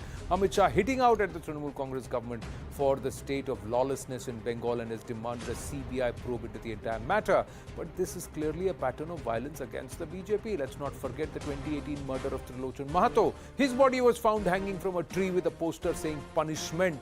There's no justice yet to the family. They've not caught the perpetrators yet. Let's not forget, January 2022, Shubhrojyoti Ghosh of BJP's Yuva Morcha was found hanging in Alipurdwar, and today it is Arjun Chaurasia. Not only is it the brazen targeting of BJP workers, it is also a conspiracy to send the opposition a message in Bengal. When will heads roll and justice be served? First this story, and then we get straight across to the guest. That's the big story, ladies and gentlemen. Political killings in Bengal, and is it politics that killed BJP's Arjun is the question that we ask. Let's go straight across to our guest. Bhaskar Ghosh of the BJP will be joining us, and Dr. Shashi Panja, Bengal Minister, is also with us. Dr. Panja, namaste. Why call it sacrifice or suicide, Dr. Panja, without an investigation? Sorry, I couldn't hear your question. Can you repeat, please? My question is, why call it a sacrifice or suicide even before the investigation is completed?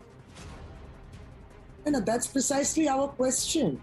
The Union Home Minister and including the other central ministers, they visited the place and they have announced the verdict. So if it's political murder, they might as well also say who did it, who done it. Because then what's the use of an investigating agency at all? So that's the question that even But we the have. family itself There is is saying a that it is death. murder. So No, why override the no. family? I am quoting the family. I am not even getting into what the BJP is saying. I am saying what the family is saying. I didn't say BJP. I said the ministers. I said the Union Home Minister. So the Union. No, never mind what the BJP was but saying. never mind what the Union Home Minister is saying. I am asking you the family. What I am asking you, Dr. Panja, is the family is saying we know who murdered him. Don't take his body away for autopsy. But the police deliberately, forcibly took the autopsy. The family is on record claiming that they were manhandled and even beaten up by the police while trying to take the body away. The family will be listened to. The point is there is a death.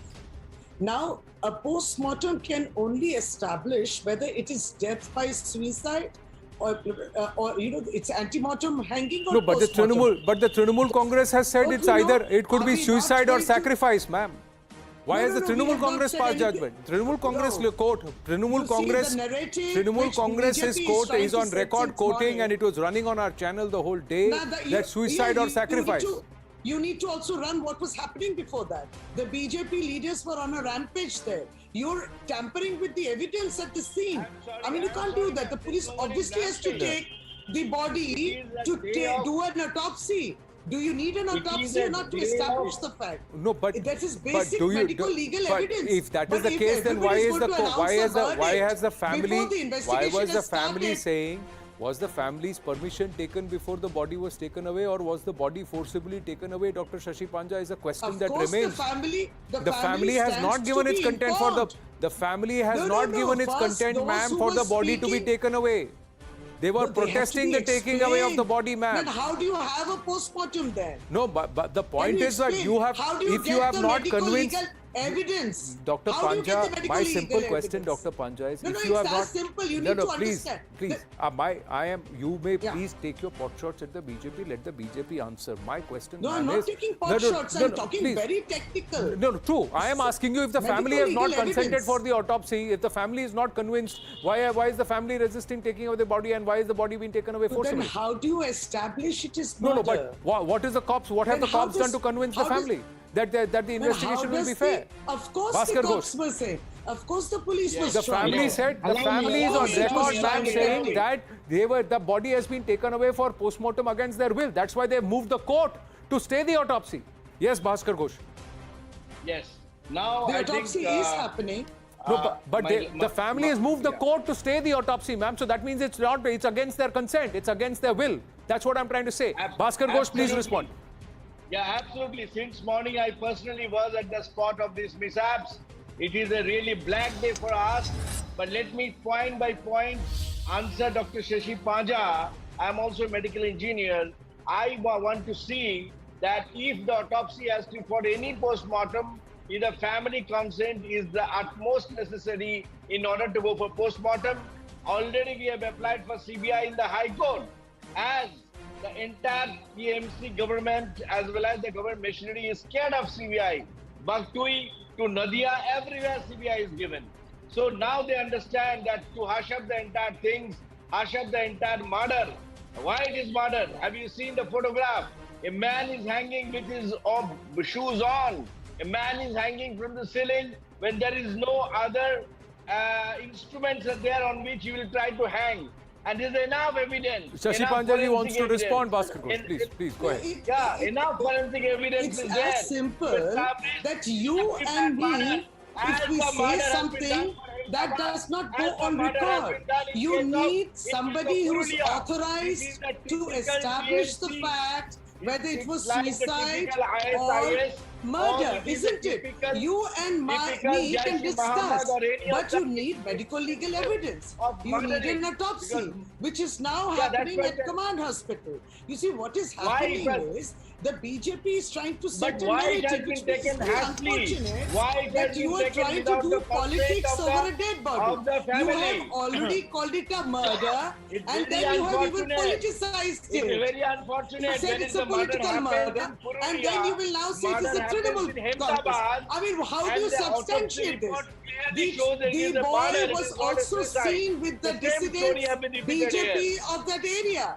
But are we alleging anything? He was seen with dissident BJP guys, but we are not alleging. Why can't we wait for an investigation? Then what's the use of crying for a CBI That is the when you point, have madam. already given a verdict?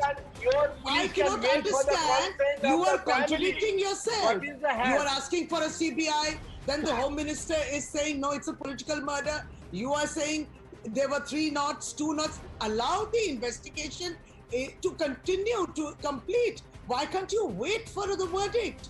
I mean, look Why at can't you so police you wait are for trying the to. consent of the family? We are not trying to hush up Why anything. everywhere, Excuse me. Even in the other Bogtui or even Jhalda, the sit which was set up and 21 arrests were made. CBI came in and questioned those 21 people only because they said, yes, this was the correct arrests which were made. And the CBI also given a statement. Who's trying to hush up? Statement. Why will we try to hush up? CBI also We have given a nothing to statement hide. If there is that one anything of the amongst family you, members you who are belongs trying to to hide some to hush dissidents up. amongst you. The boy was mixing with some dissident BJP groups. So you look into it. We have nothing to. A death, unnatural death is extremely unfortunate and must be investigated. It's as simple and as true as that. Allow the autopsy. You think the simple point, Dr. Panja, is the consent of the family, Dr. Panja, the consent of the family has not been taken for the post-mortem. The family has moved, the family has moved court, the family has moved court. The family has had to move court against its own police. The family has had to move court against its own police, ma'am. This is exactly what has happened. Trilochan Mahto's father still does not know who are the people. The killers of Trilochan Mahto are out on bail. They have not been punished yet. They are continuing to do the intimidation rounds with Trilochan Mahto in 2018. That's the case of the story after the follow-up. In the case of Ghosh in January 2022, we still don't know who are the killers and how was he found hanging. And in today's case, ma'am, no matter what it is, whether it is suicide, whether it is murder, it's a young boy in Bengal who's died. It's a young boy in Bengal who's died. My question is, ma'am, should their families' consent not have been taken before the police carted away the body for an autopsy? Has the police taken the family into confidence? It's not been done. I am going to stay on the fact that the family is on record saying that the body was taken away without their consent, and they are in court today asking for a stay on the autopsy, which is being done without the consent of the family of the bereaved. That is the reality, ma'am. Family of the deceased is not for the postmortem. That's the reality, ma'am. Dr. Shashi Panja, Bhaskar Ghoshji, thank you very much. The reality of Bengal stays there. You, the viewer, are the jury. You decide. Should the family's consent have been taken or not? And why have they moved court if they were okay with this postmortem? Why is the family saying murder, but everybody else is out there to prove otherwise? We're going to take a very, very short break, but on the way out, we're going to thank you again. It's unbridled pride for us because it is unquestionable leadership. Thanks to you. Stay with us.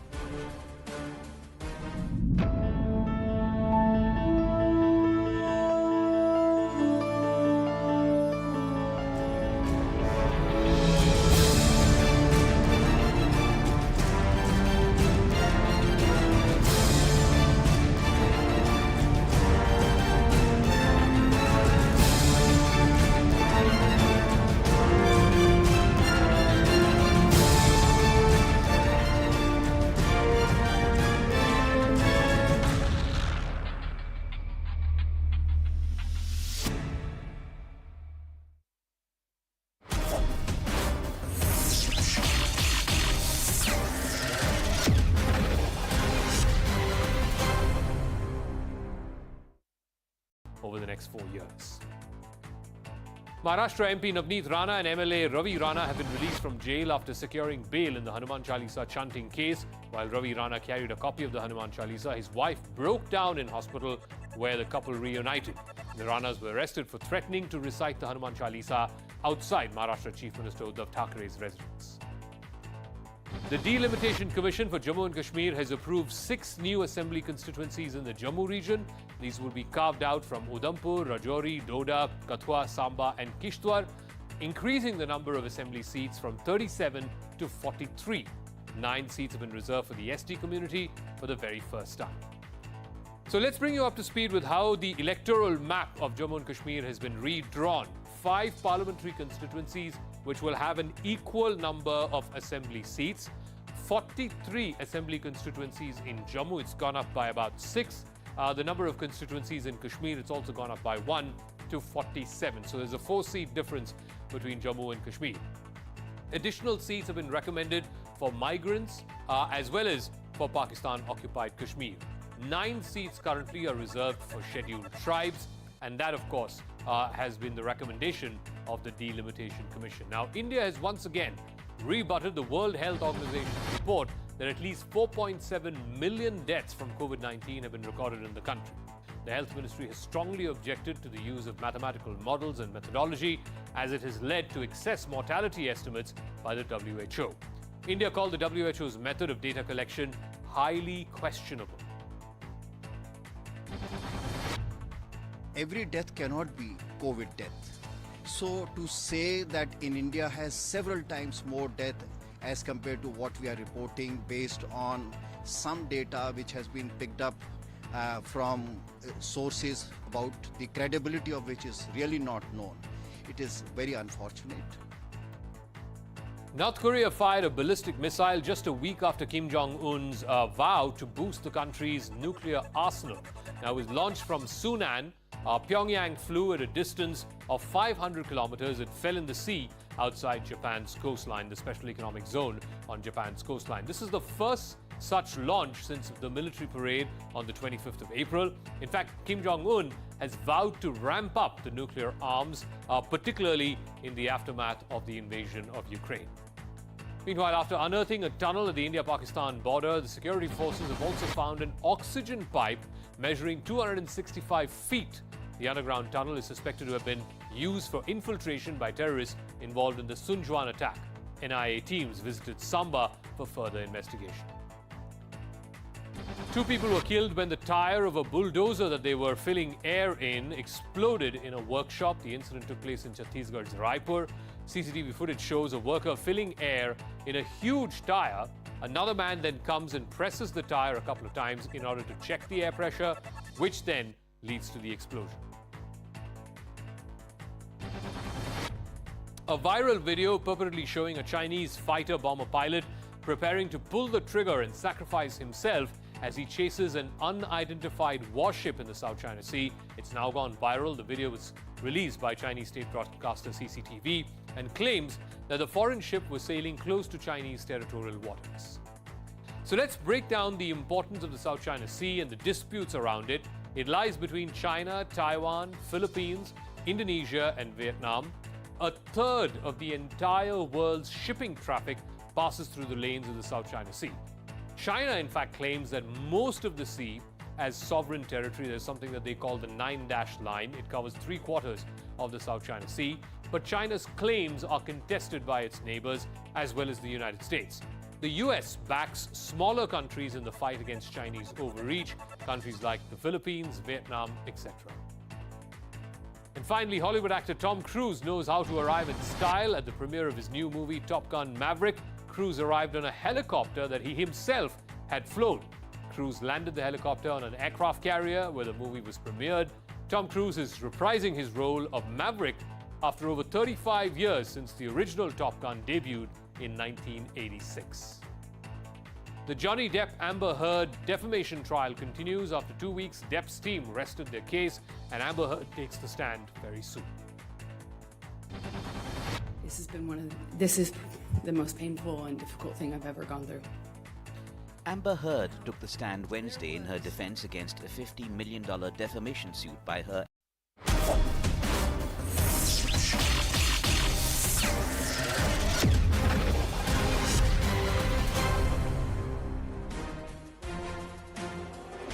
Ladies and gentlemen, India has shown the world that it can stand on its own 2 feet when tackling the COVID-19 pandemic that paralyzed the entire globe.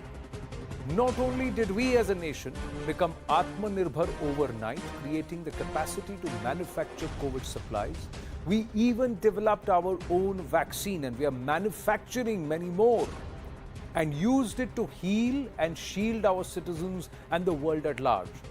However, it seems the West can't help but lecture us and even misconstrue numbers to paint us in a bad light. In a report released on Thursday, the World Health Organization has said that COVID-19 could have killed as many as 47.4 lakh people in India between 2020 and 2021, either directly due to the infection or through its indirect impact. The figure disputed by India is nearly 10 times the country's official COVID death toll of 4.81 lakh at the end of 2021. In its report, the World Health Organization has said that an estimated 1.5 crore people are likely to have succumbed to the direct or indirect impact of the disease globally during the first 2 years of the pandemic, instead of the 54 lakh that have been recorded officially by countries separately. India has strongly refuted the WHO's use of mathematical models to calculate the number of COVID deaths, saying the figure is totally removed from reality and statistically unsound and scientifically questionable. The numbers come just 2 days after India released its annual data for registration of births and deaths for the year 2020, recorded in the civil registration system, which showed about 4.75 lakh more deaths than in previous years, consistent with the trend of rising registrations being seen over the last few years. According to the government, India has consistently questioned WHO's own admission that data in respect of 17 Indian states was obtained from some websites and media reports and were used in their mathematical model. The centre has also said that throughout the process of dialogue, engagement and communication with the WHO, the global body has projected different excess mortality figures for India, citing multiple models, which itself raises questions on the validity of the report. Now, multiple issues have been raised over this. Why hasn't the WHO shared raw data, supplementary materials and codes for their calculations? Why sacrifice the transparency in the mad rush to put out real figures? That is the situation that the WHO has put before the country, where it seems to be spinning a narrative about how India handled or mishandled the COVID-19 pandemic. While we have been a beacon for the globe, the narratives may continue, but they can't undermine what Bharat has achieved, because we as a nation have saved the globe during this pandemic. Good night.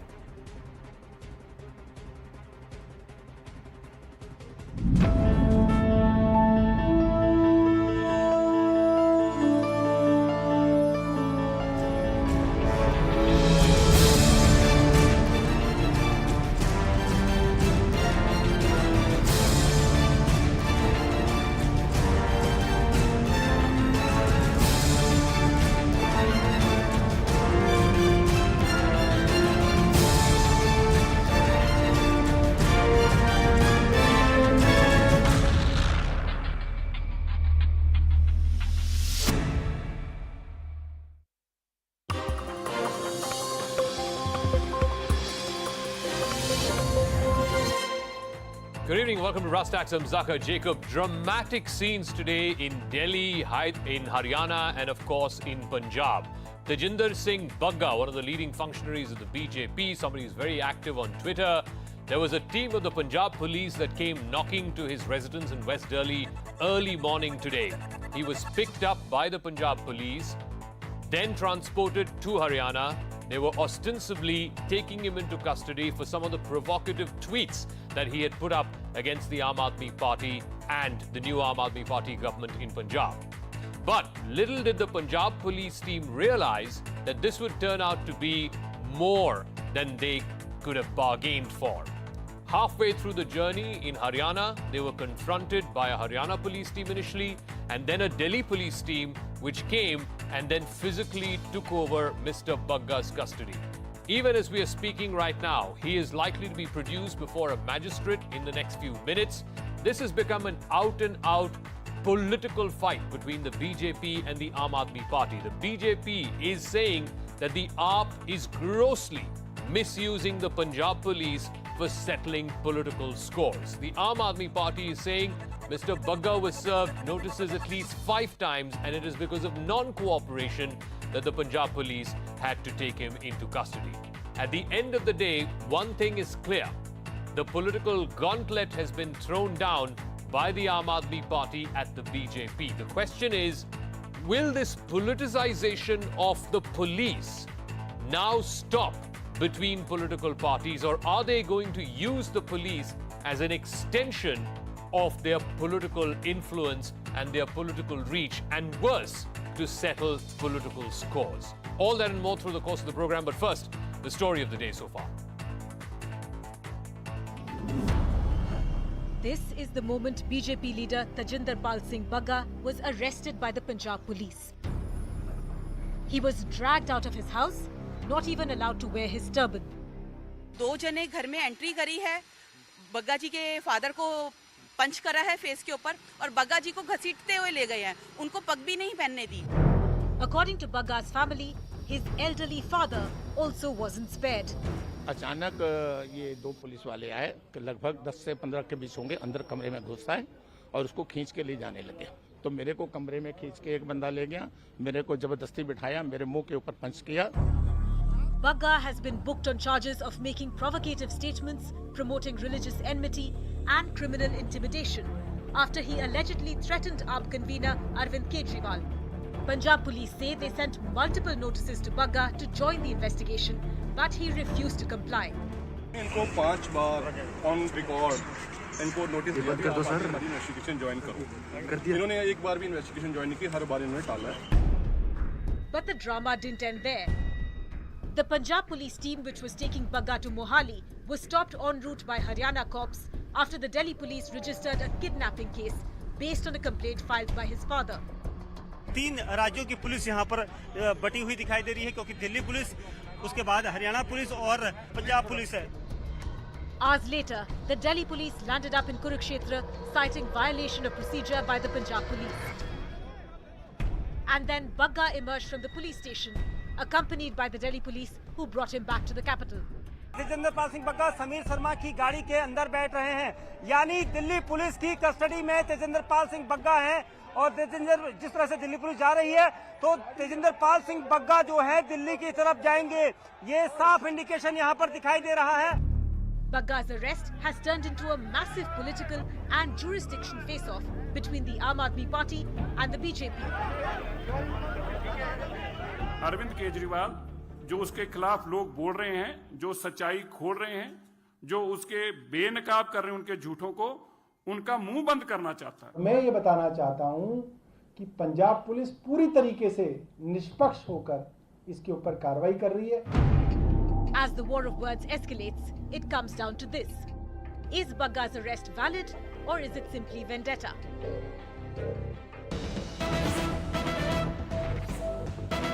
All right, we're getting the latest on this case. Tajinder Singh Bagga has now been taken to the DDU hospital for a medical checkup. He's in Gurugram, which is in the National Capital Region in the state of Haryana. After the medical test, he will be produced before a municipal magistrate in Gurugram. They will be asking for transit remand from that magistrate. Remember, the courts are shut now. Anvit is joining us with more details on this. Anvit, where is Mr. Bagga right now, and what is the legal procedure from here on? Zaka, what we are getting latest from the ground is that Bagga has been taken to Deen Dayal Upadhyaya Hospital, where his medical examination will be done, which is the protocol. You know, once you take back the custody, medical examination has to be done. Then it is believed that he'll be taken to the Metropolitan Magistrate House, because when they had reached Dwarka around around 5:36 p.m. the office hours were over, and therefore the MM had left for house. So he'll be taken to MM's house, and after that, if release orders are given, then he'll be allowed to go home. If we talk about the chain of events, it all started around 8:39 a.m. in the morning, when a police team of at least 40 to 50 policemen from Punjab Police reaches Bagga's house, and they knock at the door. Is what his father Preetpal Singh has said in his FIR. In the FIR that has been registered against Punjab policemen, he has said that they knocked at the door, they barged in, they manhandled the family members, and after that he has said that he was also slapped and his phone was snatched, after which Bagga was taken away. Based on his complaint, a kidnapping, an abduction FIR was registered by Delhi police. Illegal confinement, robbery and other sections were also added. Following which, Delhi police had to get a search warrant from a metropolitan magistrate again, to trace Bagga. He was then traced to Kurukshetra, where Punjab police was stopped. Information was given to Haryana police, and they stopped the entire cavalcade.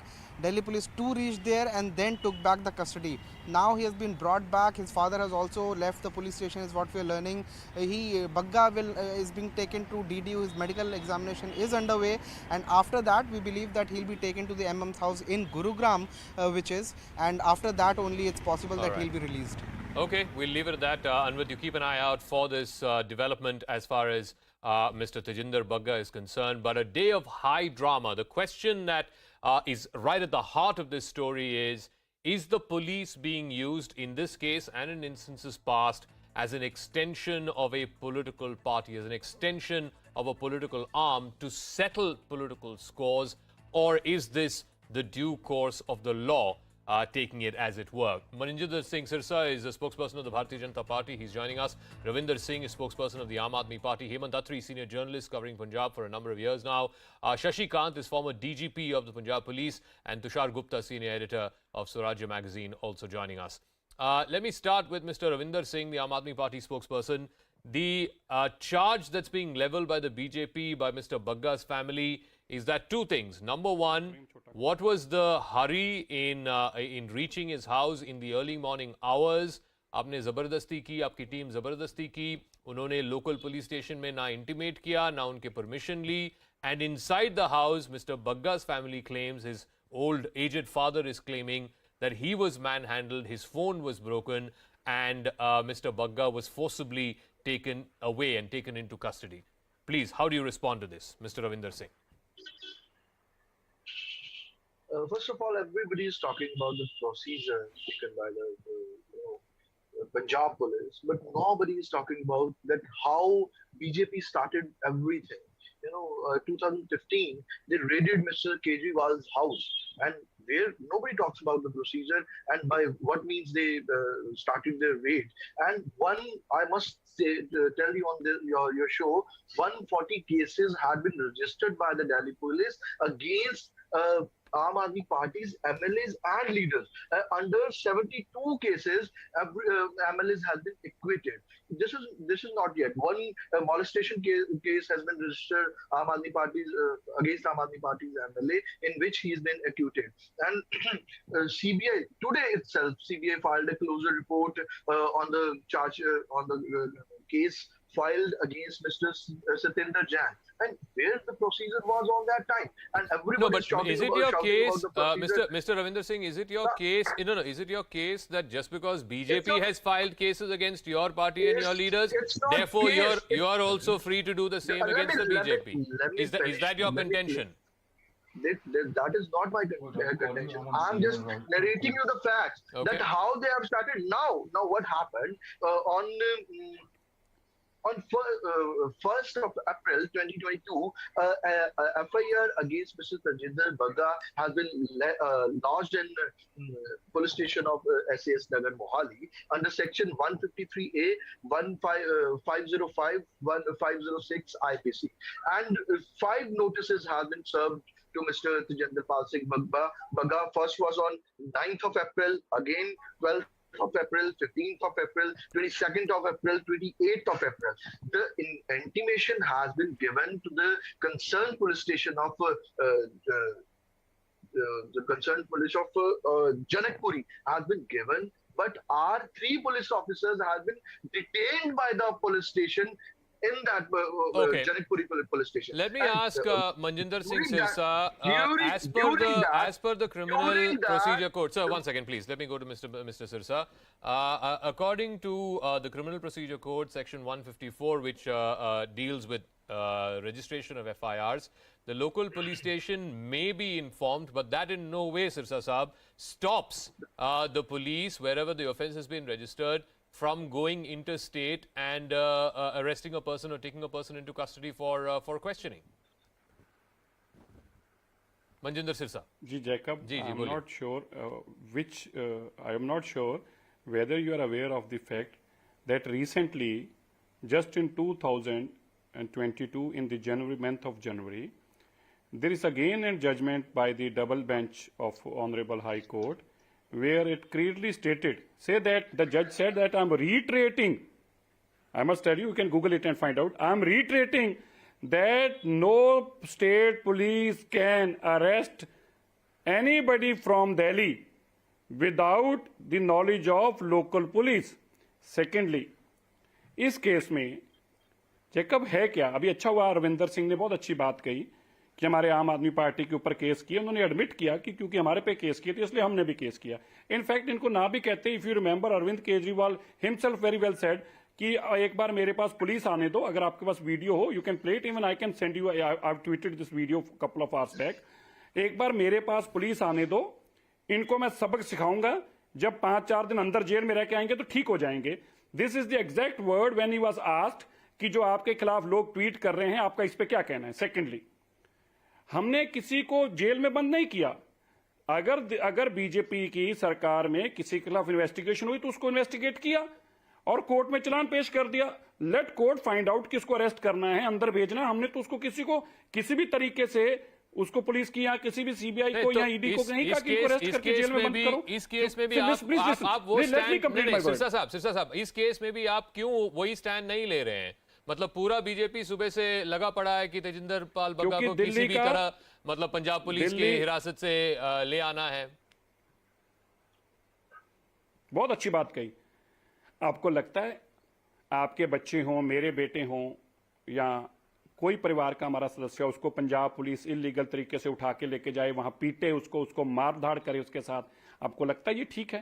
First of all. Secondly, Delhi का एक साधारण नागरिक ही क्यों ना हो, छोड़ दो आप तेजिंदर बग्गा को, क्यों पंजाब पुलिस किसी नागरिक को ऐसे उठा के लेके जाए? क्या वो कोई आतंकी है? उसने मर्डर किए हैं, वो गैंगस्टर है. पिछले 50 दिन में 40 से ज्यादा लोगों का कत्लेआम हो गया पंजाब के अंदर, जिसके अंदर रेसलर्स भी इंटरनेशनल लेवल के. क्या पुलिस 50 लोग उनको ढूंढने गए हैं? नहीं गए. कल ही 2 बच्चे, आप सुनकर हैरान होंगे, 18 और 20 साल के 2 बच्चे ड्रग्स का इंजेक्शन लगाकर मारे गए.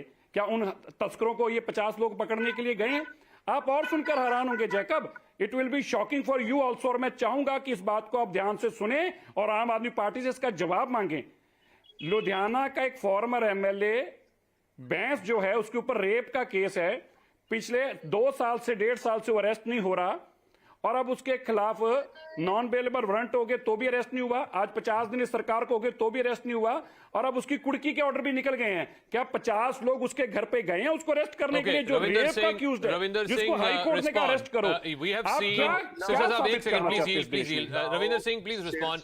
नो द क्वेश्चन इज, क्या तेजिंदर सिंह बग्गा मर्डरर है, क्रिमिनल है, टेररिस्ट है, आतंकी है, किसी का मर्डर किया उसने? इतना जो जल्दबाजी पंजाब पुलिस की टीम ने दिखाया, क्यों? Why? Tajinder Singh Bagga is a criminal-minded person. He is the person who attacked the lawyer in the Supreme Court's premises. He is the one who attacked the lawyer in the Supreme Court's premises. He is the person who created nuisance in the Ramlila Maidan in a rally. He is the person who attacked a writer in his own book launch.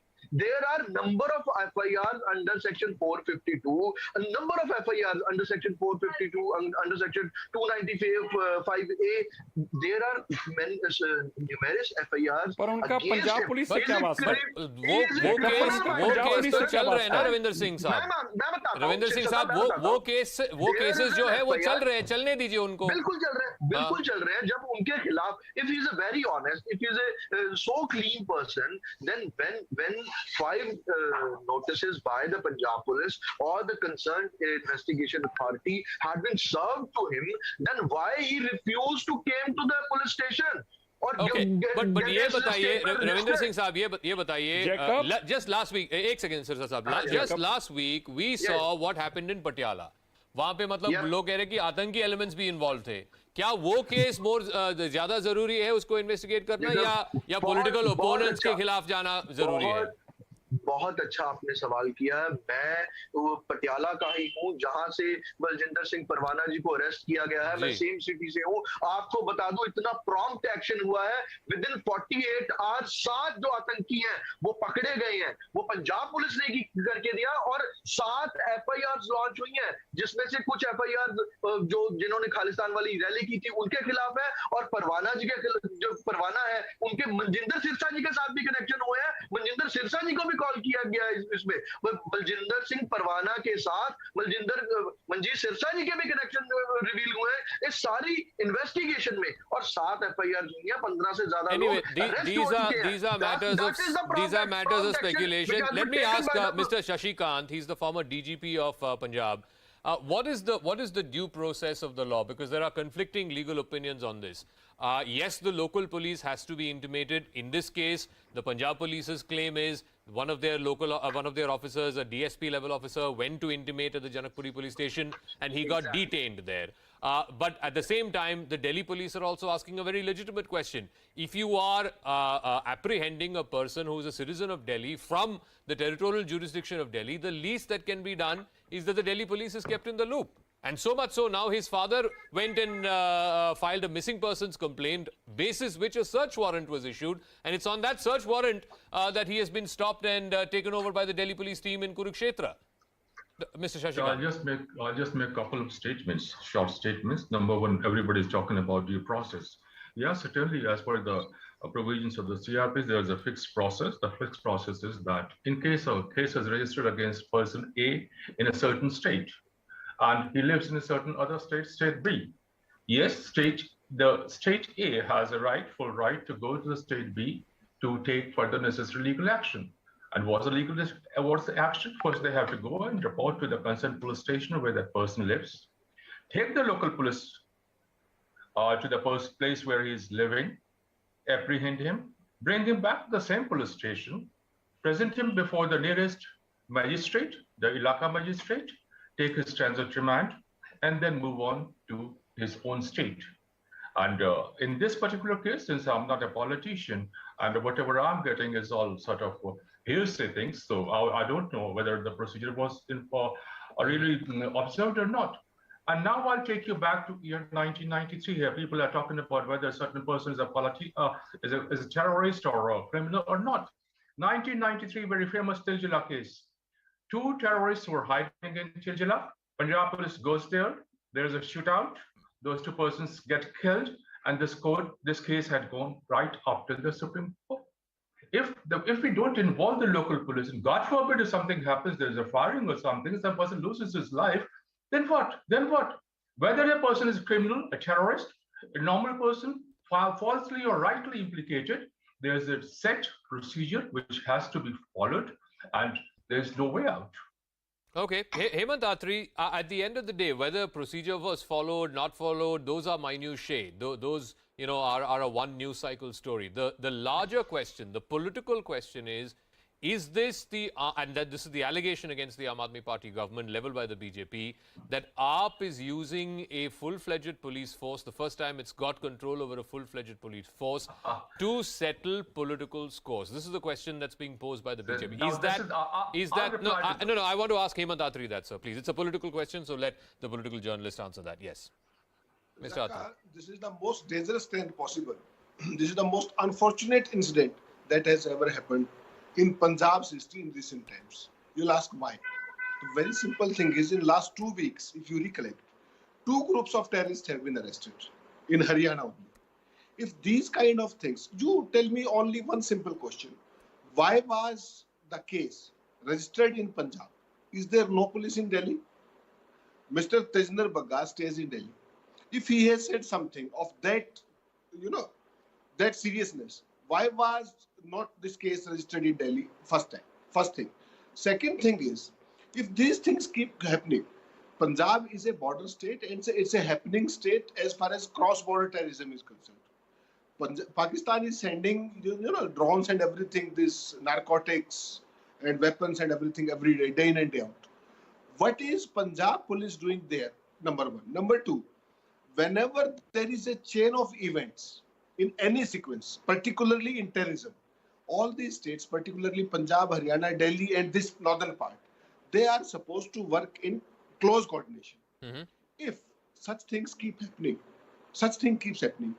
Delhi police chasing Punjab police, Haryana police stopping Punjab police, what will happen?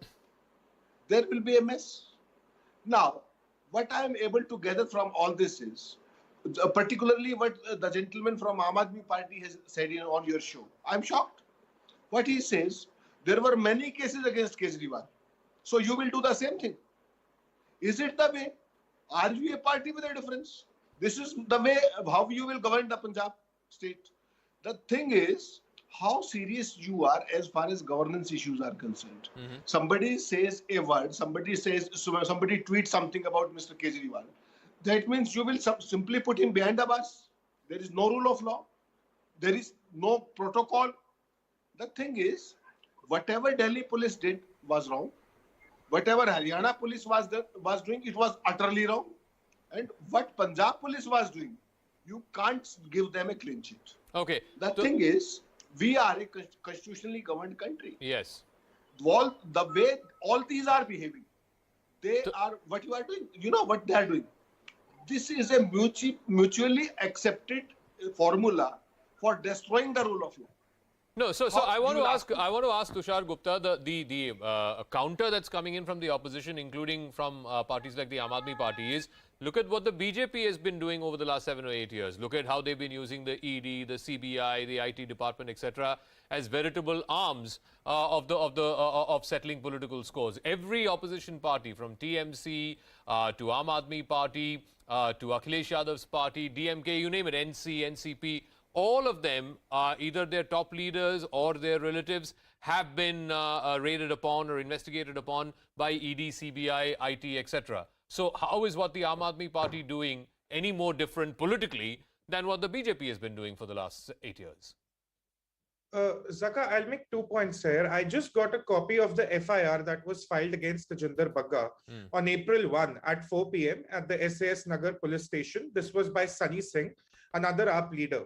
Now, interestingly, on page 3 of the FIR, there is a point that accuses Tajinder Bagga, along with other members of the BJP, of creating a false, malicious narrative against Kejriwal in a systematic manner. Now, my question to the Aam Aadmi Party is, if you're going to arrest people for creating a false narrative against your leader, by that logic, for the last 10 years, every day, possibly every hour, an FIR should have been filed against Arvind Kejriwal, because his entire political career is built on creating false narratives. That is what is worrying me, Zaka, that is this attack on free speech using the state police as an apparatus. That's my first concern. No, one second. Just one clarification. The current FIR, Tushar, the sections that Mr. Bagga, at least the complaint against Mr. Bagga, the sections that have been added are 153A, which is promoting enmity among communities, 505 and 506, which are criminal intimidation. This is also part of the FIR. Fair enough. I take your point, but I'm just saying that these are the three sections that have been added. Yeah. Okay, absolutely, but I'm saying if an FIR can be filed on these bases, then it's an attack on free speech using the state apparatus. Okay. My second point is, I want to give the Aam Aadmi Party spokesperson. I want to give the Aam Aadmi Party spokesperson all the benefit of doubt. I re-emphasize. I assume he's correct.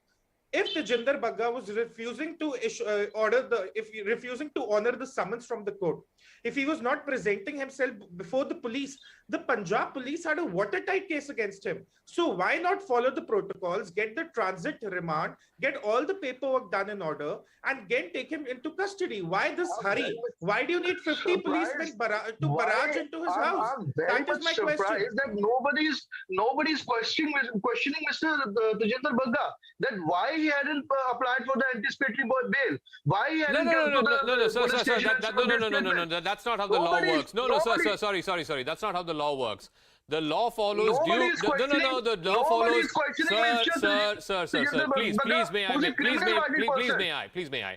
Wow. The law follows a due procedure. The law follows a due Zaka. procedure. One second, Ravinder Singh, because you interrupted.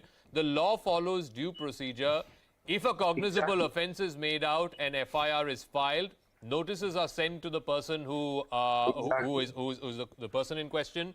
If that person does not honor the notices, then a warrant has to be issued for the arrest of that person. And if it happens to be in another state, that warrant has to be produced before the local police station and say that this warrant needs to be executed. You cannot take refuge in the fact that why didn't Mr. Bagga file for anticipatory bail? No. Bail is the norm, jail is the exception. It's just a part of Tushar. No. Zaka. Tushar, yes. The person says that Bagga is a criminally minded person. I again give him all the benefit of doubt. Then for the same reason, they should have a watertight case against Bagga. Why did they have to not intimidate the Delhi police? Why did they need to have 50 policemen almost taking away Bagga without informing any of the local authorities? That's my question. Even if all the opposition of the world gives you all the benefit of doubt, you should have adhered to the protocols. He may be a criminally inclined person or whatever inclined person. The fact is, Ravinder Singh, and the question that's being asked is, did you approach a court of law for a search warrant? Was an arrest warrant? Was an arrest warrant issued against Mr. Bagga's name? Was that produced in the local police station before the team went to his house? Was that search warrant issued to him? You have to follow due procedure of law. Anticipatory bail is just a refuge. It's just a refuge given to accused persons. That is the only reason our AG has filed in the Punjab and Haryana High Court to release our police officers. That is our whole case is. Our 3 police officers have been denied by the Janakpuri police. That That happened post facto. That happened post facto. That happened post facto. High Court that kindly release our police officers. There were, sir, the facts of the timeline of the cases. There were some members of that team who went to Mr. Bagga's house and picked him up. At the same time, there were other members of your team who went to the Janakpuri police station knowing that Mr. Bagga was being detained, was being taken into custody. Some of the Punjab police team got taken into custody or got detained by the Janakpuri police station, which comes under the Delhi police. The argument that you're making, the argument that you're making, why didn't Mr. Bagga file for anticipatory bail does not hold water. Every suspected person, every accused person is not expected to file for anticipatory bail. That's not how the law works. Mr. Ravinder Singh, Mr. Ravinder Singh. I'm not able to hear your question. My question to you, sir, is that forget about the due procedure of law, or forget about the letter and spirit of the law. The fact is, none of that was followed.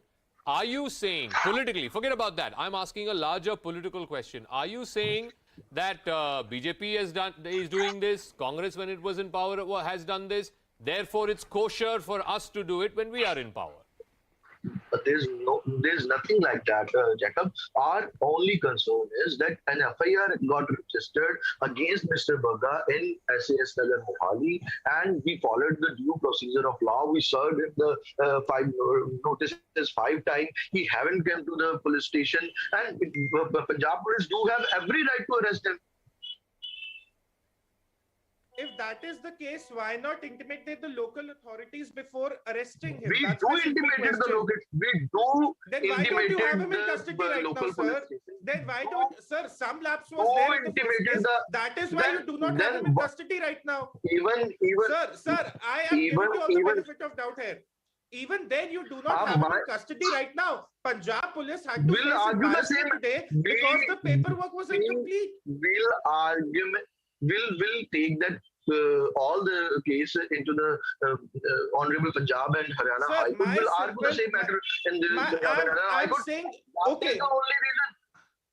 Sir, I'm saying you got all the paperwork done from the Punjab and Haryana High Court. My simple question is, if your paperwork was also so accurate, why is he not in custody with you? Why did the Punjab police have to go through so much embarrassment? Haryana has been governed by, everybody knows Haryana has been governed by the BJP government and the BJP police That is not supported an the answer, Delhi sir. police. That is not an answer. That Okay, is not an I answer. want to go to It's not an Manjinder Singh answer. Sirsa. Manjinder Singh Sirsa, one second, because sir, one by second. the BJP Please government yield, and the please yield. Haryana police. Sirsa साहब, जो सवाल BJP You cannot go से around पूछ रहे accusing. हैं आम आदमी party और बाकी ऑपोजिशन, आप 2014 से लेके देखिएगा, चाहे वो टीएमसी हो, समाजवादी पार्टी हो, एनसी हो, एनसीपी हो, ऐसा कोई एक ऑपोजिशन पार्टी नहीं है जिनके लीडर्स या उनके फैमिली मेंबर्स के खिलाफ ईडी, सीबीआई, आईटी ने एक्शन लिया है। अभी हाल ही में जिग्नेश मेवानी को जेल में डाला था, और वो भी असम में।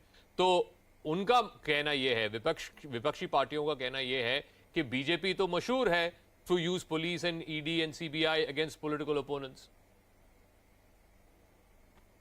सिरसा साहब, देखिए, ये तो उनका एक ब्लेम गेम है। सवाल तो ये है कि आपने खुद अभी देखा कि किस तरह बालियान जो उनके यहाँ पे एमएलए हैं वो किस तरह की भद्दी भाषा का इस्तेमाल कर रहे हैं, लेकिन कोई कुछ नहीं बोल रहा, सुन रहा है। बहुत बड़ी अत्री जी ने बात कही जो मैंने कहनी थी, उन्होंने बोल दी।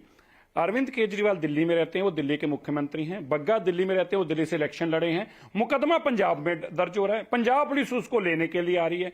अगर मान लीजिए बग्गा ने गलत काम किया, मैं ये भी मानता हूं दिल्ली पुलिस इनकी ना सुनती तो ये कोर्ट में जाते, 156(3) डालते, हाई कोर्ट, सुप्रीम कोर्ट, किसी में तो इनका विश्वास होगा।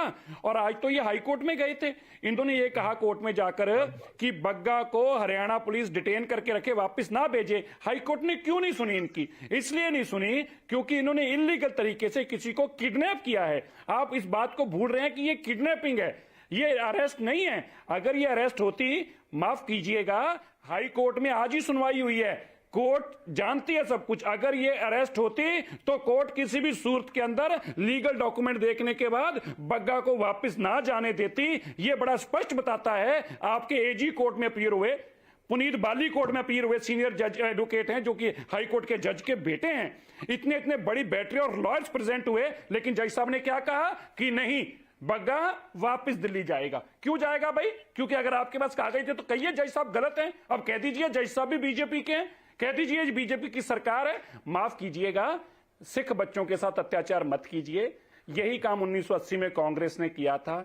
हमारे बच्चे मर गए, बेगुनाह लोग मारे गए, पंजाब आके हवाले हो गया, देश के अंदर बर्बादी हो गई। मैं अरविंद केजरीवाल जी से हाथ जोड़कर विनती करता हूं, देश की सत्ता हासिल करने के लिए पंजाब को स्प्रिंग बोर्ड की तरह मत इस्तेमाल कीजिए।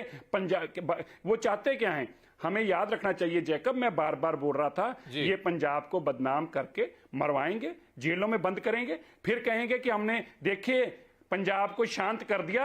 हजारों लोग मरवाने के बाद देश की सत्ता हासिल करने का सपना लेके आए हैं। ये बड़ा गलत रास्ता आप अडॉप्ट कर रहे हैं। मत तक से ऐसे एक्सपेरिमेंट कीजिए पंजाब के साथ। मैं आपको हाथ जोड़कर कहता हूं, ये एक्सपेरिमेंट मत कीजिए। Hemant आत्री, the point that the Aam Aadmi Party is also making is, look, the people of Punjab, sick and tired of the established political parties, Congress, Akali Dal, etc., has given the kind of mandate to the Aam Aadmi Party, 90 plus seats that we haven't seen in recent times. So if that means, along with all the promises that they have made, that means action against their political opponents, same action which other parties have also taken in the past, then what is wrong in it? That's the argument that's being put forth by the Aam Aadmi Party. Saka, exactly, this is the point that I was making in the previous segment. The thing is, what is the difference between Aam Aadmi Party and the mainstream parties? They are also working for the same formula, tit for tat. My question is somewhat else. Today, they have picked up somebody from Delhi. Now, everywhere it is happening like that. In Maharashtra, 2 ministers are behind the bars. In West Bengal, you know what is happening. Jignesh Mevani, as you rightly referred to, he was arrested in Assam. The thing is, what will happen for the rule of law? Tomorrow, the political opponents of each other in the state and the center, what will be happening? Then to arrest somebody in an opponent-ruled state, then the central government will be sending some central paramilitary forces? Or what will be happening?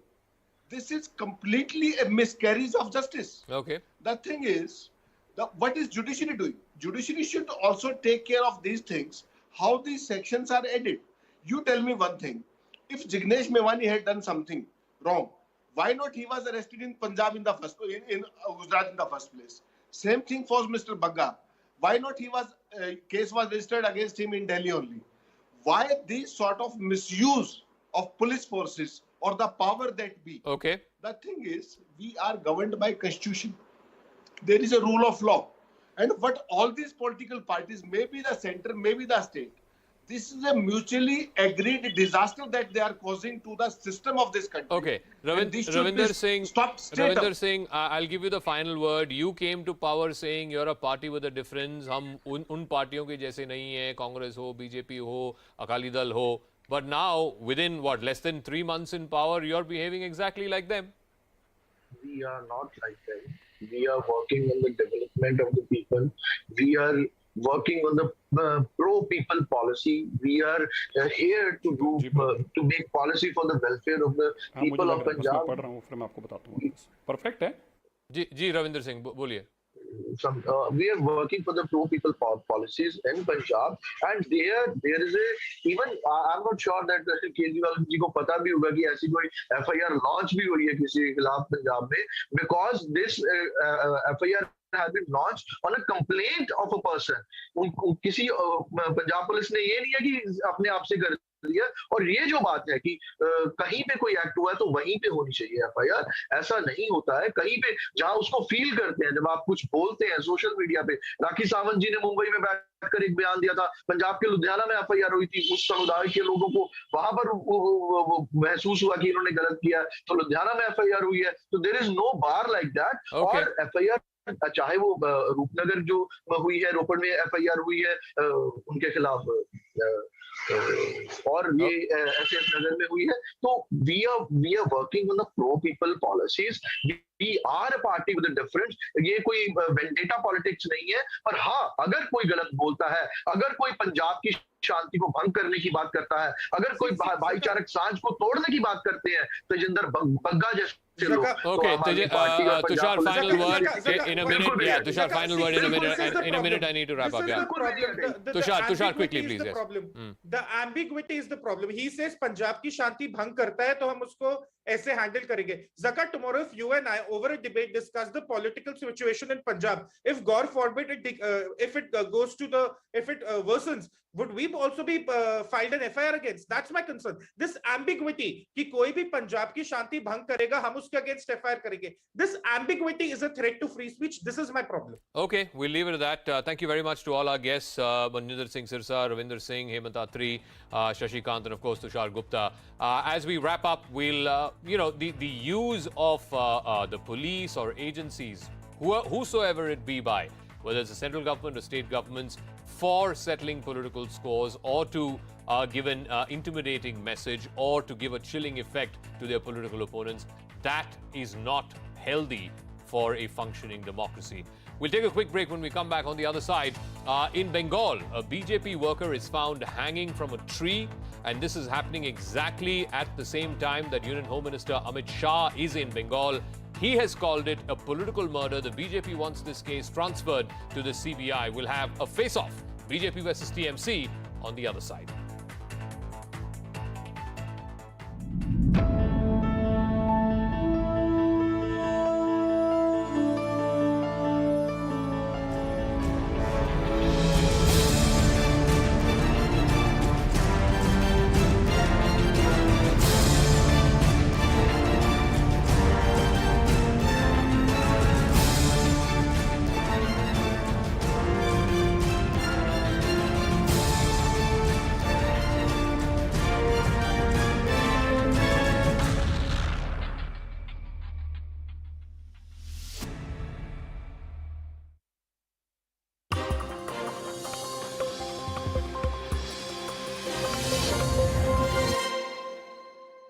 Tracking that have made headlines all through the day. Tension has gripped Varanasi after protests erupted against the videography survey and inspection of the Gyanvapi mosque. The court-appointed team that reached the location in the afternoon for the survey faced protests outside the mosque. However, the survey team started its work amid heavy police deployment at the complex. The survey is likely to continue tomorrow as the whole mosque complex area is yet to be videographed. The survey was ordered after several petitions demanding daily prayers at the Sri Gargauri temple that is located behind the Gyanvapi mosque complex. Home Minister Amit Shah has demanded a CBI probe into the death of a BJP worker in Kolkata's area and has called it a political murder. BJP worker Arjun Chaurasia was found hanging from the ceiling of an abandoned building just today morning, ahead of Home Minister Amit Shah's Kolkata visit. He was slated to lead a bike rally to welcome Amit Shah, who remember is on a two-day visit to the state of West Bengal. Shah also met Arjun's family and hit out at the Trinamool Congress for the state of lawlessness in Bengal.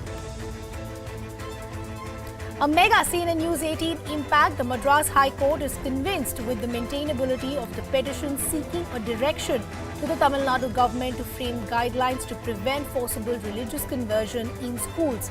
The Madras High Court has also directed Tamil Nadu government to file a counter affidavit within 4 weeks.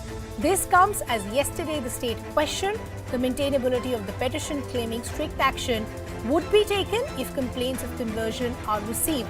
A Chennai-based advocate, B. Jagannath, member filed a PIL that had cited Lavanya's suicide case. CNN News 18 has accessed explosive details of the NIA charge sheet that lays bare the new terror designs of Pakistan in Jammu and Kashmir, finding itself censored by the increasing FATF scrutiny and edged out of a new JNK after the abrogation of Article 370. A desperate ISI is hedging all bets in propping up local terror groups in the valley. Groups such as the Resistance Front, all to project Kashmir terror as a homegrown problem. They're even using civilians to moonlight as terrorists, targeting politicians and non-combatants alike, and desperately pulling in funds from all terrorist groups. The Kedarnath temple opened for all the devotees today. More than 10,000 pilgrims were present at the Kedarnath Dham today as the doors of the famous Lord Shiva shrine opened after 6 months. Uttarakhand Chief Minister Pushkar Singh Dhami, along with his wife, offered prayers at the Kedarnath temple. The doors of the Kedarnath Dham opened with rituals and Vedic chanting, and the temple has been decorated with 15 quintal flowers. After almost 2 years, the Char Dham Yatra commenced without COVID-19 restrictions since the pandemic began. The Char Dham Yatra kicked off this year with the opening of the Gangotri and the Yamunotri portals for devotees on the 3rd of May. The Uttarakhand government has said the kaput or the doors of the Badrinath will open on the 8th of May. Heavy battle is waging between Russian and Ukrainian forces inside a plant in Mariupol, where civilians are still trapped.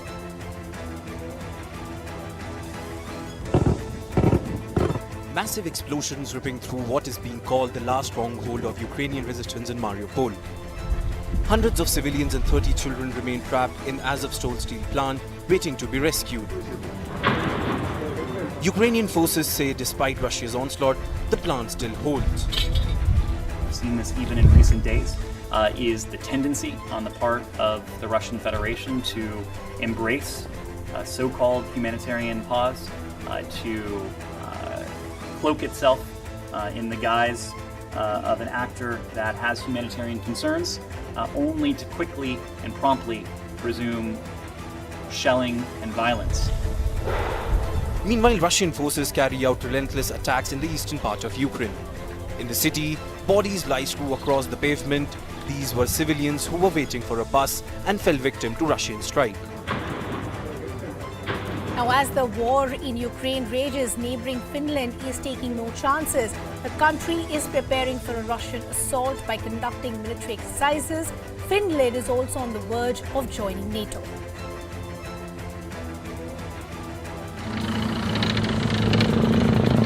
In Finland's forests, the nation's military is readying should Russia threaten war.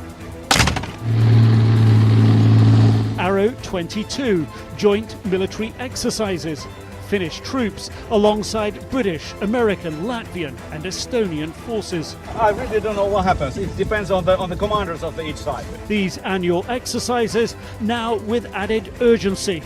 Russia's war in Ukraine causing Finland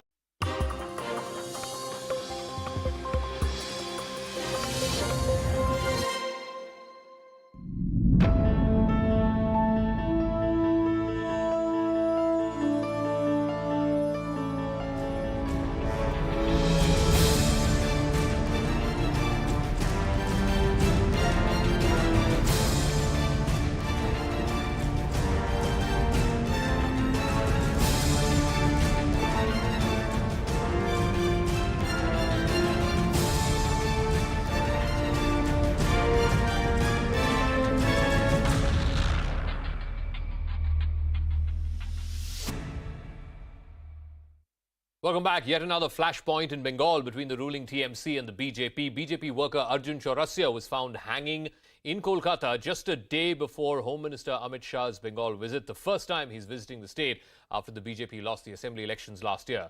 Shah called Arjun's death a political murder. The TMC has outright denied the charge.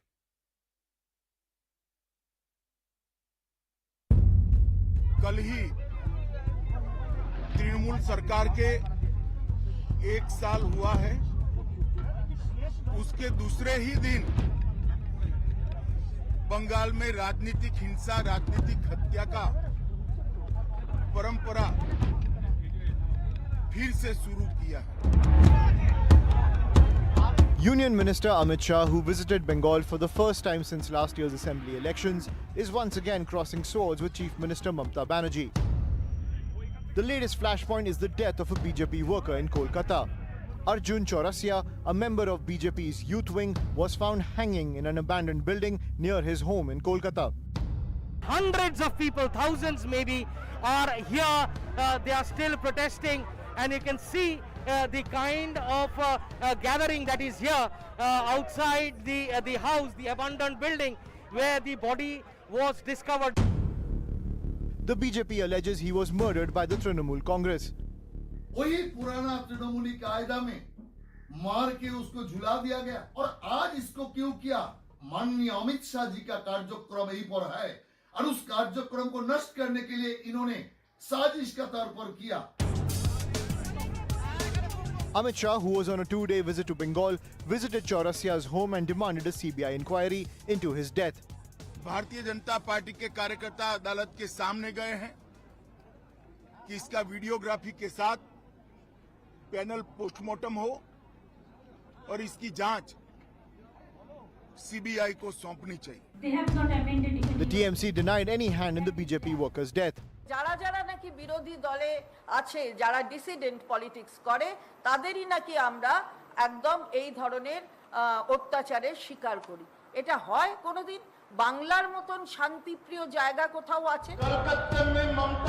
After a bitterly fought election last year, the BJP and the TMC have continued to accuse each other of violence and killings in the state. So is an independent probe the only way ahead?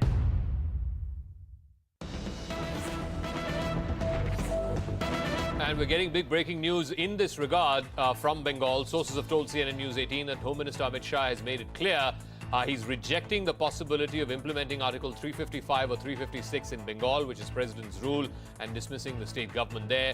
Shah has stressed on the importance of removing the current TMC government from power by democratic means. He's told state leaders that those who are looking at the 355 or 356 option in Bengal should take rest and not be in active politics. Shah told leaders that he's confident the BJP will be able to oust the Trinamool by the route of democratic politics and political movement, and the fight should begin from the ground up. So let me go across to our guests who are joining us on the debate tonight on the face-off here in Brass Tacks.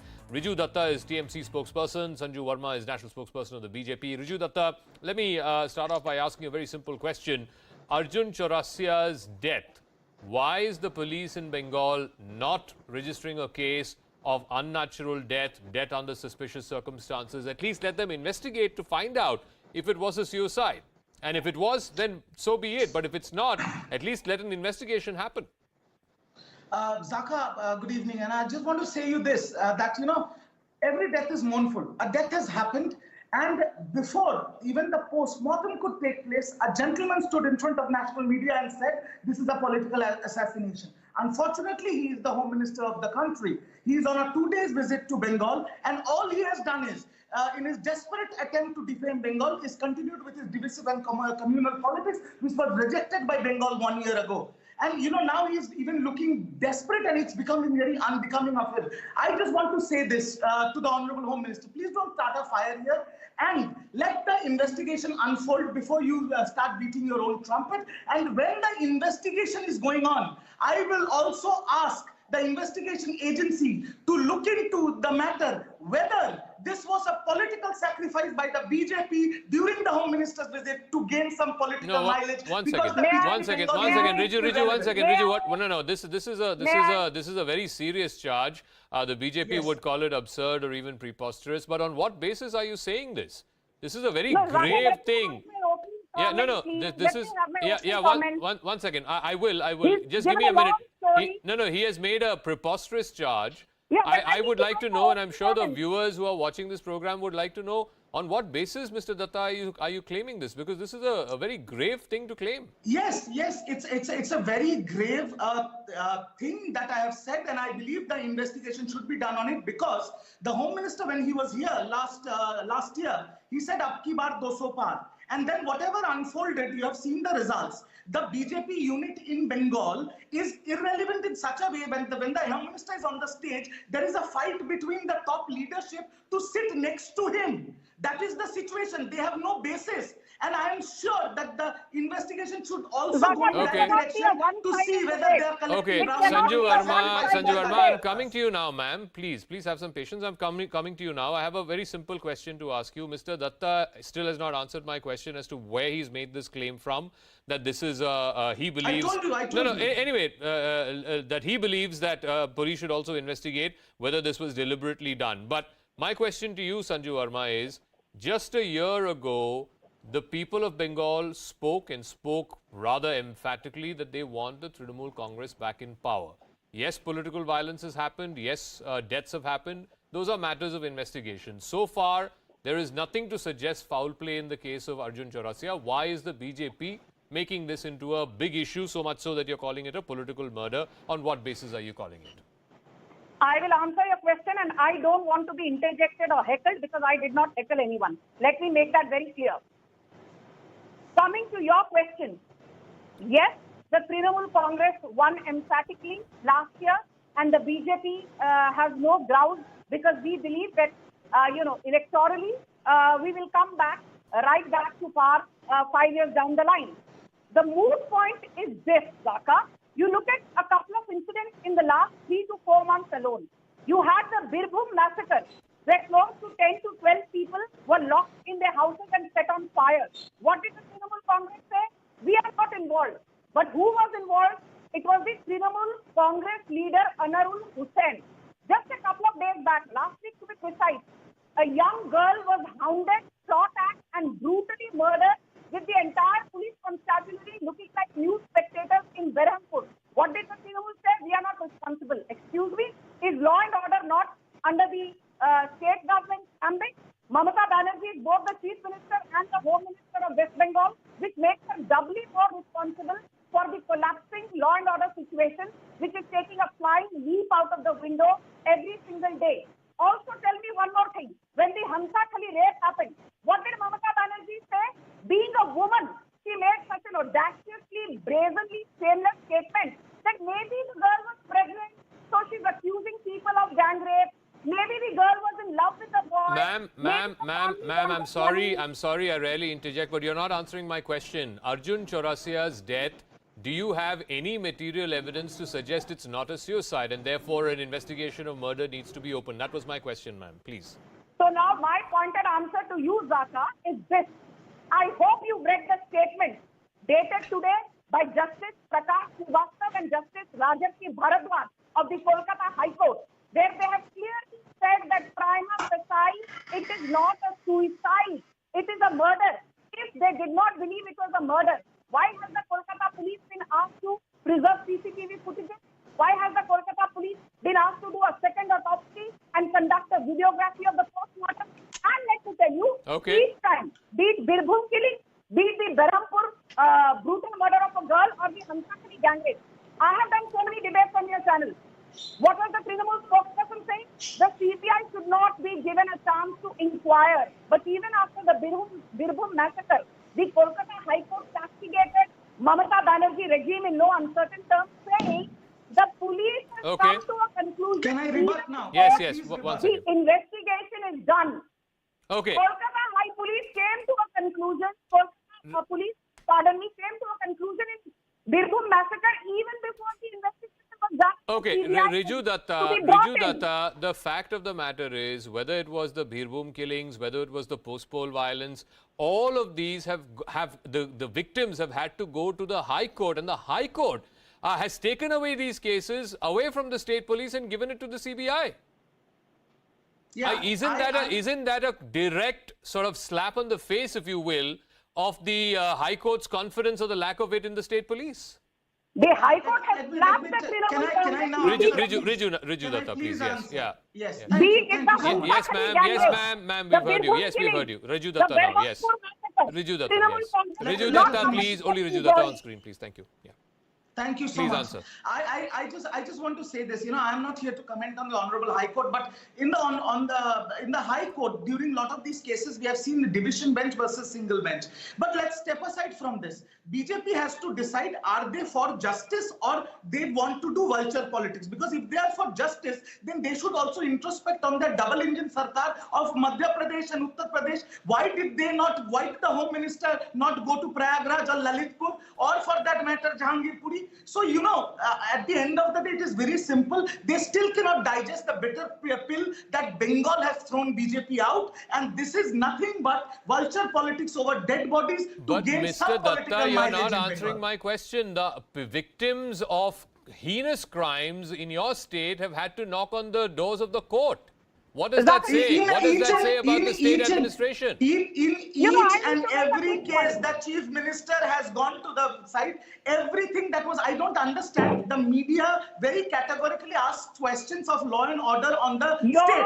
But after the CBI has taken over these investigations, why does the media not ask what has CBI done? Okay, all What right. has CBI done? Sanju Verma, answer the question. What has the CBI done? Post-poll violence has been over a year. How many of these cases? Okay, let me ask her. Please let me ask her. Sanju Verma, how many such cases, how many of these cases have reached a logical conclusion? I need to be alone on the screen. Yes, I am showing you on the screen and I'm asking you a question. So kindly go ahead and make the answer, because I've got 2 minutes to wrap up, please. Sanju Verma, I'm listening to you. Yes. I am going to speak. I don't want to be interjected, Zaka. I think that is expecting something fair from you. Go Zaka, ahead, ma'am, please. Yes. Zaka, let me make it very clear that when the post-poll violence happened, Mamata Banerjee screamed from every rooftop saying BJP was politicizing because it lost. And let me tell you that Kolkata High Court Chief Justice Rajesh Bindal came down brutally on the Mamata Banerjee government. That is why a CBI probe is on, and you will see So what has heads happened rolling. with the CBI I probe? just want to say one thing. Zaka, I did not interrupt. Okay, you. Mr. I Datta, please want to don't say one interrupt, thing. please. Yes. I want to say one thing. The Kolkata High Court said to Mamata Banerjee, your allegation that the BJP is politicizing the post-poll violence has no merit. National Human Rights Commission Vice Chairman Asif Rashid was indeed arrested. There were sexual molestation cases, and the most stinging observation, 3,644 complaints were made and only 147 FIRs were filed by the Kolkata police, which is a measly rate of 4.4%. Even the FIRs where people were booked, they were let go within 48 hours. The Kolkata High Court has repeatedly told Mamata Banerjee, you are unfit in terms of maintaining law and order. And I think the word of the court stands supreme. What Riju Datta said here, what Baba Jacob Keel, what Sanju Verma said. All right, I got to wrap up. All I'll say is, ultimately, there are two factors here. Politically speaking, yes, the Mamata Banerjee government was voted back to power rather emphatically, less than just about a year ago. But at the same time, since then, the kind of cases of violence that we are seeing, including this latest case, we don't know the entire facts of what led to Arjun Chaurastia's death. As of now, it seems like a suicide, but the BJP is claiming it's a political murder. Ultimately, the best interest would be in seeking justice for this victim, in finding out what is it that led him to his death. Was it murder or was it suicide? And unfortunately, caught in this political rhetoric, I don't think the purpose of justice is being served. That's a wrap. On the other side, Maria will be joining you with Epicenter.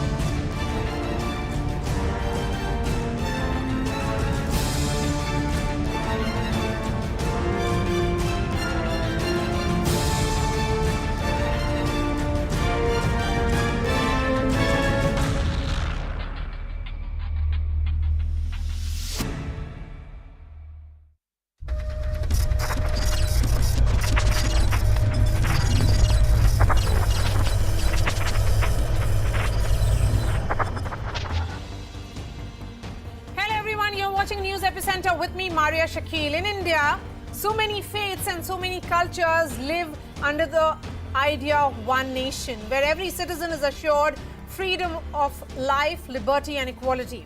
But there is a dark side to this reality, where fundamentalism shows us the delicate nature of daring to live free and daring to love outside the societal boundaries of religion, caste and class. The city of Hyderabad was shocked by the daylight murder of Nagaraju. The 25-year-old was stabbed to death in public in front of dozens of other bystanders by his own brother-in-law, the brother of his Muslim wife, Ashrin Sultana. What was Nagaraju's crime? He was a Dalit and a Hindu. Sultana says the couple were in love since class 10th and got married 3 months ago against the will of their parents. She says Nagaraju was attacked by her brother and 3 to 4 other people. All were armed with iron rods and knives. They stabbed him till he collapsed, while she tried in vain to fight them off. No one near the couple came to their aid and Nagaraju succumbed to his injuries as everyone watched, just about everyone on that busy street.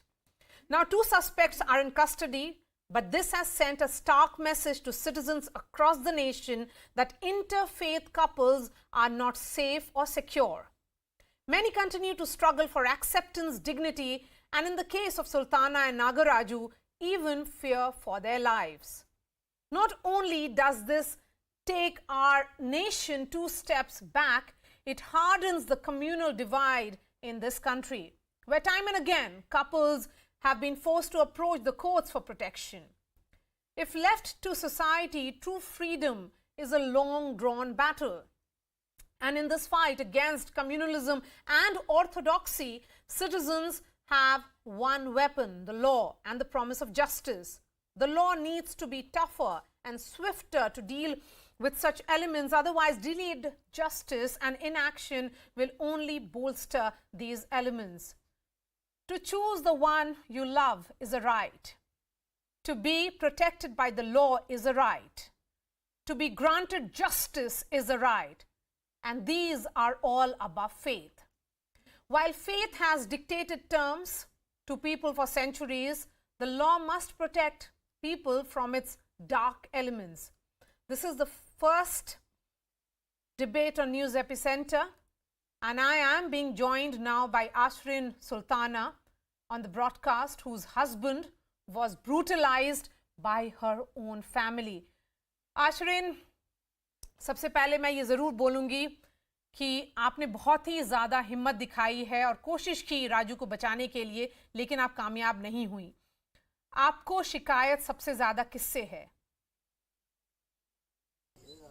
Ma'am, मुझे मेरे भाई से भी है, और जहाँ पे वो मतलब अटैक कर रहे थे ना, वहाँ पे जो सब कुछ थे ना, वो लोगों से भी है मैम। आप बोल रही हैं कि आपको सारे उन लोग सबसे शिकायत है जो लोग उस वक्त खड़े हुए थे सड़क पर। क्या आपके भाई ने कभी आपको कोई धमकी दी शादी के वक्त, कुछ कहा कि वो कुछ कर देंगे आप लोगों को? शादी के बाद तो हम उनसे कांटेक्ट नहीं हुए मैम, कभी मिले भी नहीं और कॉल भी नहीं करते उनसे। शादी से पहले उन्होंने ये धमकी दी थी कि अगर तुम उनसे मैरिज करोगी तो तुम दोनों को भी मैं कत्ल कर दूंगा, बोल के बोले थे उन्हें। तो उन्होंने धमकी दी थी। जब आपकी शादी हुई तो आपके परिवार वालों का क्या रिएक्शन था? वो लोग क्या कहते थे? शादी के बाद मतलब शादी किसी की मर्जी से, उन लोगों की मर्जी से नहीं हुई मैम, वो लोग कोई भी नहीं थे शादी में।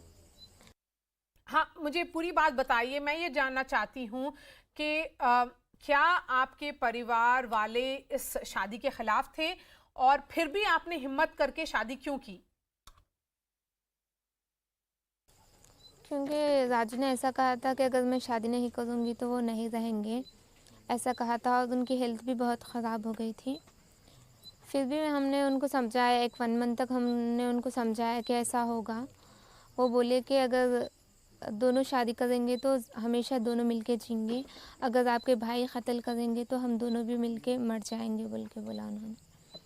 कभी भी दोनों साथ में रहेंगे, बोल के बोला। मुझे उस दिन के बारे में बताइए, आपको क्या ऐसा लग रहा था कि क्या आपके भाई कुछ करेंगे आपके हस्बैंड के साथ? कुछ मॉर्निंग से इंडिकेशन आ रहे थे, कुछ थ्रेट कॉल्स या कुछ? सुबह से मेरा मन तो ख़राब था मैम, लेकिन मुझे ऐसा नहीं था कि मेरे भाई ऐसा करेंगे, क्योंकि मेरे फैमिली मेम्बर्स IDPL में रहते मैम, और जो हम थे वो सरोज नगर था। डिस्टेंस बहुत है ना मैम, और मेरे फैमिली में किसी को भी नहीं पता था कि हम वहाँ पे हैं। लेकिन मुझे ये समझ में नहीं आया कि वो लोग इन्फॉर्मेशन उन लोगों को कैसा मिली, और वो लोग कब से मेरे हस्बैंड को फॉलो कर रहे थे। मेरे हस्बैंड जो जॉब करके आते थे ना, वो टाइम ही वो लोग अटैक करे। मेरे हस्बैंड मुझे लेने आए थे भाभी के घर से अपने घर जाने के लिए। तो आपको कैसे पता चला कि आपके शौहर पे अटैक हो रहा है, अगर आप अपनी भाभी के घर पे थी? मैम मैं मेरे हस्बैंड के बाइक पे ही थी मैम, हम दोनों मिलकर ही मेरे हस्बैंड जॉब से मेरे भाभी के घर आए। सुबह मुझे लंच टाइम में मुझे छोड़ के गए थे भाभी के पास। और जब अटैक हुआ तो उस वक्त कितने लोग मौजूद थे? मैम वहाँ पे तो सब लोग थे मैम, और वो मेन रोड था, जैसे कि कहीं अंदर कॉलोनी वैसा वगैरह भी नहीं था, मेन रोड था। मैंने सबको हेल्प पूछा लेकिन कोई भी हेल्प नहीं करे मैम, और मैंने भी बचाने की बहुत कोशिश की, लेकिन वो लोग मुझे धक्का देते गए कि वो फोर्स मेंबर्स कुछ ऐसा थे। और मेरे भाई तो बहुत बुरे तरीके से मेरे हस्बैंड को मारे मेरे भाई। सुल्ताना, ये जो आपकी कहानी है बहुत ही दर्दनाक है, और पूरे हिंदुस्तान में ये देखा जा रहा है। बहुत सारे लोग ये कहते हैं कि हिंदू मुस्लिम का मामला है, आप मुसलमान हैं और नागराजू हिंदू समाज के थे। आप इसे कैसे देखती हैं? मुझे तो कास्ट फीलिंग कुछ भी नहीं है मैम, कि एक इंसान है बोले तो उनको इंसानियत रहना चाहिए, और किसी सामने कोई प्रॉब्लम में है तो हेल्प करना चाहिए, कि अच्छा इंसान रहना चाहिए, बस उतना ही। हिंदू मुस्लिम ऐसा कास्ट फीलिंग मुझे कुछ भी नहीं है मैम। अगर आपकी शादी अगर उसी समाज के किसी और लड़के से होती तो क्या आपके भाई उनको एक्सेप्ट कर लेते? हाँ करते थे मैम, अगर मैं मुस्लिम से भी अगर पसंद की शादी करूँगी तो वो ऐसे ही करते थे, क्योंकि वो उनको जो पसंद है वही करना बोलते हैं उन्होंने। तो वो क्या आपको शुरू से थ्रेट करते थे, बोलते थे ये करो वो करो, ये नहीं करना है, वो नहीं करना है? हाँ मैम, स्टार्टिंग से भी बचपन से भी ऐसी है कि उन्होंने जो बात बोले वही सुनना। अगर उनकी बात नहीं सुने तो बात से बात नहीं करते थे, हाथ ही उठाते थे मेरे भाई। और बाकी लोग जो आपके परिवार में थे, आपके भाई बहन, अम्मी अब्बा, उन लोग क्या कहते थे? सब लोग उनके साथ खड़े रहते थे या आपके साथ थे? मेरे अब्बू जी का तो इंतकाल हो गया, 4 इयर्स हुआ मेरे अब्बू जी का इंतकाल होके, और मेरे अम्मी जी घर पे ही रहते, उन्हें हाउस वाइफ है। और मेरे 2 दीदीस हैं, उनकी मैरिज हो गई। घर पे ओनली मेरे बड़े भाई और छोटे भाई, अम्मी जी तीनों ही रहते घर पे। तो क्या आपका पूरा परिवार आपकी इस शादी के खिलाफ था? नहीं, मेरे भाई अकेले ही ज़्यादा इसके लिए सब कुछ जो भी करे मेरे भाई, और घर में बाकी कोई लोग भी मुझे कुछ भी नहीं बोला। और जो मेरे अम्मी के बहना थे ना, वो लोग थोड़ा मुझे टॉर्चर करे, लेकिन मेरे अम्मी और छोटे भाई भी कुछ भी नहीं कहा मुझे कभी भी। आपको इंसाफ क्या मिलेगा? आपके मुताबिक इंसाफ आपके लिए क्या होगा? मुझसे ना मैम मॉर्निंग से सब लोग ऐसे ही पूछते जा रहे, बात करते जा रहे, लेकिन वो जो इडियट है ना, जो मेरे हस्बैंड को इतने बुरे तरीके से मेरे हस्बैंड को मारा, वो असल मुझे उससे मिलना है और मुझे उससे बात करना है, और जैसा वो मेरे हस्बैंड को जैसा मारा वो वैसे ही मुझे उसे मारना है मैम। और जो मेरे हस्बैंड की जान लिए ना, मुझे भी मेरे हस्बैंड के जान के बदले में मुझे भी जान चाहिए मुझे। और जो मेरे हस्बैंड को तकलीफ़ हुई ना, जब उनका सांस गई, वैसी तकलीफ़ उनको भी होना चाहिए कि किसी इंसान को मार रहे तो इतने बुरे तरीके से किसी इंसान का सर फोड़े, तो जो फीलिंग होती ना, जो दर्द है ना, वो उन्हें भी महसूस होना चाहिए मेरे भाई को। आखिरी सवाल मैं आपसे जानना चाहती हूँ, आपने बदले की बात की है, क्या आपको यकीन नहीं है कि जो कोर्ट्स हैं वो इंसाफ दिलाएंगे या पुलिस कुछ कर पाएगी?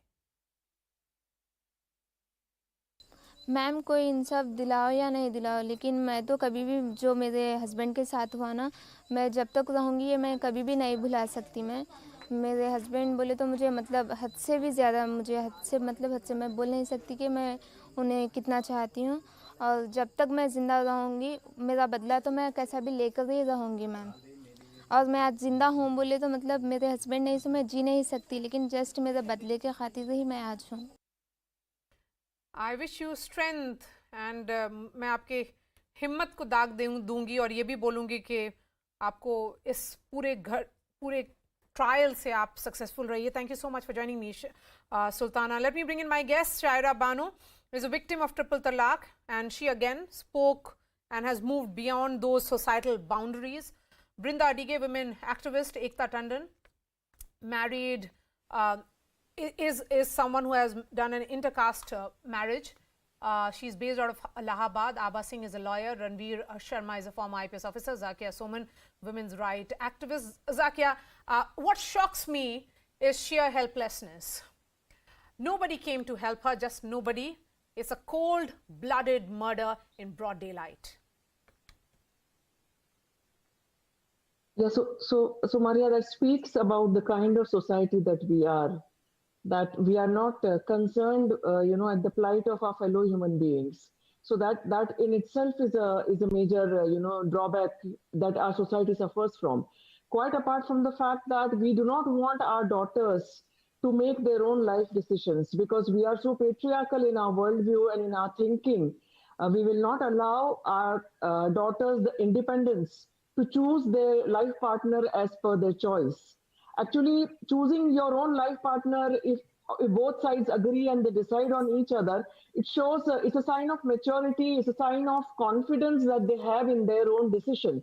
So rather than supporting them, often family members come in the way, given to false notions of honor and caste and religion, and hatred for those who are not from your caste or your religion. And of course, this whole patriarchal notion that a daughter of a family will never go against the family, and she'll be, she'll even be willing to sacrifice herself by marrying anybody who the family chooses for her. So that kind of a thinking has led to this criminal act, what Ashwin was describing. I really my sympathies and my condolences to her, but this is nothing short of it is a criminal act. And I think the family, the society, the community, and the overall climate that we have about intolerance and about hate for anybody who is different from us. Zakia, I'm going to ask you about your own story as well, because you have also chosen a marriage which is not the usual societal marriage, and that is the reason why things are the way things are. We are seeing in case of Sultana. But before that, let me take opening comments from others as well. Abba Singh, these are adults that we are looking at. Ashrin is 23. Her husband, who died, was 25. And in fact, the same day, the friends of the couple had taken them to meet the superintendent of police of Vikarabad district, where they had said that their adults were not in sync with this marriage, that they were not approving this marriage, and then this incident happens. Shockingly, Abha, that this incident is happening near Mandal Revenue Office at Sarur Nagar, which is, I believe, an area where there would be significant police presence, and still nobody comes for her rescue. Abha. Actually, it's a very shocking and heartbreaking incident that a wife sees her husband brutally murdered by none other than her brother. So when I was listening to her, she said nobody came to help. Yes. Innumerable times we have said that in cases like this, where nobody comes to help a person who's been killed or raped, why don't we put a charge of 34 IPC, that is common intention?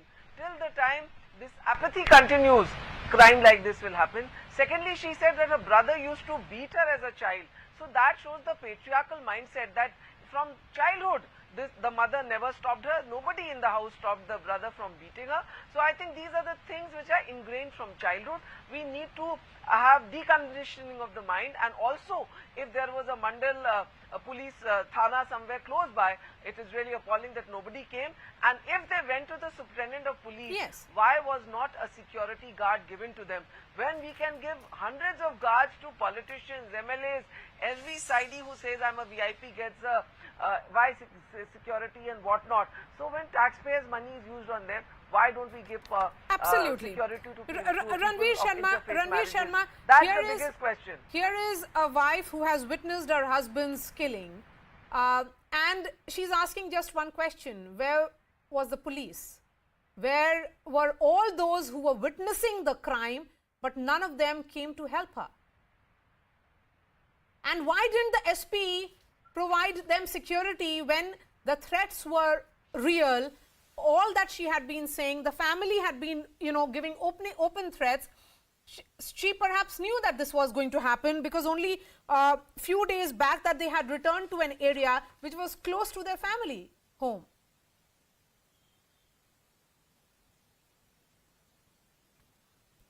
Mr. Sharma, you have to unmute yourself. You have to unmute yourself, sir. There seems to be some problem with that line. I'll try and fix that. Brinda DK, take that question. Please go ahead. The police have never taken such cases seriously. The police are as patriarchal as the rest of the country and our society. And let us also remember that such cases are brushed away, brushed off. In this case, even though she has gone and made this complaint at the police station, they have not actually registered anything. So we don't even know whether it has gone into the station diary also. So if you see how our police function, until and unless there is a FIR registered, there is an NCR registered, there is no action executed. So over here it would have been a verbal complaint and they would have said, no, don't worry, everything will get sorted out. And police also continue to think that women are properties of the men of these families. Any family, it could be my husband, my brother, my father, my uncle, they are all properties. And so these the police also think that they are also secondary guardians and protectors of these women. And nobody has pulled them up. Nowhere in India has the police been pulled up for not executing a complaint that has come to them, even verbally, because the law says if a verbal complaint has been given, the cops are supposed to be executing, acting on it, enforcing whatever IPCs are there. Nobody pulls them up.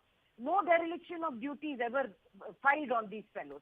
So what happens is this impunity that gets multiplied at various levels. Yes. So the apathy is not just of those bystanders, but also of the police, because they went to complain about it, that the threat is real, and still the police did nothing, Mr. Sharma. Ranveer Sharma. Yes, I am getting you. Now you are hearing me? Yes, please. Go ahead, sir. Loud and clear. This is a shocking news for all of us, because if the complainant has already informed the police about the threat and all, why the SHO has not taken the action, and if SHO has not taken the, what about the supervisor officer? It is the duty of, mandatory duty of the SP, if somebody has come for a threat, and he should have given at least good security to these people so that we could have saved. But so far as the mindset of the society is concerned, it is a big concern for all of us. Because society is not going to accept all these intercaste marriages. Yes, society may not. Society may not accept these intercaste marriages, but what are the cops supposed to be doing? What are the law enforcers supposed to be doing? Not provide them protection. I agree. There is a great lapse of the cops, Whosoever the SHO or Chowki in charge or the SSP, that was their mandatory duty to give the security to the couple. So are we becoming a country, Mr. Sharma, are we becoming a country where the adults are not supposed to fall in love and then choose their partner with whom they are in love? Yes, they have every right to love and they have every right to take protection from the law also. but which has not been given. Absolutely. The accountability of the SHO and the SSP has to be fixed. Absolutely. Yes. Accountability has to be fixed because the threat was real and they had met the superintendent of police. The accountability has to be fixed of this SSP and the superintendent of police. What did they do when this couple went to meet them to seek protection? Let me bring Ekta Tandon. She married to a Muslim man and she is based out of Allahabad, and Shaira Banu. Just two of them on the screen now, please. Ekta, tell us about yourself and tell me what are your thoughts. आप इस सुल्ताना के बारे में आप क्या सोचती हैं जो उसके साथ हुआ? मैम मुझे शॉक्ड हुआ। आप मुझे सुन पा रहे हो मैम? जी जी जी बोलिए। मैम मैंने जब कल न्यूज़ देखी तो मैं एकदम शॉक्ड हो गई कि ये क्या हो रहा है। इवन मेरी शादी को 24 से 25 साल हो गए और 24-25 साल पहले आई थिंक आज जो हो रहा है वो तो और ज्यादा होना चाहिए था बैक में, लेकिन मेरी शादी में ऐसा कुछ भी नहीं हुआ। और 25 साल की शादी में मेरा एक अच्छा मतलब 23 साल का बेटा है और आई थिंक मुझे कभी कोई प्रॉब्लम हुई ही नहीं। इवन मेरी अरेंज मैरिज है, कोई मैंने लव कम अरेंज ही रही मैम मेरी, लेकिन मुझे कभी ऐसी कोई प्रॉब्लम नहीं आई। लेकिन जब मैंने कल न्यूज़ सुनी तो मुझे एक वो लगा कि क्या आज भी हम इतने पीछे, हमारी सोच इतनी पीछे, हम कितना आगे, हमारी एजुकेशन कितने मतलब कितने आगे आ चुके हैं और फाइनली हम यहीं आके स्टक हो जाते कि रिलीजन हिंदू मुस्लिम। जो कि मैं जिस फैमिली में गई हूँ मेरे इन लॉज बहुत ही पुराने ख्यालों के हैं मैम, और उन्होंने मुझे दिल से एक्सेप्ट किया। और इवन मैं अगर ये कहूँ कि मैं अपने मदर के यहाँ से ज़्यादा अच्छा मदर इन लॉ के यहाँ फील करती हूँ तो ये गलत नहीं होगा। जो कि मेरी एजुकेशन बहुत हाईली रही, मैं अच्छे मतलब इंस्टीट्यूट से मेरी स्टडी हुई और मुझे इवन मेरी शादी के बाद ही मुझे हस्बैंड ने इंसिस्ट किया कि आगे पढ़ो, अपनी एजुकेशन को कंटिन्यू करो। मैंने किया भी, बच्चा छोटा सा था मेरा, मैंने आगे पढ़ाई की अपनी, लेकिन मुझे कभी कोई प्रॉब्लम नहीं आई। लेकिन जब मैंने कल वो इंसिडेंट देखा तो मैं शॉक्ड हुई। इवन मैं काफी देर तक डिस्टर्ब भी रही कि ये क्या है, ये चीज हमारे समाज के लिए गलत है, ये मैसेज गलत जा रहा है। और ये और आपकी शादी 25 साल पहले हुई और उस वक्त सारे परिवार वालों ने एक्सेप्ट कर लिया, लेकिन वो 25 साल के बाद सुल्ताना को उसके परिवार वाले एक्सेप्ट नहीं करते हैं और उनका अपना खुद का भाई उनके पति को इस तरह से बेरहमी से उसकी हत्या करता है, उसको मार देता है। Let me bring Shayra now. Shayra, the entire country knows about your story. आपके बारे में पूरे हिंदुस्तान को पता है कि आपने कैसी जद्दोजहद की है, किस तरह की जंग लड़ी है। क्या आज भी समाज में उस बाउंड्री के बाहर, उस लक्ष्मण रेखा के बाहर अगर औरतें, मुस्लिम समाज की औरतें सोचती हैं तो क्या उनको प्रिपेयर्ड रहना चाहिए कि कुछ भी हो सकता है जिसके बारे में वो चूज कर रही हैं, जिस इंसान के साथ वो जिंदगी गुजारने का फैसला कर रही हैं? बिल्कुल उनको मतलब तैयार रहना चाहिए कि मतलब जिस व्यक्ति के साथ वो जिंदगी बिता रही हैं तो उसके बारे में प्रिपेयर होना चाहिए कि वो मतलब किस तरह का है, क्या है। क्योंकि जब मैरिज होती है तो किसी भी पर्सन के बारे में आप कुछ नहीं कह सकते कि वो कैसा है, क्या है, क्योंकि मैरिज से पहले सब कुछ बहुत अच्छा होता है। शायरा, इनके केस में लगते हैं। अगर आपने सुल्ताना की स्टोरी देखी है, इसके केस में उसकी फैमिली ने एक्सेप्ट नहीं किया और उसके भाई ने ही उसके पति को मार डाला। हाँ, इसके भाई ने, ये सुल्ताना के भाई ने जो है उसके हस्बैंड का मर्डर कर दिया। ये बहुत ज्यादा गलत है और बहुत ही सॉफ्ट न्यूज है। मैंने जो सुना है ये बहुत ही मुझे सॉफ्ट हुआ। और बिल्कुल वो तो जो सुल्ताना है उसे कोई भी प्रॉब्लम नहीं थी, अपने हस्बैंड से कोई भी प्रॉब्लम नहीं थी। और उसके जो घर वाले हैं उसको इंटरकास्ट मैरिज थी ये, तो उनको प्रॉब्लम थी। तो ऐसा है जब वो उसको मार रहे थे या उसके घर पे मतलब वो आया उसका हस्बैंड और उसके भाई लोग मार रहे थे, तो उसको भी कानून का सहारा लेना चाहिए था। नहीं, मुझे ये बताइए शायरा, जब मुस्लिम समाज में औरतें इस तरह का अपनी जिंदगी का फैसला करती हैं तो किस तरह का ऑपोजिशन होता है, किस तरह के उनके चैलेंजेस होते हैं? क्योंकि अगर आपने भी ट्रिपल तलाक के खिलाफ पूरी जंग लड़ी तो क्या आप अकेले थी या फिर परिवार में बहुत सारे लोग आपकी मदद कर रहे थे और आपके साथ खड़े थे? हाँ, मेरे परिवार में मतलब लोग खड़े हुए थे, मेरे साथ खड़े हुए थे. That's perhaps an exception there, Zakia. I'm going to go back to Ekta's story, Zakia. She says her marriage happened 25 years ago, and then the family accepted it. Are we only going back in time? The sheer reaction to what should have been more accepting because of the, the kind of exposure that we have, the kind of integrated culture that we are living in. But it seems to be only that increasingly the orthodoxy, the patriarchy, and the fundamental approach to religion and society is becoming dominant. So in the age of internet and in the age of information explosion, a lot of families in our society are regressing. They're going backward. Yes. That is what it proves. Because every human being has a right to fall in love. Every human being has a right to marry a person of her choice, his choice, and even the law gives us that right. So we are a multicultural society, multi-faith country, yes, where all of us citizens are entitled to marry a person of our choice. So it's a between, like it's said in Hindi, Miya Biwi Razi. So that is what matters. And it's a reason to celebrate if two persons are really in love and they want to spend their life together.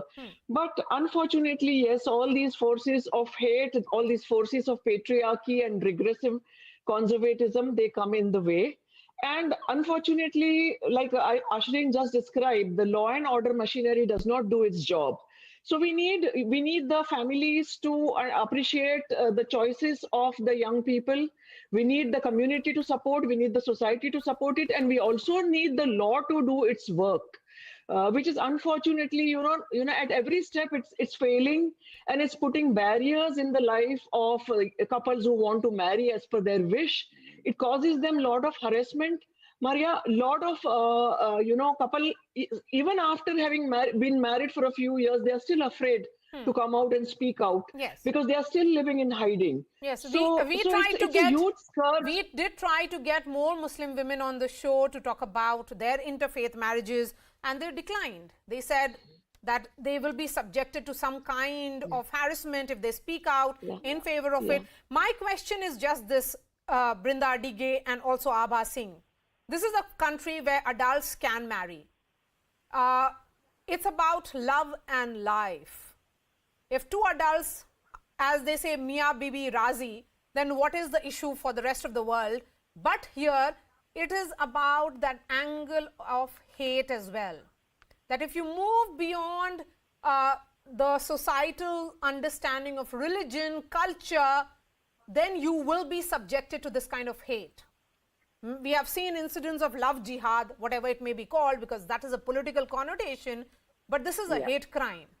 What we have witnessed in Hyderabad is hate crime, Brinda Dige. You're absolutely right, Maria. We must remember that in religion forms a very integral part of most of us Indians. And that is why it is important that religious leaders do not even encourage an iota of this kind of intolerance and hate. And I want to place on record that somewhere maybe this is happening, and that is why what education we are supposedly getting or not getting is not really showing in our actions. Hate crimes, especially in these cases, is very high. But being a patriarchal country, there is also the assumption, again from religion, that women are properties.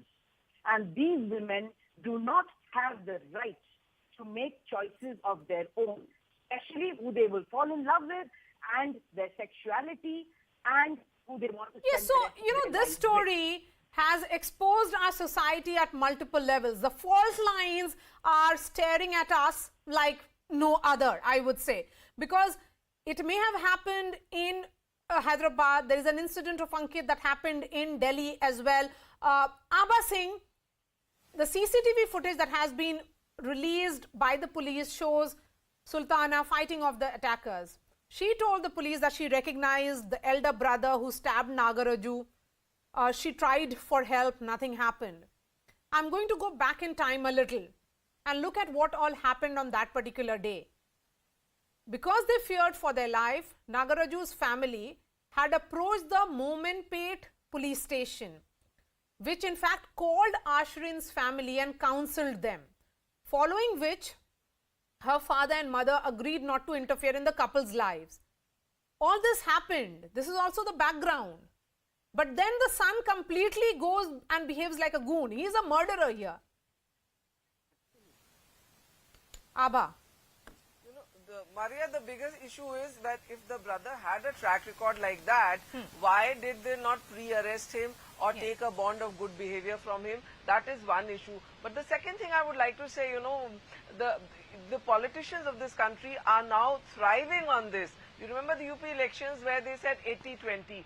Everywhere in every part of the country, people are trying to divide the communities, and I think that is why so much of this hate is happening. And love jihad, as we say, we are trying to politicize love. We are trying to politicize interfaith marriages.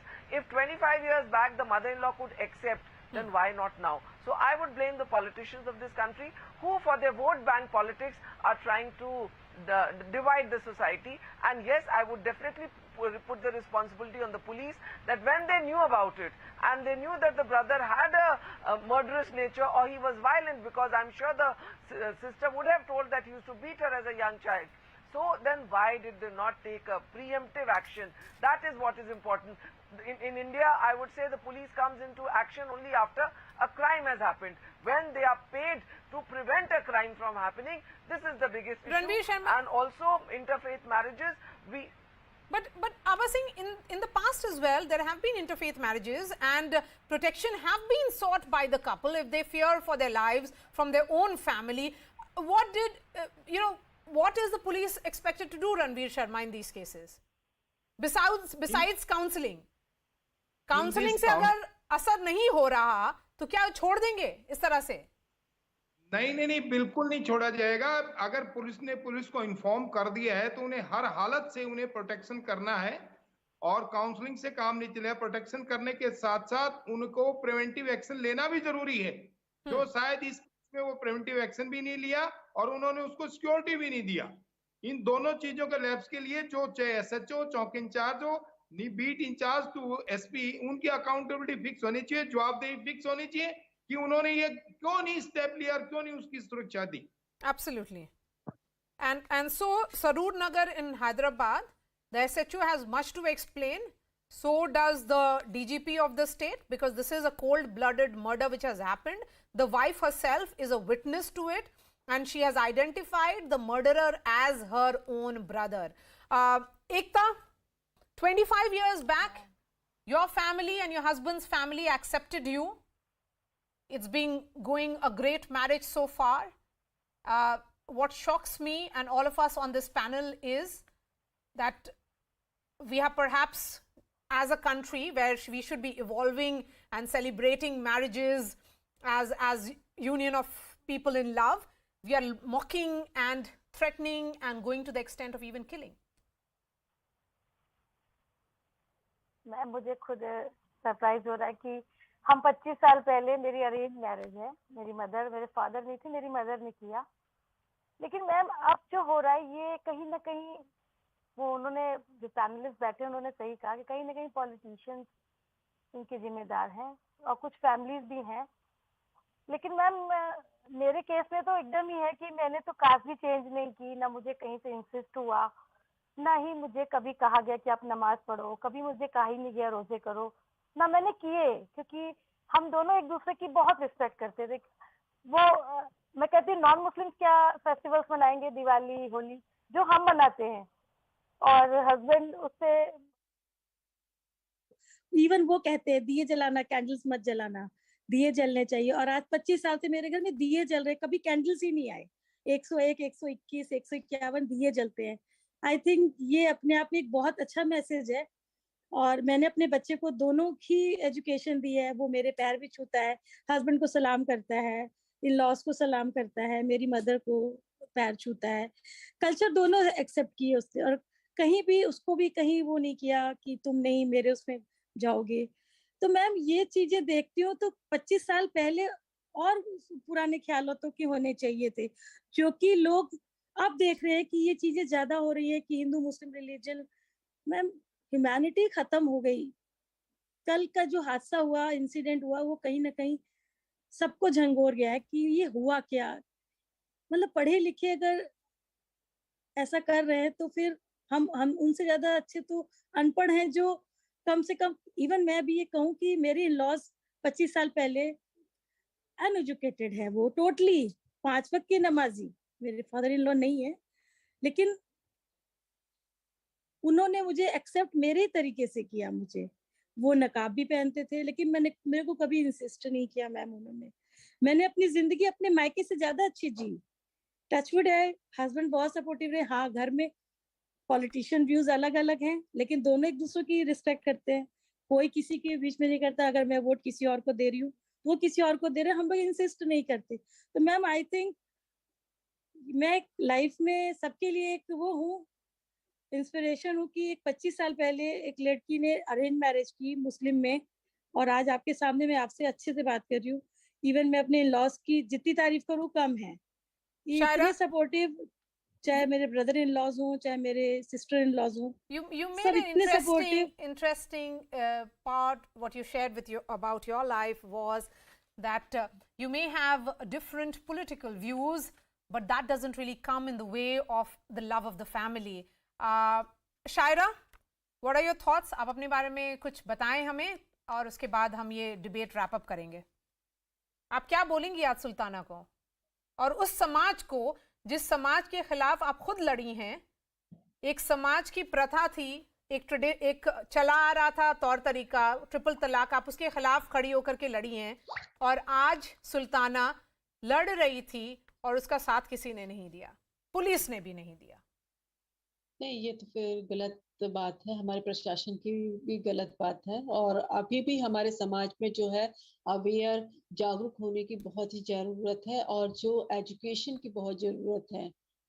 और हम जो ये triple तलाक का जो कानून बना है, अब तो महिलाएं बहुत ही ज्यादा मतलब जागरूक हो रही हैं और सामने आ रही हैं। पहले तो कुछ भी नहीं था। पुलिस प्रशासन यही कहती थी, अगर प्रशासन के पास जाते हैं तो यही कहा जाता था कि क्या कहते हैं, ये तो आपकी शरीयत का मामला है, इसमें हम कुछ हस्तक्षेप नहीं कर सकते हैं। तो ये जो कुछ भी हुआ सुल्ताना के साथ बहुत ही गलत हुआ है, और हम उसके साथ खड़े हैं। और जहां तक भी उसको जरूरत होगी हम उसकी मदद करेंगे, और उसके हेल्प के लिए हम हमेशा, हमारे दरवाजे खुले हैं और हमेशा उसको सपोर्ट करने के लिए हम खड़े हैं। शायरा, ये बताएं, जब इस तरह की हिम्मत करती हैं औरतें मुसलमान समाज की कि कुछ अपने दम पर कुछ करें, जो प्रथा चली आ रही है, जैसे आपने ट्रिपल तलाक के खिलाफ पूरा खड़े होकर के आपने जंग लड़ी, तो उसके बाद किस तरह का ऑपोजिशन होता है, किस तरह की बात आपको सुननी पड़ती है? क्योंकि ये जो हुआ है सुल्ताना के साथ, वो क्लियर ये भी बता रहा है कि अगर औरतें उस बाउंड्री के आगे सोचेंगी या वो लक्ष्मण रेखा के आगे सोचेंगी तो ये भी होगा। क्योंकि जो ऑर्थोडॉक्सी है, जो परिवार में मर्द हैं, वो इस तरह की भी कर सकते हैं, उनका अपना खुद का भाई है।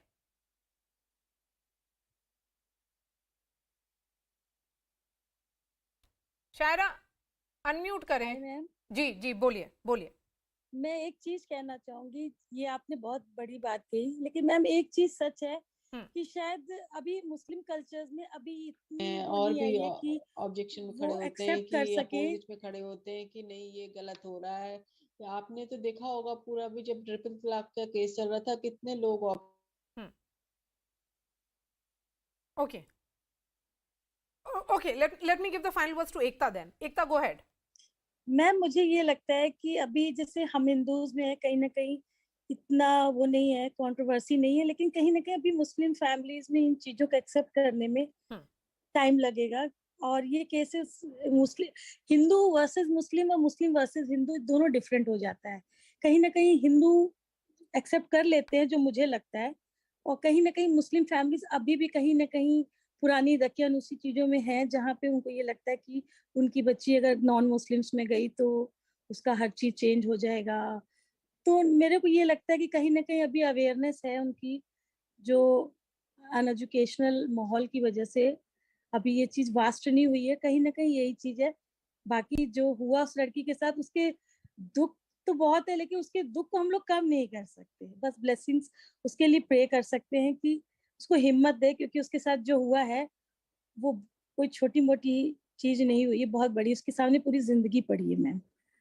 और ये अपने आप में उसके लिए अपनी एक लड़ाई उसकी शुरू हुई है। हिम्मत दे रहा है उसको उस लड़ाई के जीतने के लिए। लेकिन मैं ये कहूंगी कि उसके मन में जो बदले की भावना है, उस चीज को वो करके कानूनी तौर पे लड़ाई लड़े। She should hope for justice, and this may not be the right way to go ahead with it. Thank you so much for joining us, Shaira Bano, Brinda Adige, Ekta Abha, Ranveer Sharma and Zakia Soman. We are slipping into a short break. After that, we'll be going to Bengal, where it is TMC versus BJP again.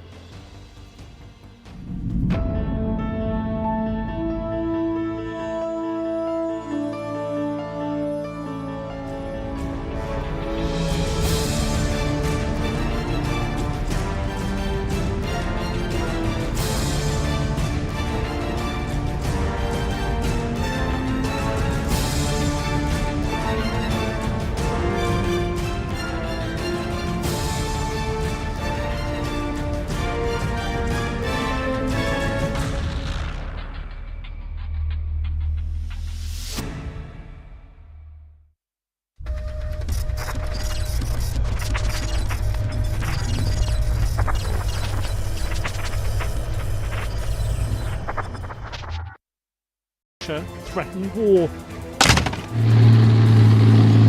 Arrow 22, joint military exercises.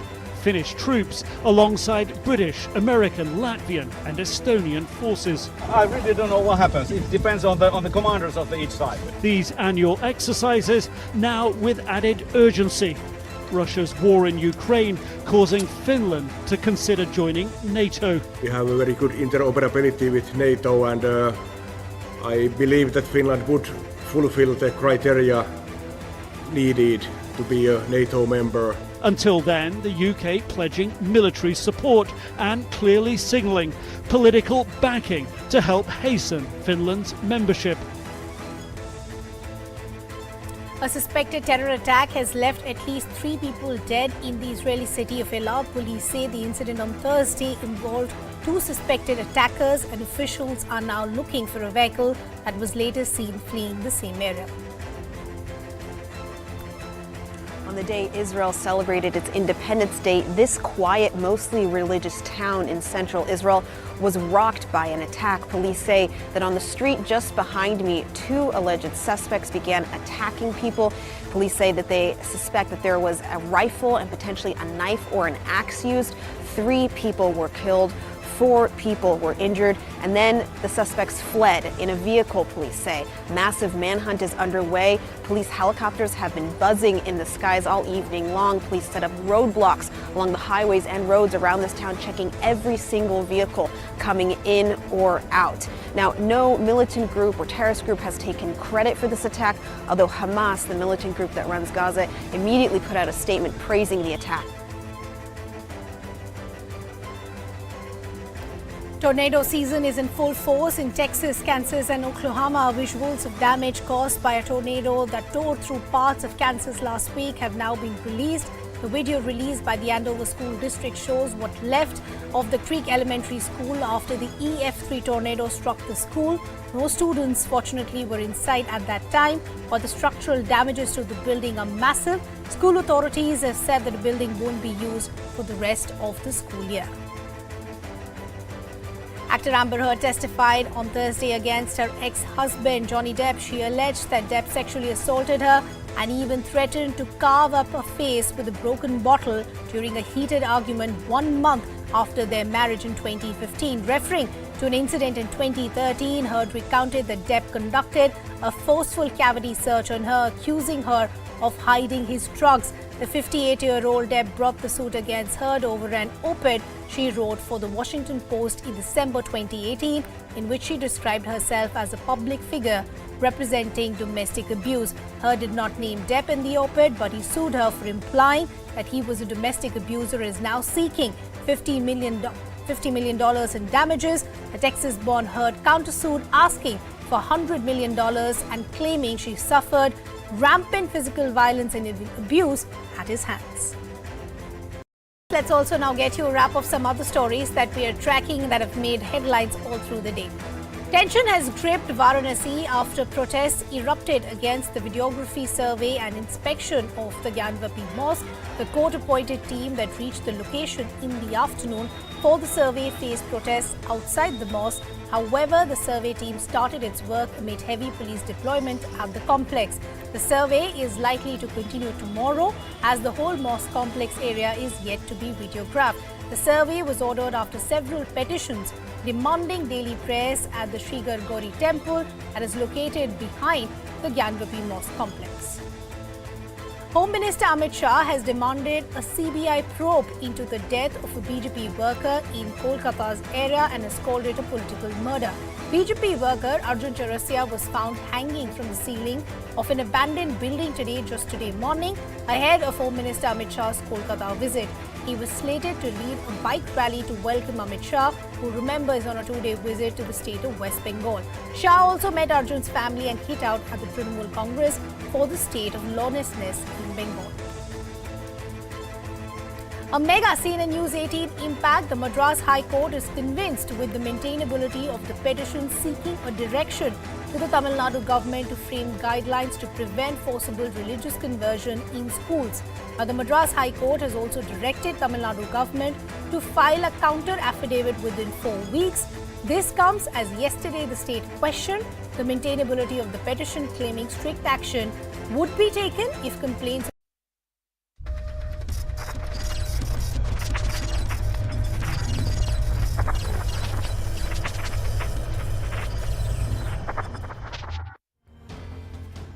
Welcome back. Bengal seems to have descended into a literal war zone, where the political killings continue in the ongoing fight between the BJP and the Trinamool Congress. A BJP youth wing leader named Arjun Chaurasia was found hanging in the Kasipur area of West Bengal. His family has claimed he was murdered and police officials were met with heavy resistance while attempting to take his body for an autopsy. This gruesome incident took place just ahead of Home Minister Amit Shah's Kolkata visit, and the Home Minister's main events were cancelled as he paid a visit to the BJP workers' bereaved family.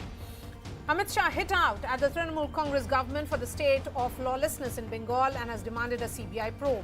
But this is clearly a pattern of violence that is there against the BJP, where many BJP workers have been targeted in a similar manner. Let's not forget the 2018 murder of BJP leader Trilochan Mehato. His body was found hanging from a tree with a poster saying punishment, let's not forget. In 2022 January, Shruvo Jyoti Ghosh of the BJP's Yuva Morcha was found hanging in Alipurdwar, and today it is Chaurasia. Justice has still not been delivered in these past cases. The dire state of affairs in Bengal cannot be ignored and has only granted more ammunition to the BJP. But beyond the politics, when will heads roll and will justice be served? कल ही तृणमूल सरकार के 1 साल हुआ है, उसके दूसरे ही दिन बंगाल में राजनीतिक हिंसा, राजनीतिक हत्या का परंपरा फिर से शुरू किया है। Union Minister Amit Shah, who visited Bengal for the first time since last year's assembly elections, is once again crossing swords with Chief Minister Mamta Banerjee. The latest flashpoint is the death of a BJP worker in Kolkata. Arjun Chaurasia, a member of BJP's youth wing, was found hanging in an abandoned building near his home in Kolkata. Hundreds of people, thousands maybe, are here. They are still protesting, and you can see the kind of gathering that is here outside the house, the abandoned building, where the body was discovered. The BJP alleges he was murdered by the Trinamool Congress. वही पुराना तृणमूली कायदा में मार के उसको झुला दिया गया और आज इसको क्यों किया? माननीय अमित शाह जी का कार्यक्रम यही पर है और उस कार्यक्रम को नष्ट करने के लिए इन्होंने साजिश का तौर पर किया. Amit Shah, who was on a 2-day visit to Bengal, visited Chaurasia's home and demanded a CBI inquiry into his death. Bharatiya Janata party के कार्यकर्ता अदालत के सामने गए हैं कि इसका वीडियोग्राफी के साथ पैनल पोस्टमार्टम हो और इसकी जांच सीबीआई को सौंपनी चाहिए. The TMC denied any hand in the BJP workers' death. যারা যারা নাকি বিরোধী দলে আছে, যারা ডিসিডেন্ট পলিটিক্স করে, তাদেরই নাকি আমরা একদম এই ধরনের অত্যাচারের শিকার করি. এটা হয় কোনোদিন? বাংলার মতন শান্তিপ্রিয় জায়গা কোথাও আছে? After a bitterly fought election last year, the BJP and the TMC have continued to accuse each other of violence and killings in the state. So is an independent probe the only way ahead? Joining me now, Bhaskar Ghosh, BJP leader, Dr. Shantanu Sen, Member of Parliament of the TMC. Bhaskar Ghosh, beginning with you. Any killing or any murder or any death is subject of investigation. Then how can your party leader come to the conclusion without any probe that this is a political murder? Well, first of all, this is not any killing. It is a serial killing. And it is a serial killing with an intention of eradicating the opposition party. It's a political killing which has been totally ployed by the ruling party along with its all machineries. I give an example of Ahmedabad. I give an example of Purulia.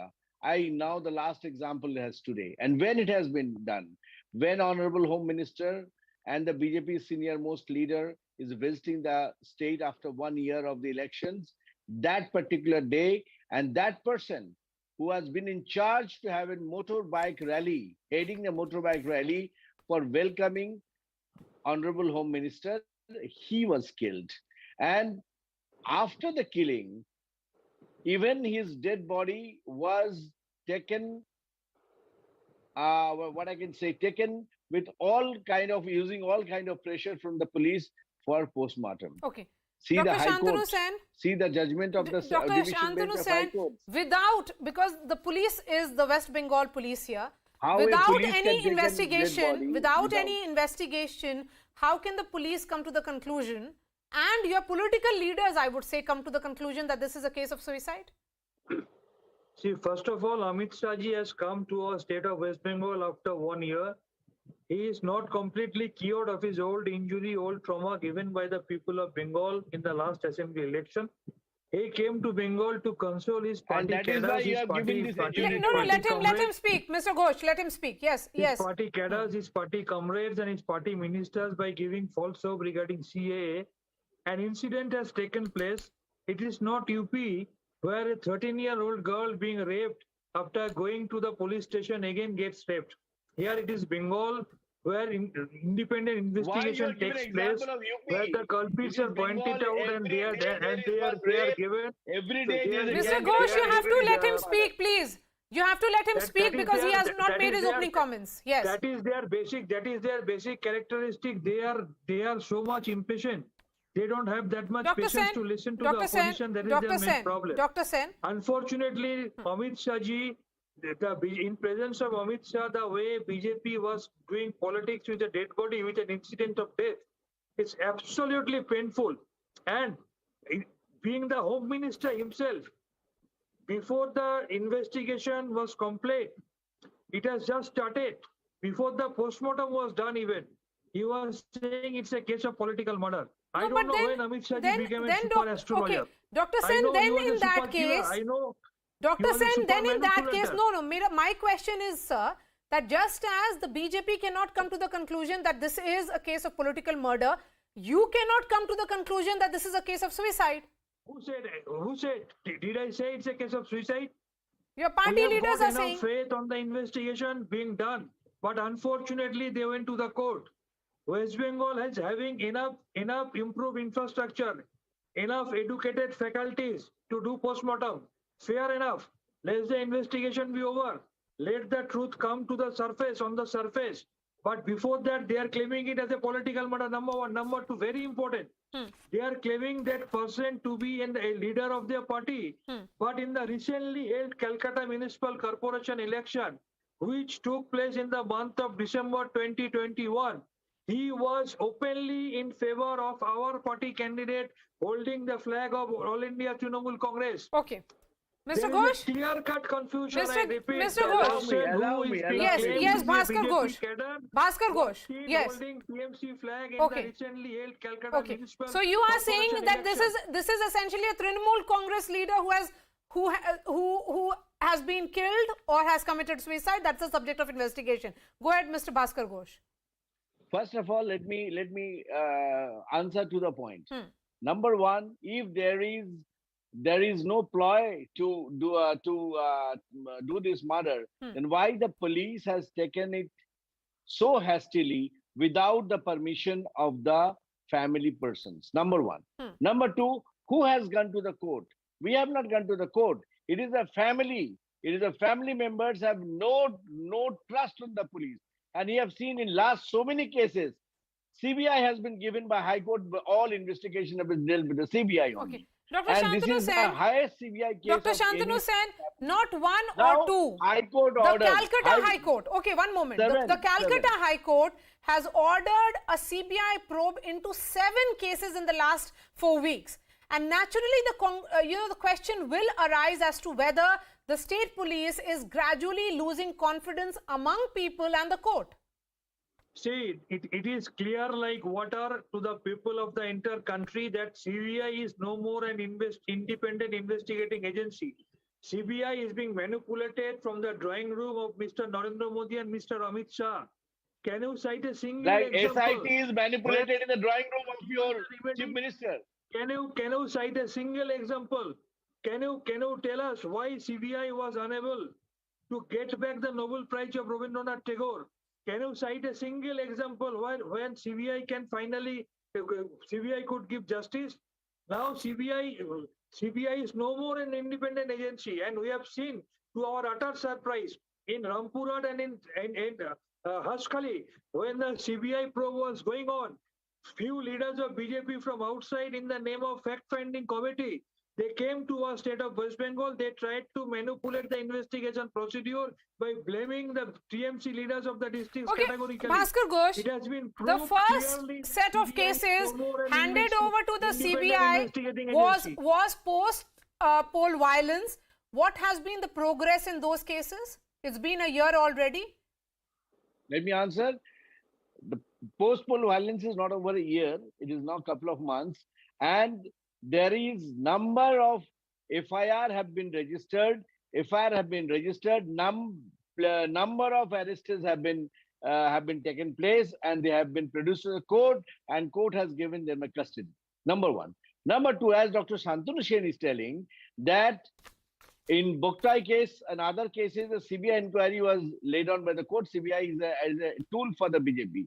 Now, who has demanded for the CBI? You go from Anis Khan to everyone who are the TMC cadre, TMC supporters. They have insisted for CBI. We have not insisted CBI. That means their own cadre has got own Karyakarta, own leader has got no respect to the SIT team, which is Suomoto SIT is starting all the inquiries. Now the question is, CBI, if you go to the CBI website, you will find that CBI striking rate is pretty high, at least higher than Calcutta Police.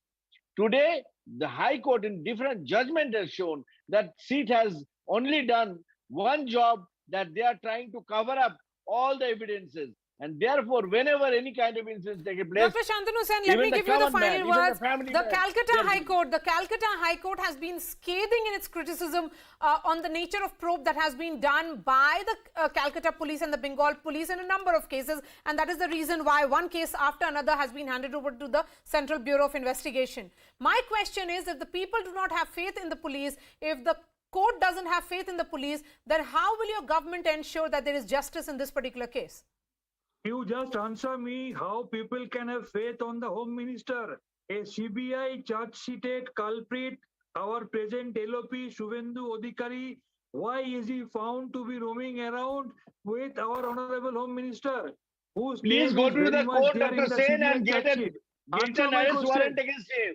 Answer my Go to the question. A court. CBI Court has charge-sheeted, given him bail out. a Court CBI has given him bail charge-sheeted out. person, why is he being found roaming around with our Home Minister of the country? Does it prove the indifferent attitude of CBI? No. Does it First prove of the all, you are neutral just attitude of distorting the CBI? truth. Can you answer my question? Convicted. He is not accused by Have you got the CBI. guts to answer You my know, the question is, in this political slugfest, will the family get justice? It seems to be about BJP versus TMC in the state of Bengal, but what about those who have lost their loved ones? Will they get justice? That is the question. Thank you so much for joining us, Dr. Shantanu Sen and Bhaskar Ghosh. That's all from me. Thanks so much for watching.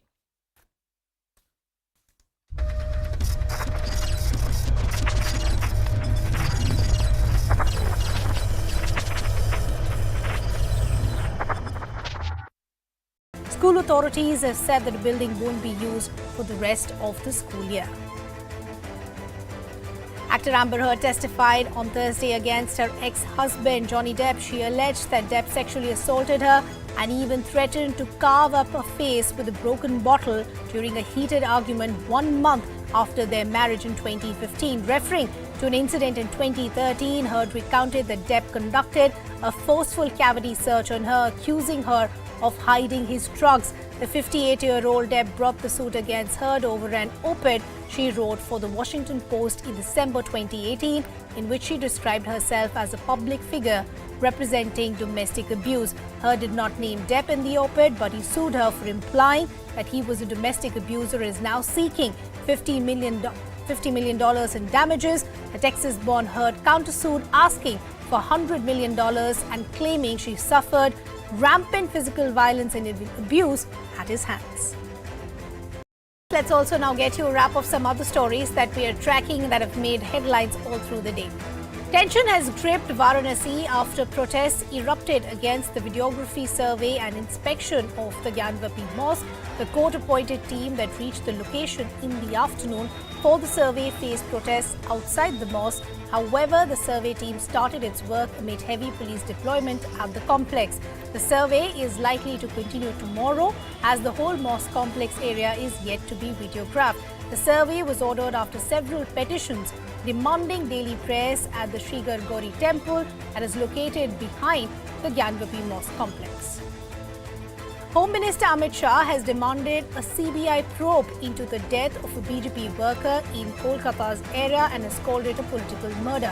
BJP worker Arjun Charas. Look at these visuals and the information that we are putting out.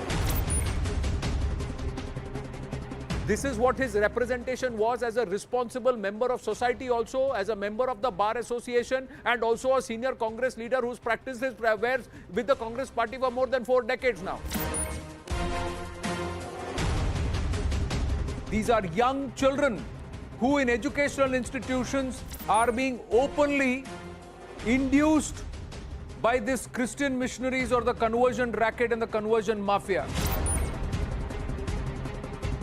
And we are also planning to move the Madras High Court, file it as a writ petition, the sting operation done by CNN and News18 in public interest, to treat it as an evidence. Humanity is humanity, sir. But what is happening in these schools today is that this faith is dirty, this faith is satanic. You don't call another religion the devil or satanic. Political opposition is being used as perhaps the grounds to seed radicalization. Why will an Ayman al-Zawahiri talk about a matter in India? इस सरकार का record खोल के देख लीजिए, जितने भी इनके सरकारी स्कीम्स हैं उसमें से कम 25 to 30% बेनिफिट सिर्फ मुस्लिम कौम को दी गई है. Who is the United States to talk human rights? It's the worst adversarial tool that the US can use, and it's time that we give it back to them in equal measure.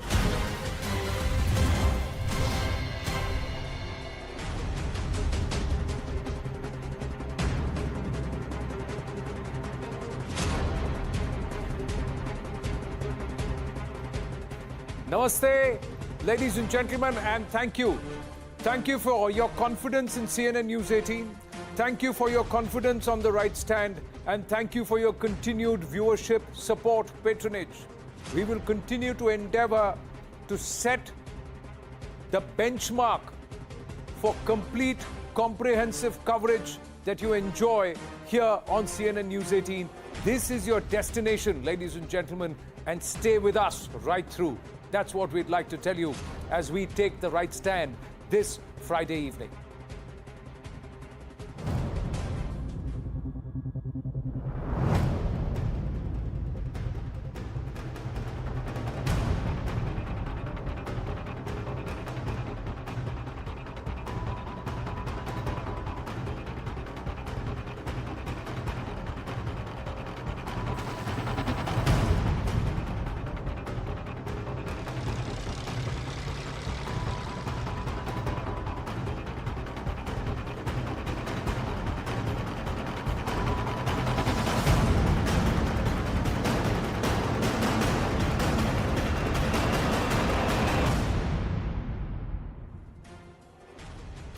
And this Friday evening, we join you with yet another mega CNN News 18 exclusive. This is the diabolical, devious Kashmir plot that's been hatched by those who see the narrative being taken away, snatched away from them. This is the Kashmir terror nexus that we have unearthed. We've accessed a 2,000-page NIA charge sheet. Arunima has been able to get her hands on material evidence along with the charge sheet, which shows what the Pakistanis, the terrorists operating there, with the help of the establishment, had tried to plot in Jammu and Kashmir post the abrogation of Article 370. Pakistan's desperation to show Kashmir terror as homegrown. This is what their desperation is. Why? Because Pakistan's hands were tied due to the FATF scrutiny. They had to show that they were not directly involved. And the abrogation of special status, that is Article 370, that also clipped their terror wings. So how did they do it? All terrorists on Pakistan payroll were asked to mount concerted attacks, pool in their resources for Jammu and Kashmir. That's how they did it. Who was it? These were commanders of the Lashkar, Hizbul, Al-Badr, Tehreek-ul-Mujahideen. They were all roped in, bunched in together, and they were given a very nice coinage. Somebody sitting there has got his grey cells working overtime because they called it the Resistance Front. But when did this happen? This happened in a meeting called by Syed Salahuddin. He's the head of the United Jihad Council, a grouping of 14 terrorist organizations which operates from Pak soil. It's under the aegis of the ISI, and this happened in September 2019, soon after the abrogation, just about a month later. Ab kya kare? Kaise kare? Kahan kare? This is what? Where? Attacks were planned in the valley against who? BJP netas, BJP workers, civilians and minorities in Kashmir, that is non-Muslims, and also those who decided to uphold the tricolor and push for an alternative political narrative. They were all targeted, and there is material evidence to prove this claim, ladies and gentlemen. We'll now play out a video. We'll now play out a video that we have accessed of how the so-called hybrid terrorists were being trained via social media by their handlers across the border, and notice that they were giving, or they were being given training in short-arm firing and grenade lobbing. Watch it. Pistol in the regions was commonly istemal karna. Prat kun weather condition was effectively operate gasa. Case karo gold thing magazine please. Tilbat karo is chamber kicker. Chamber she easily just cover remove gasa. Next to its component is remove karo disassemble karo, so she requires spring. Gentle push demo is just a locks must band. Impact karo pull. So loading, unloading a full rifle, and then thereafter revolver cartridges, how to use them, because that is what the series. This is Pakistan's hybrid terror. That's the hashtag. It's a CNN News 18 mega expose. This terror sleeper cells of Kashmir.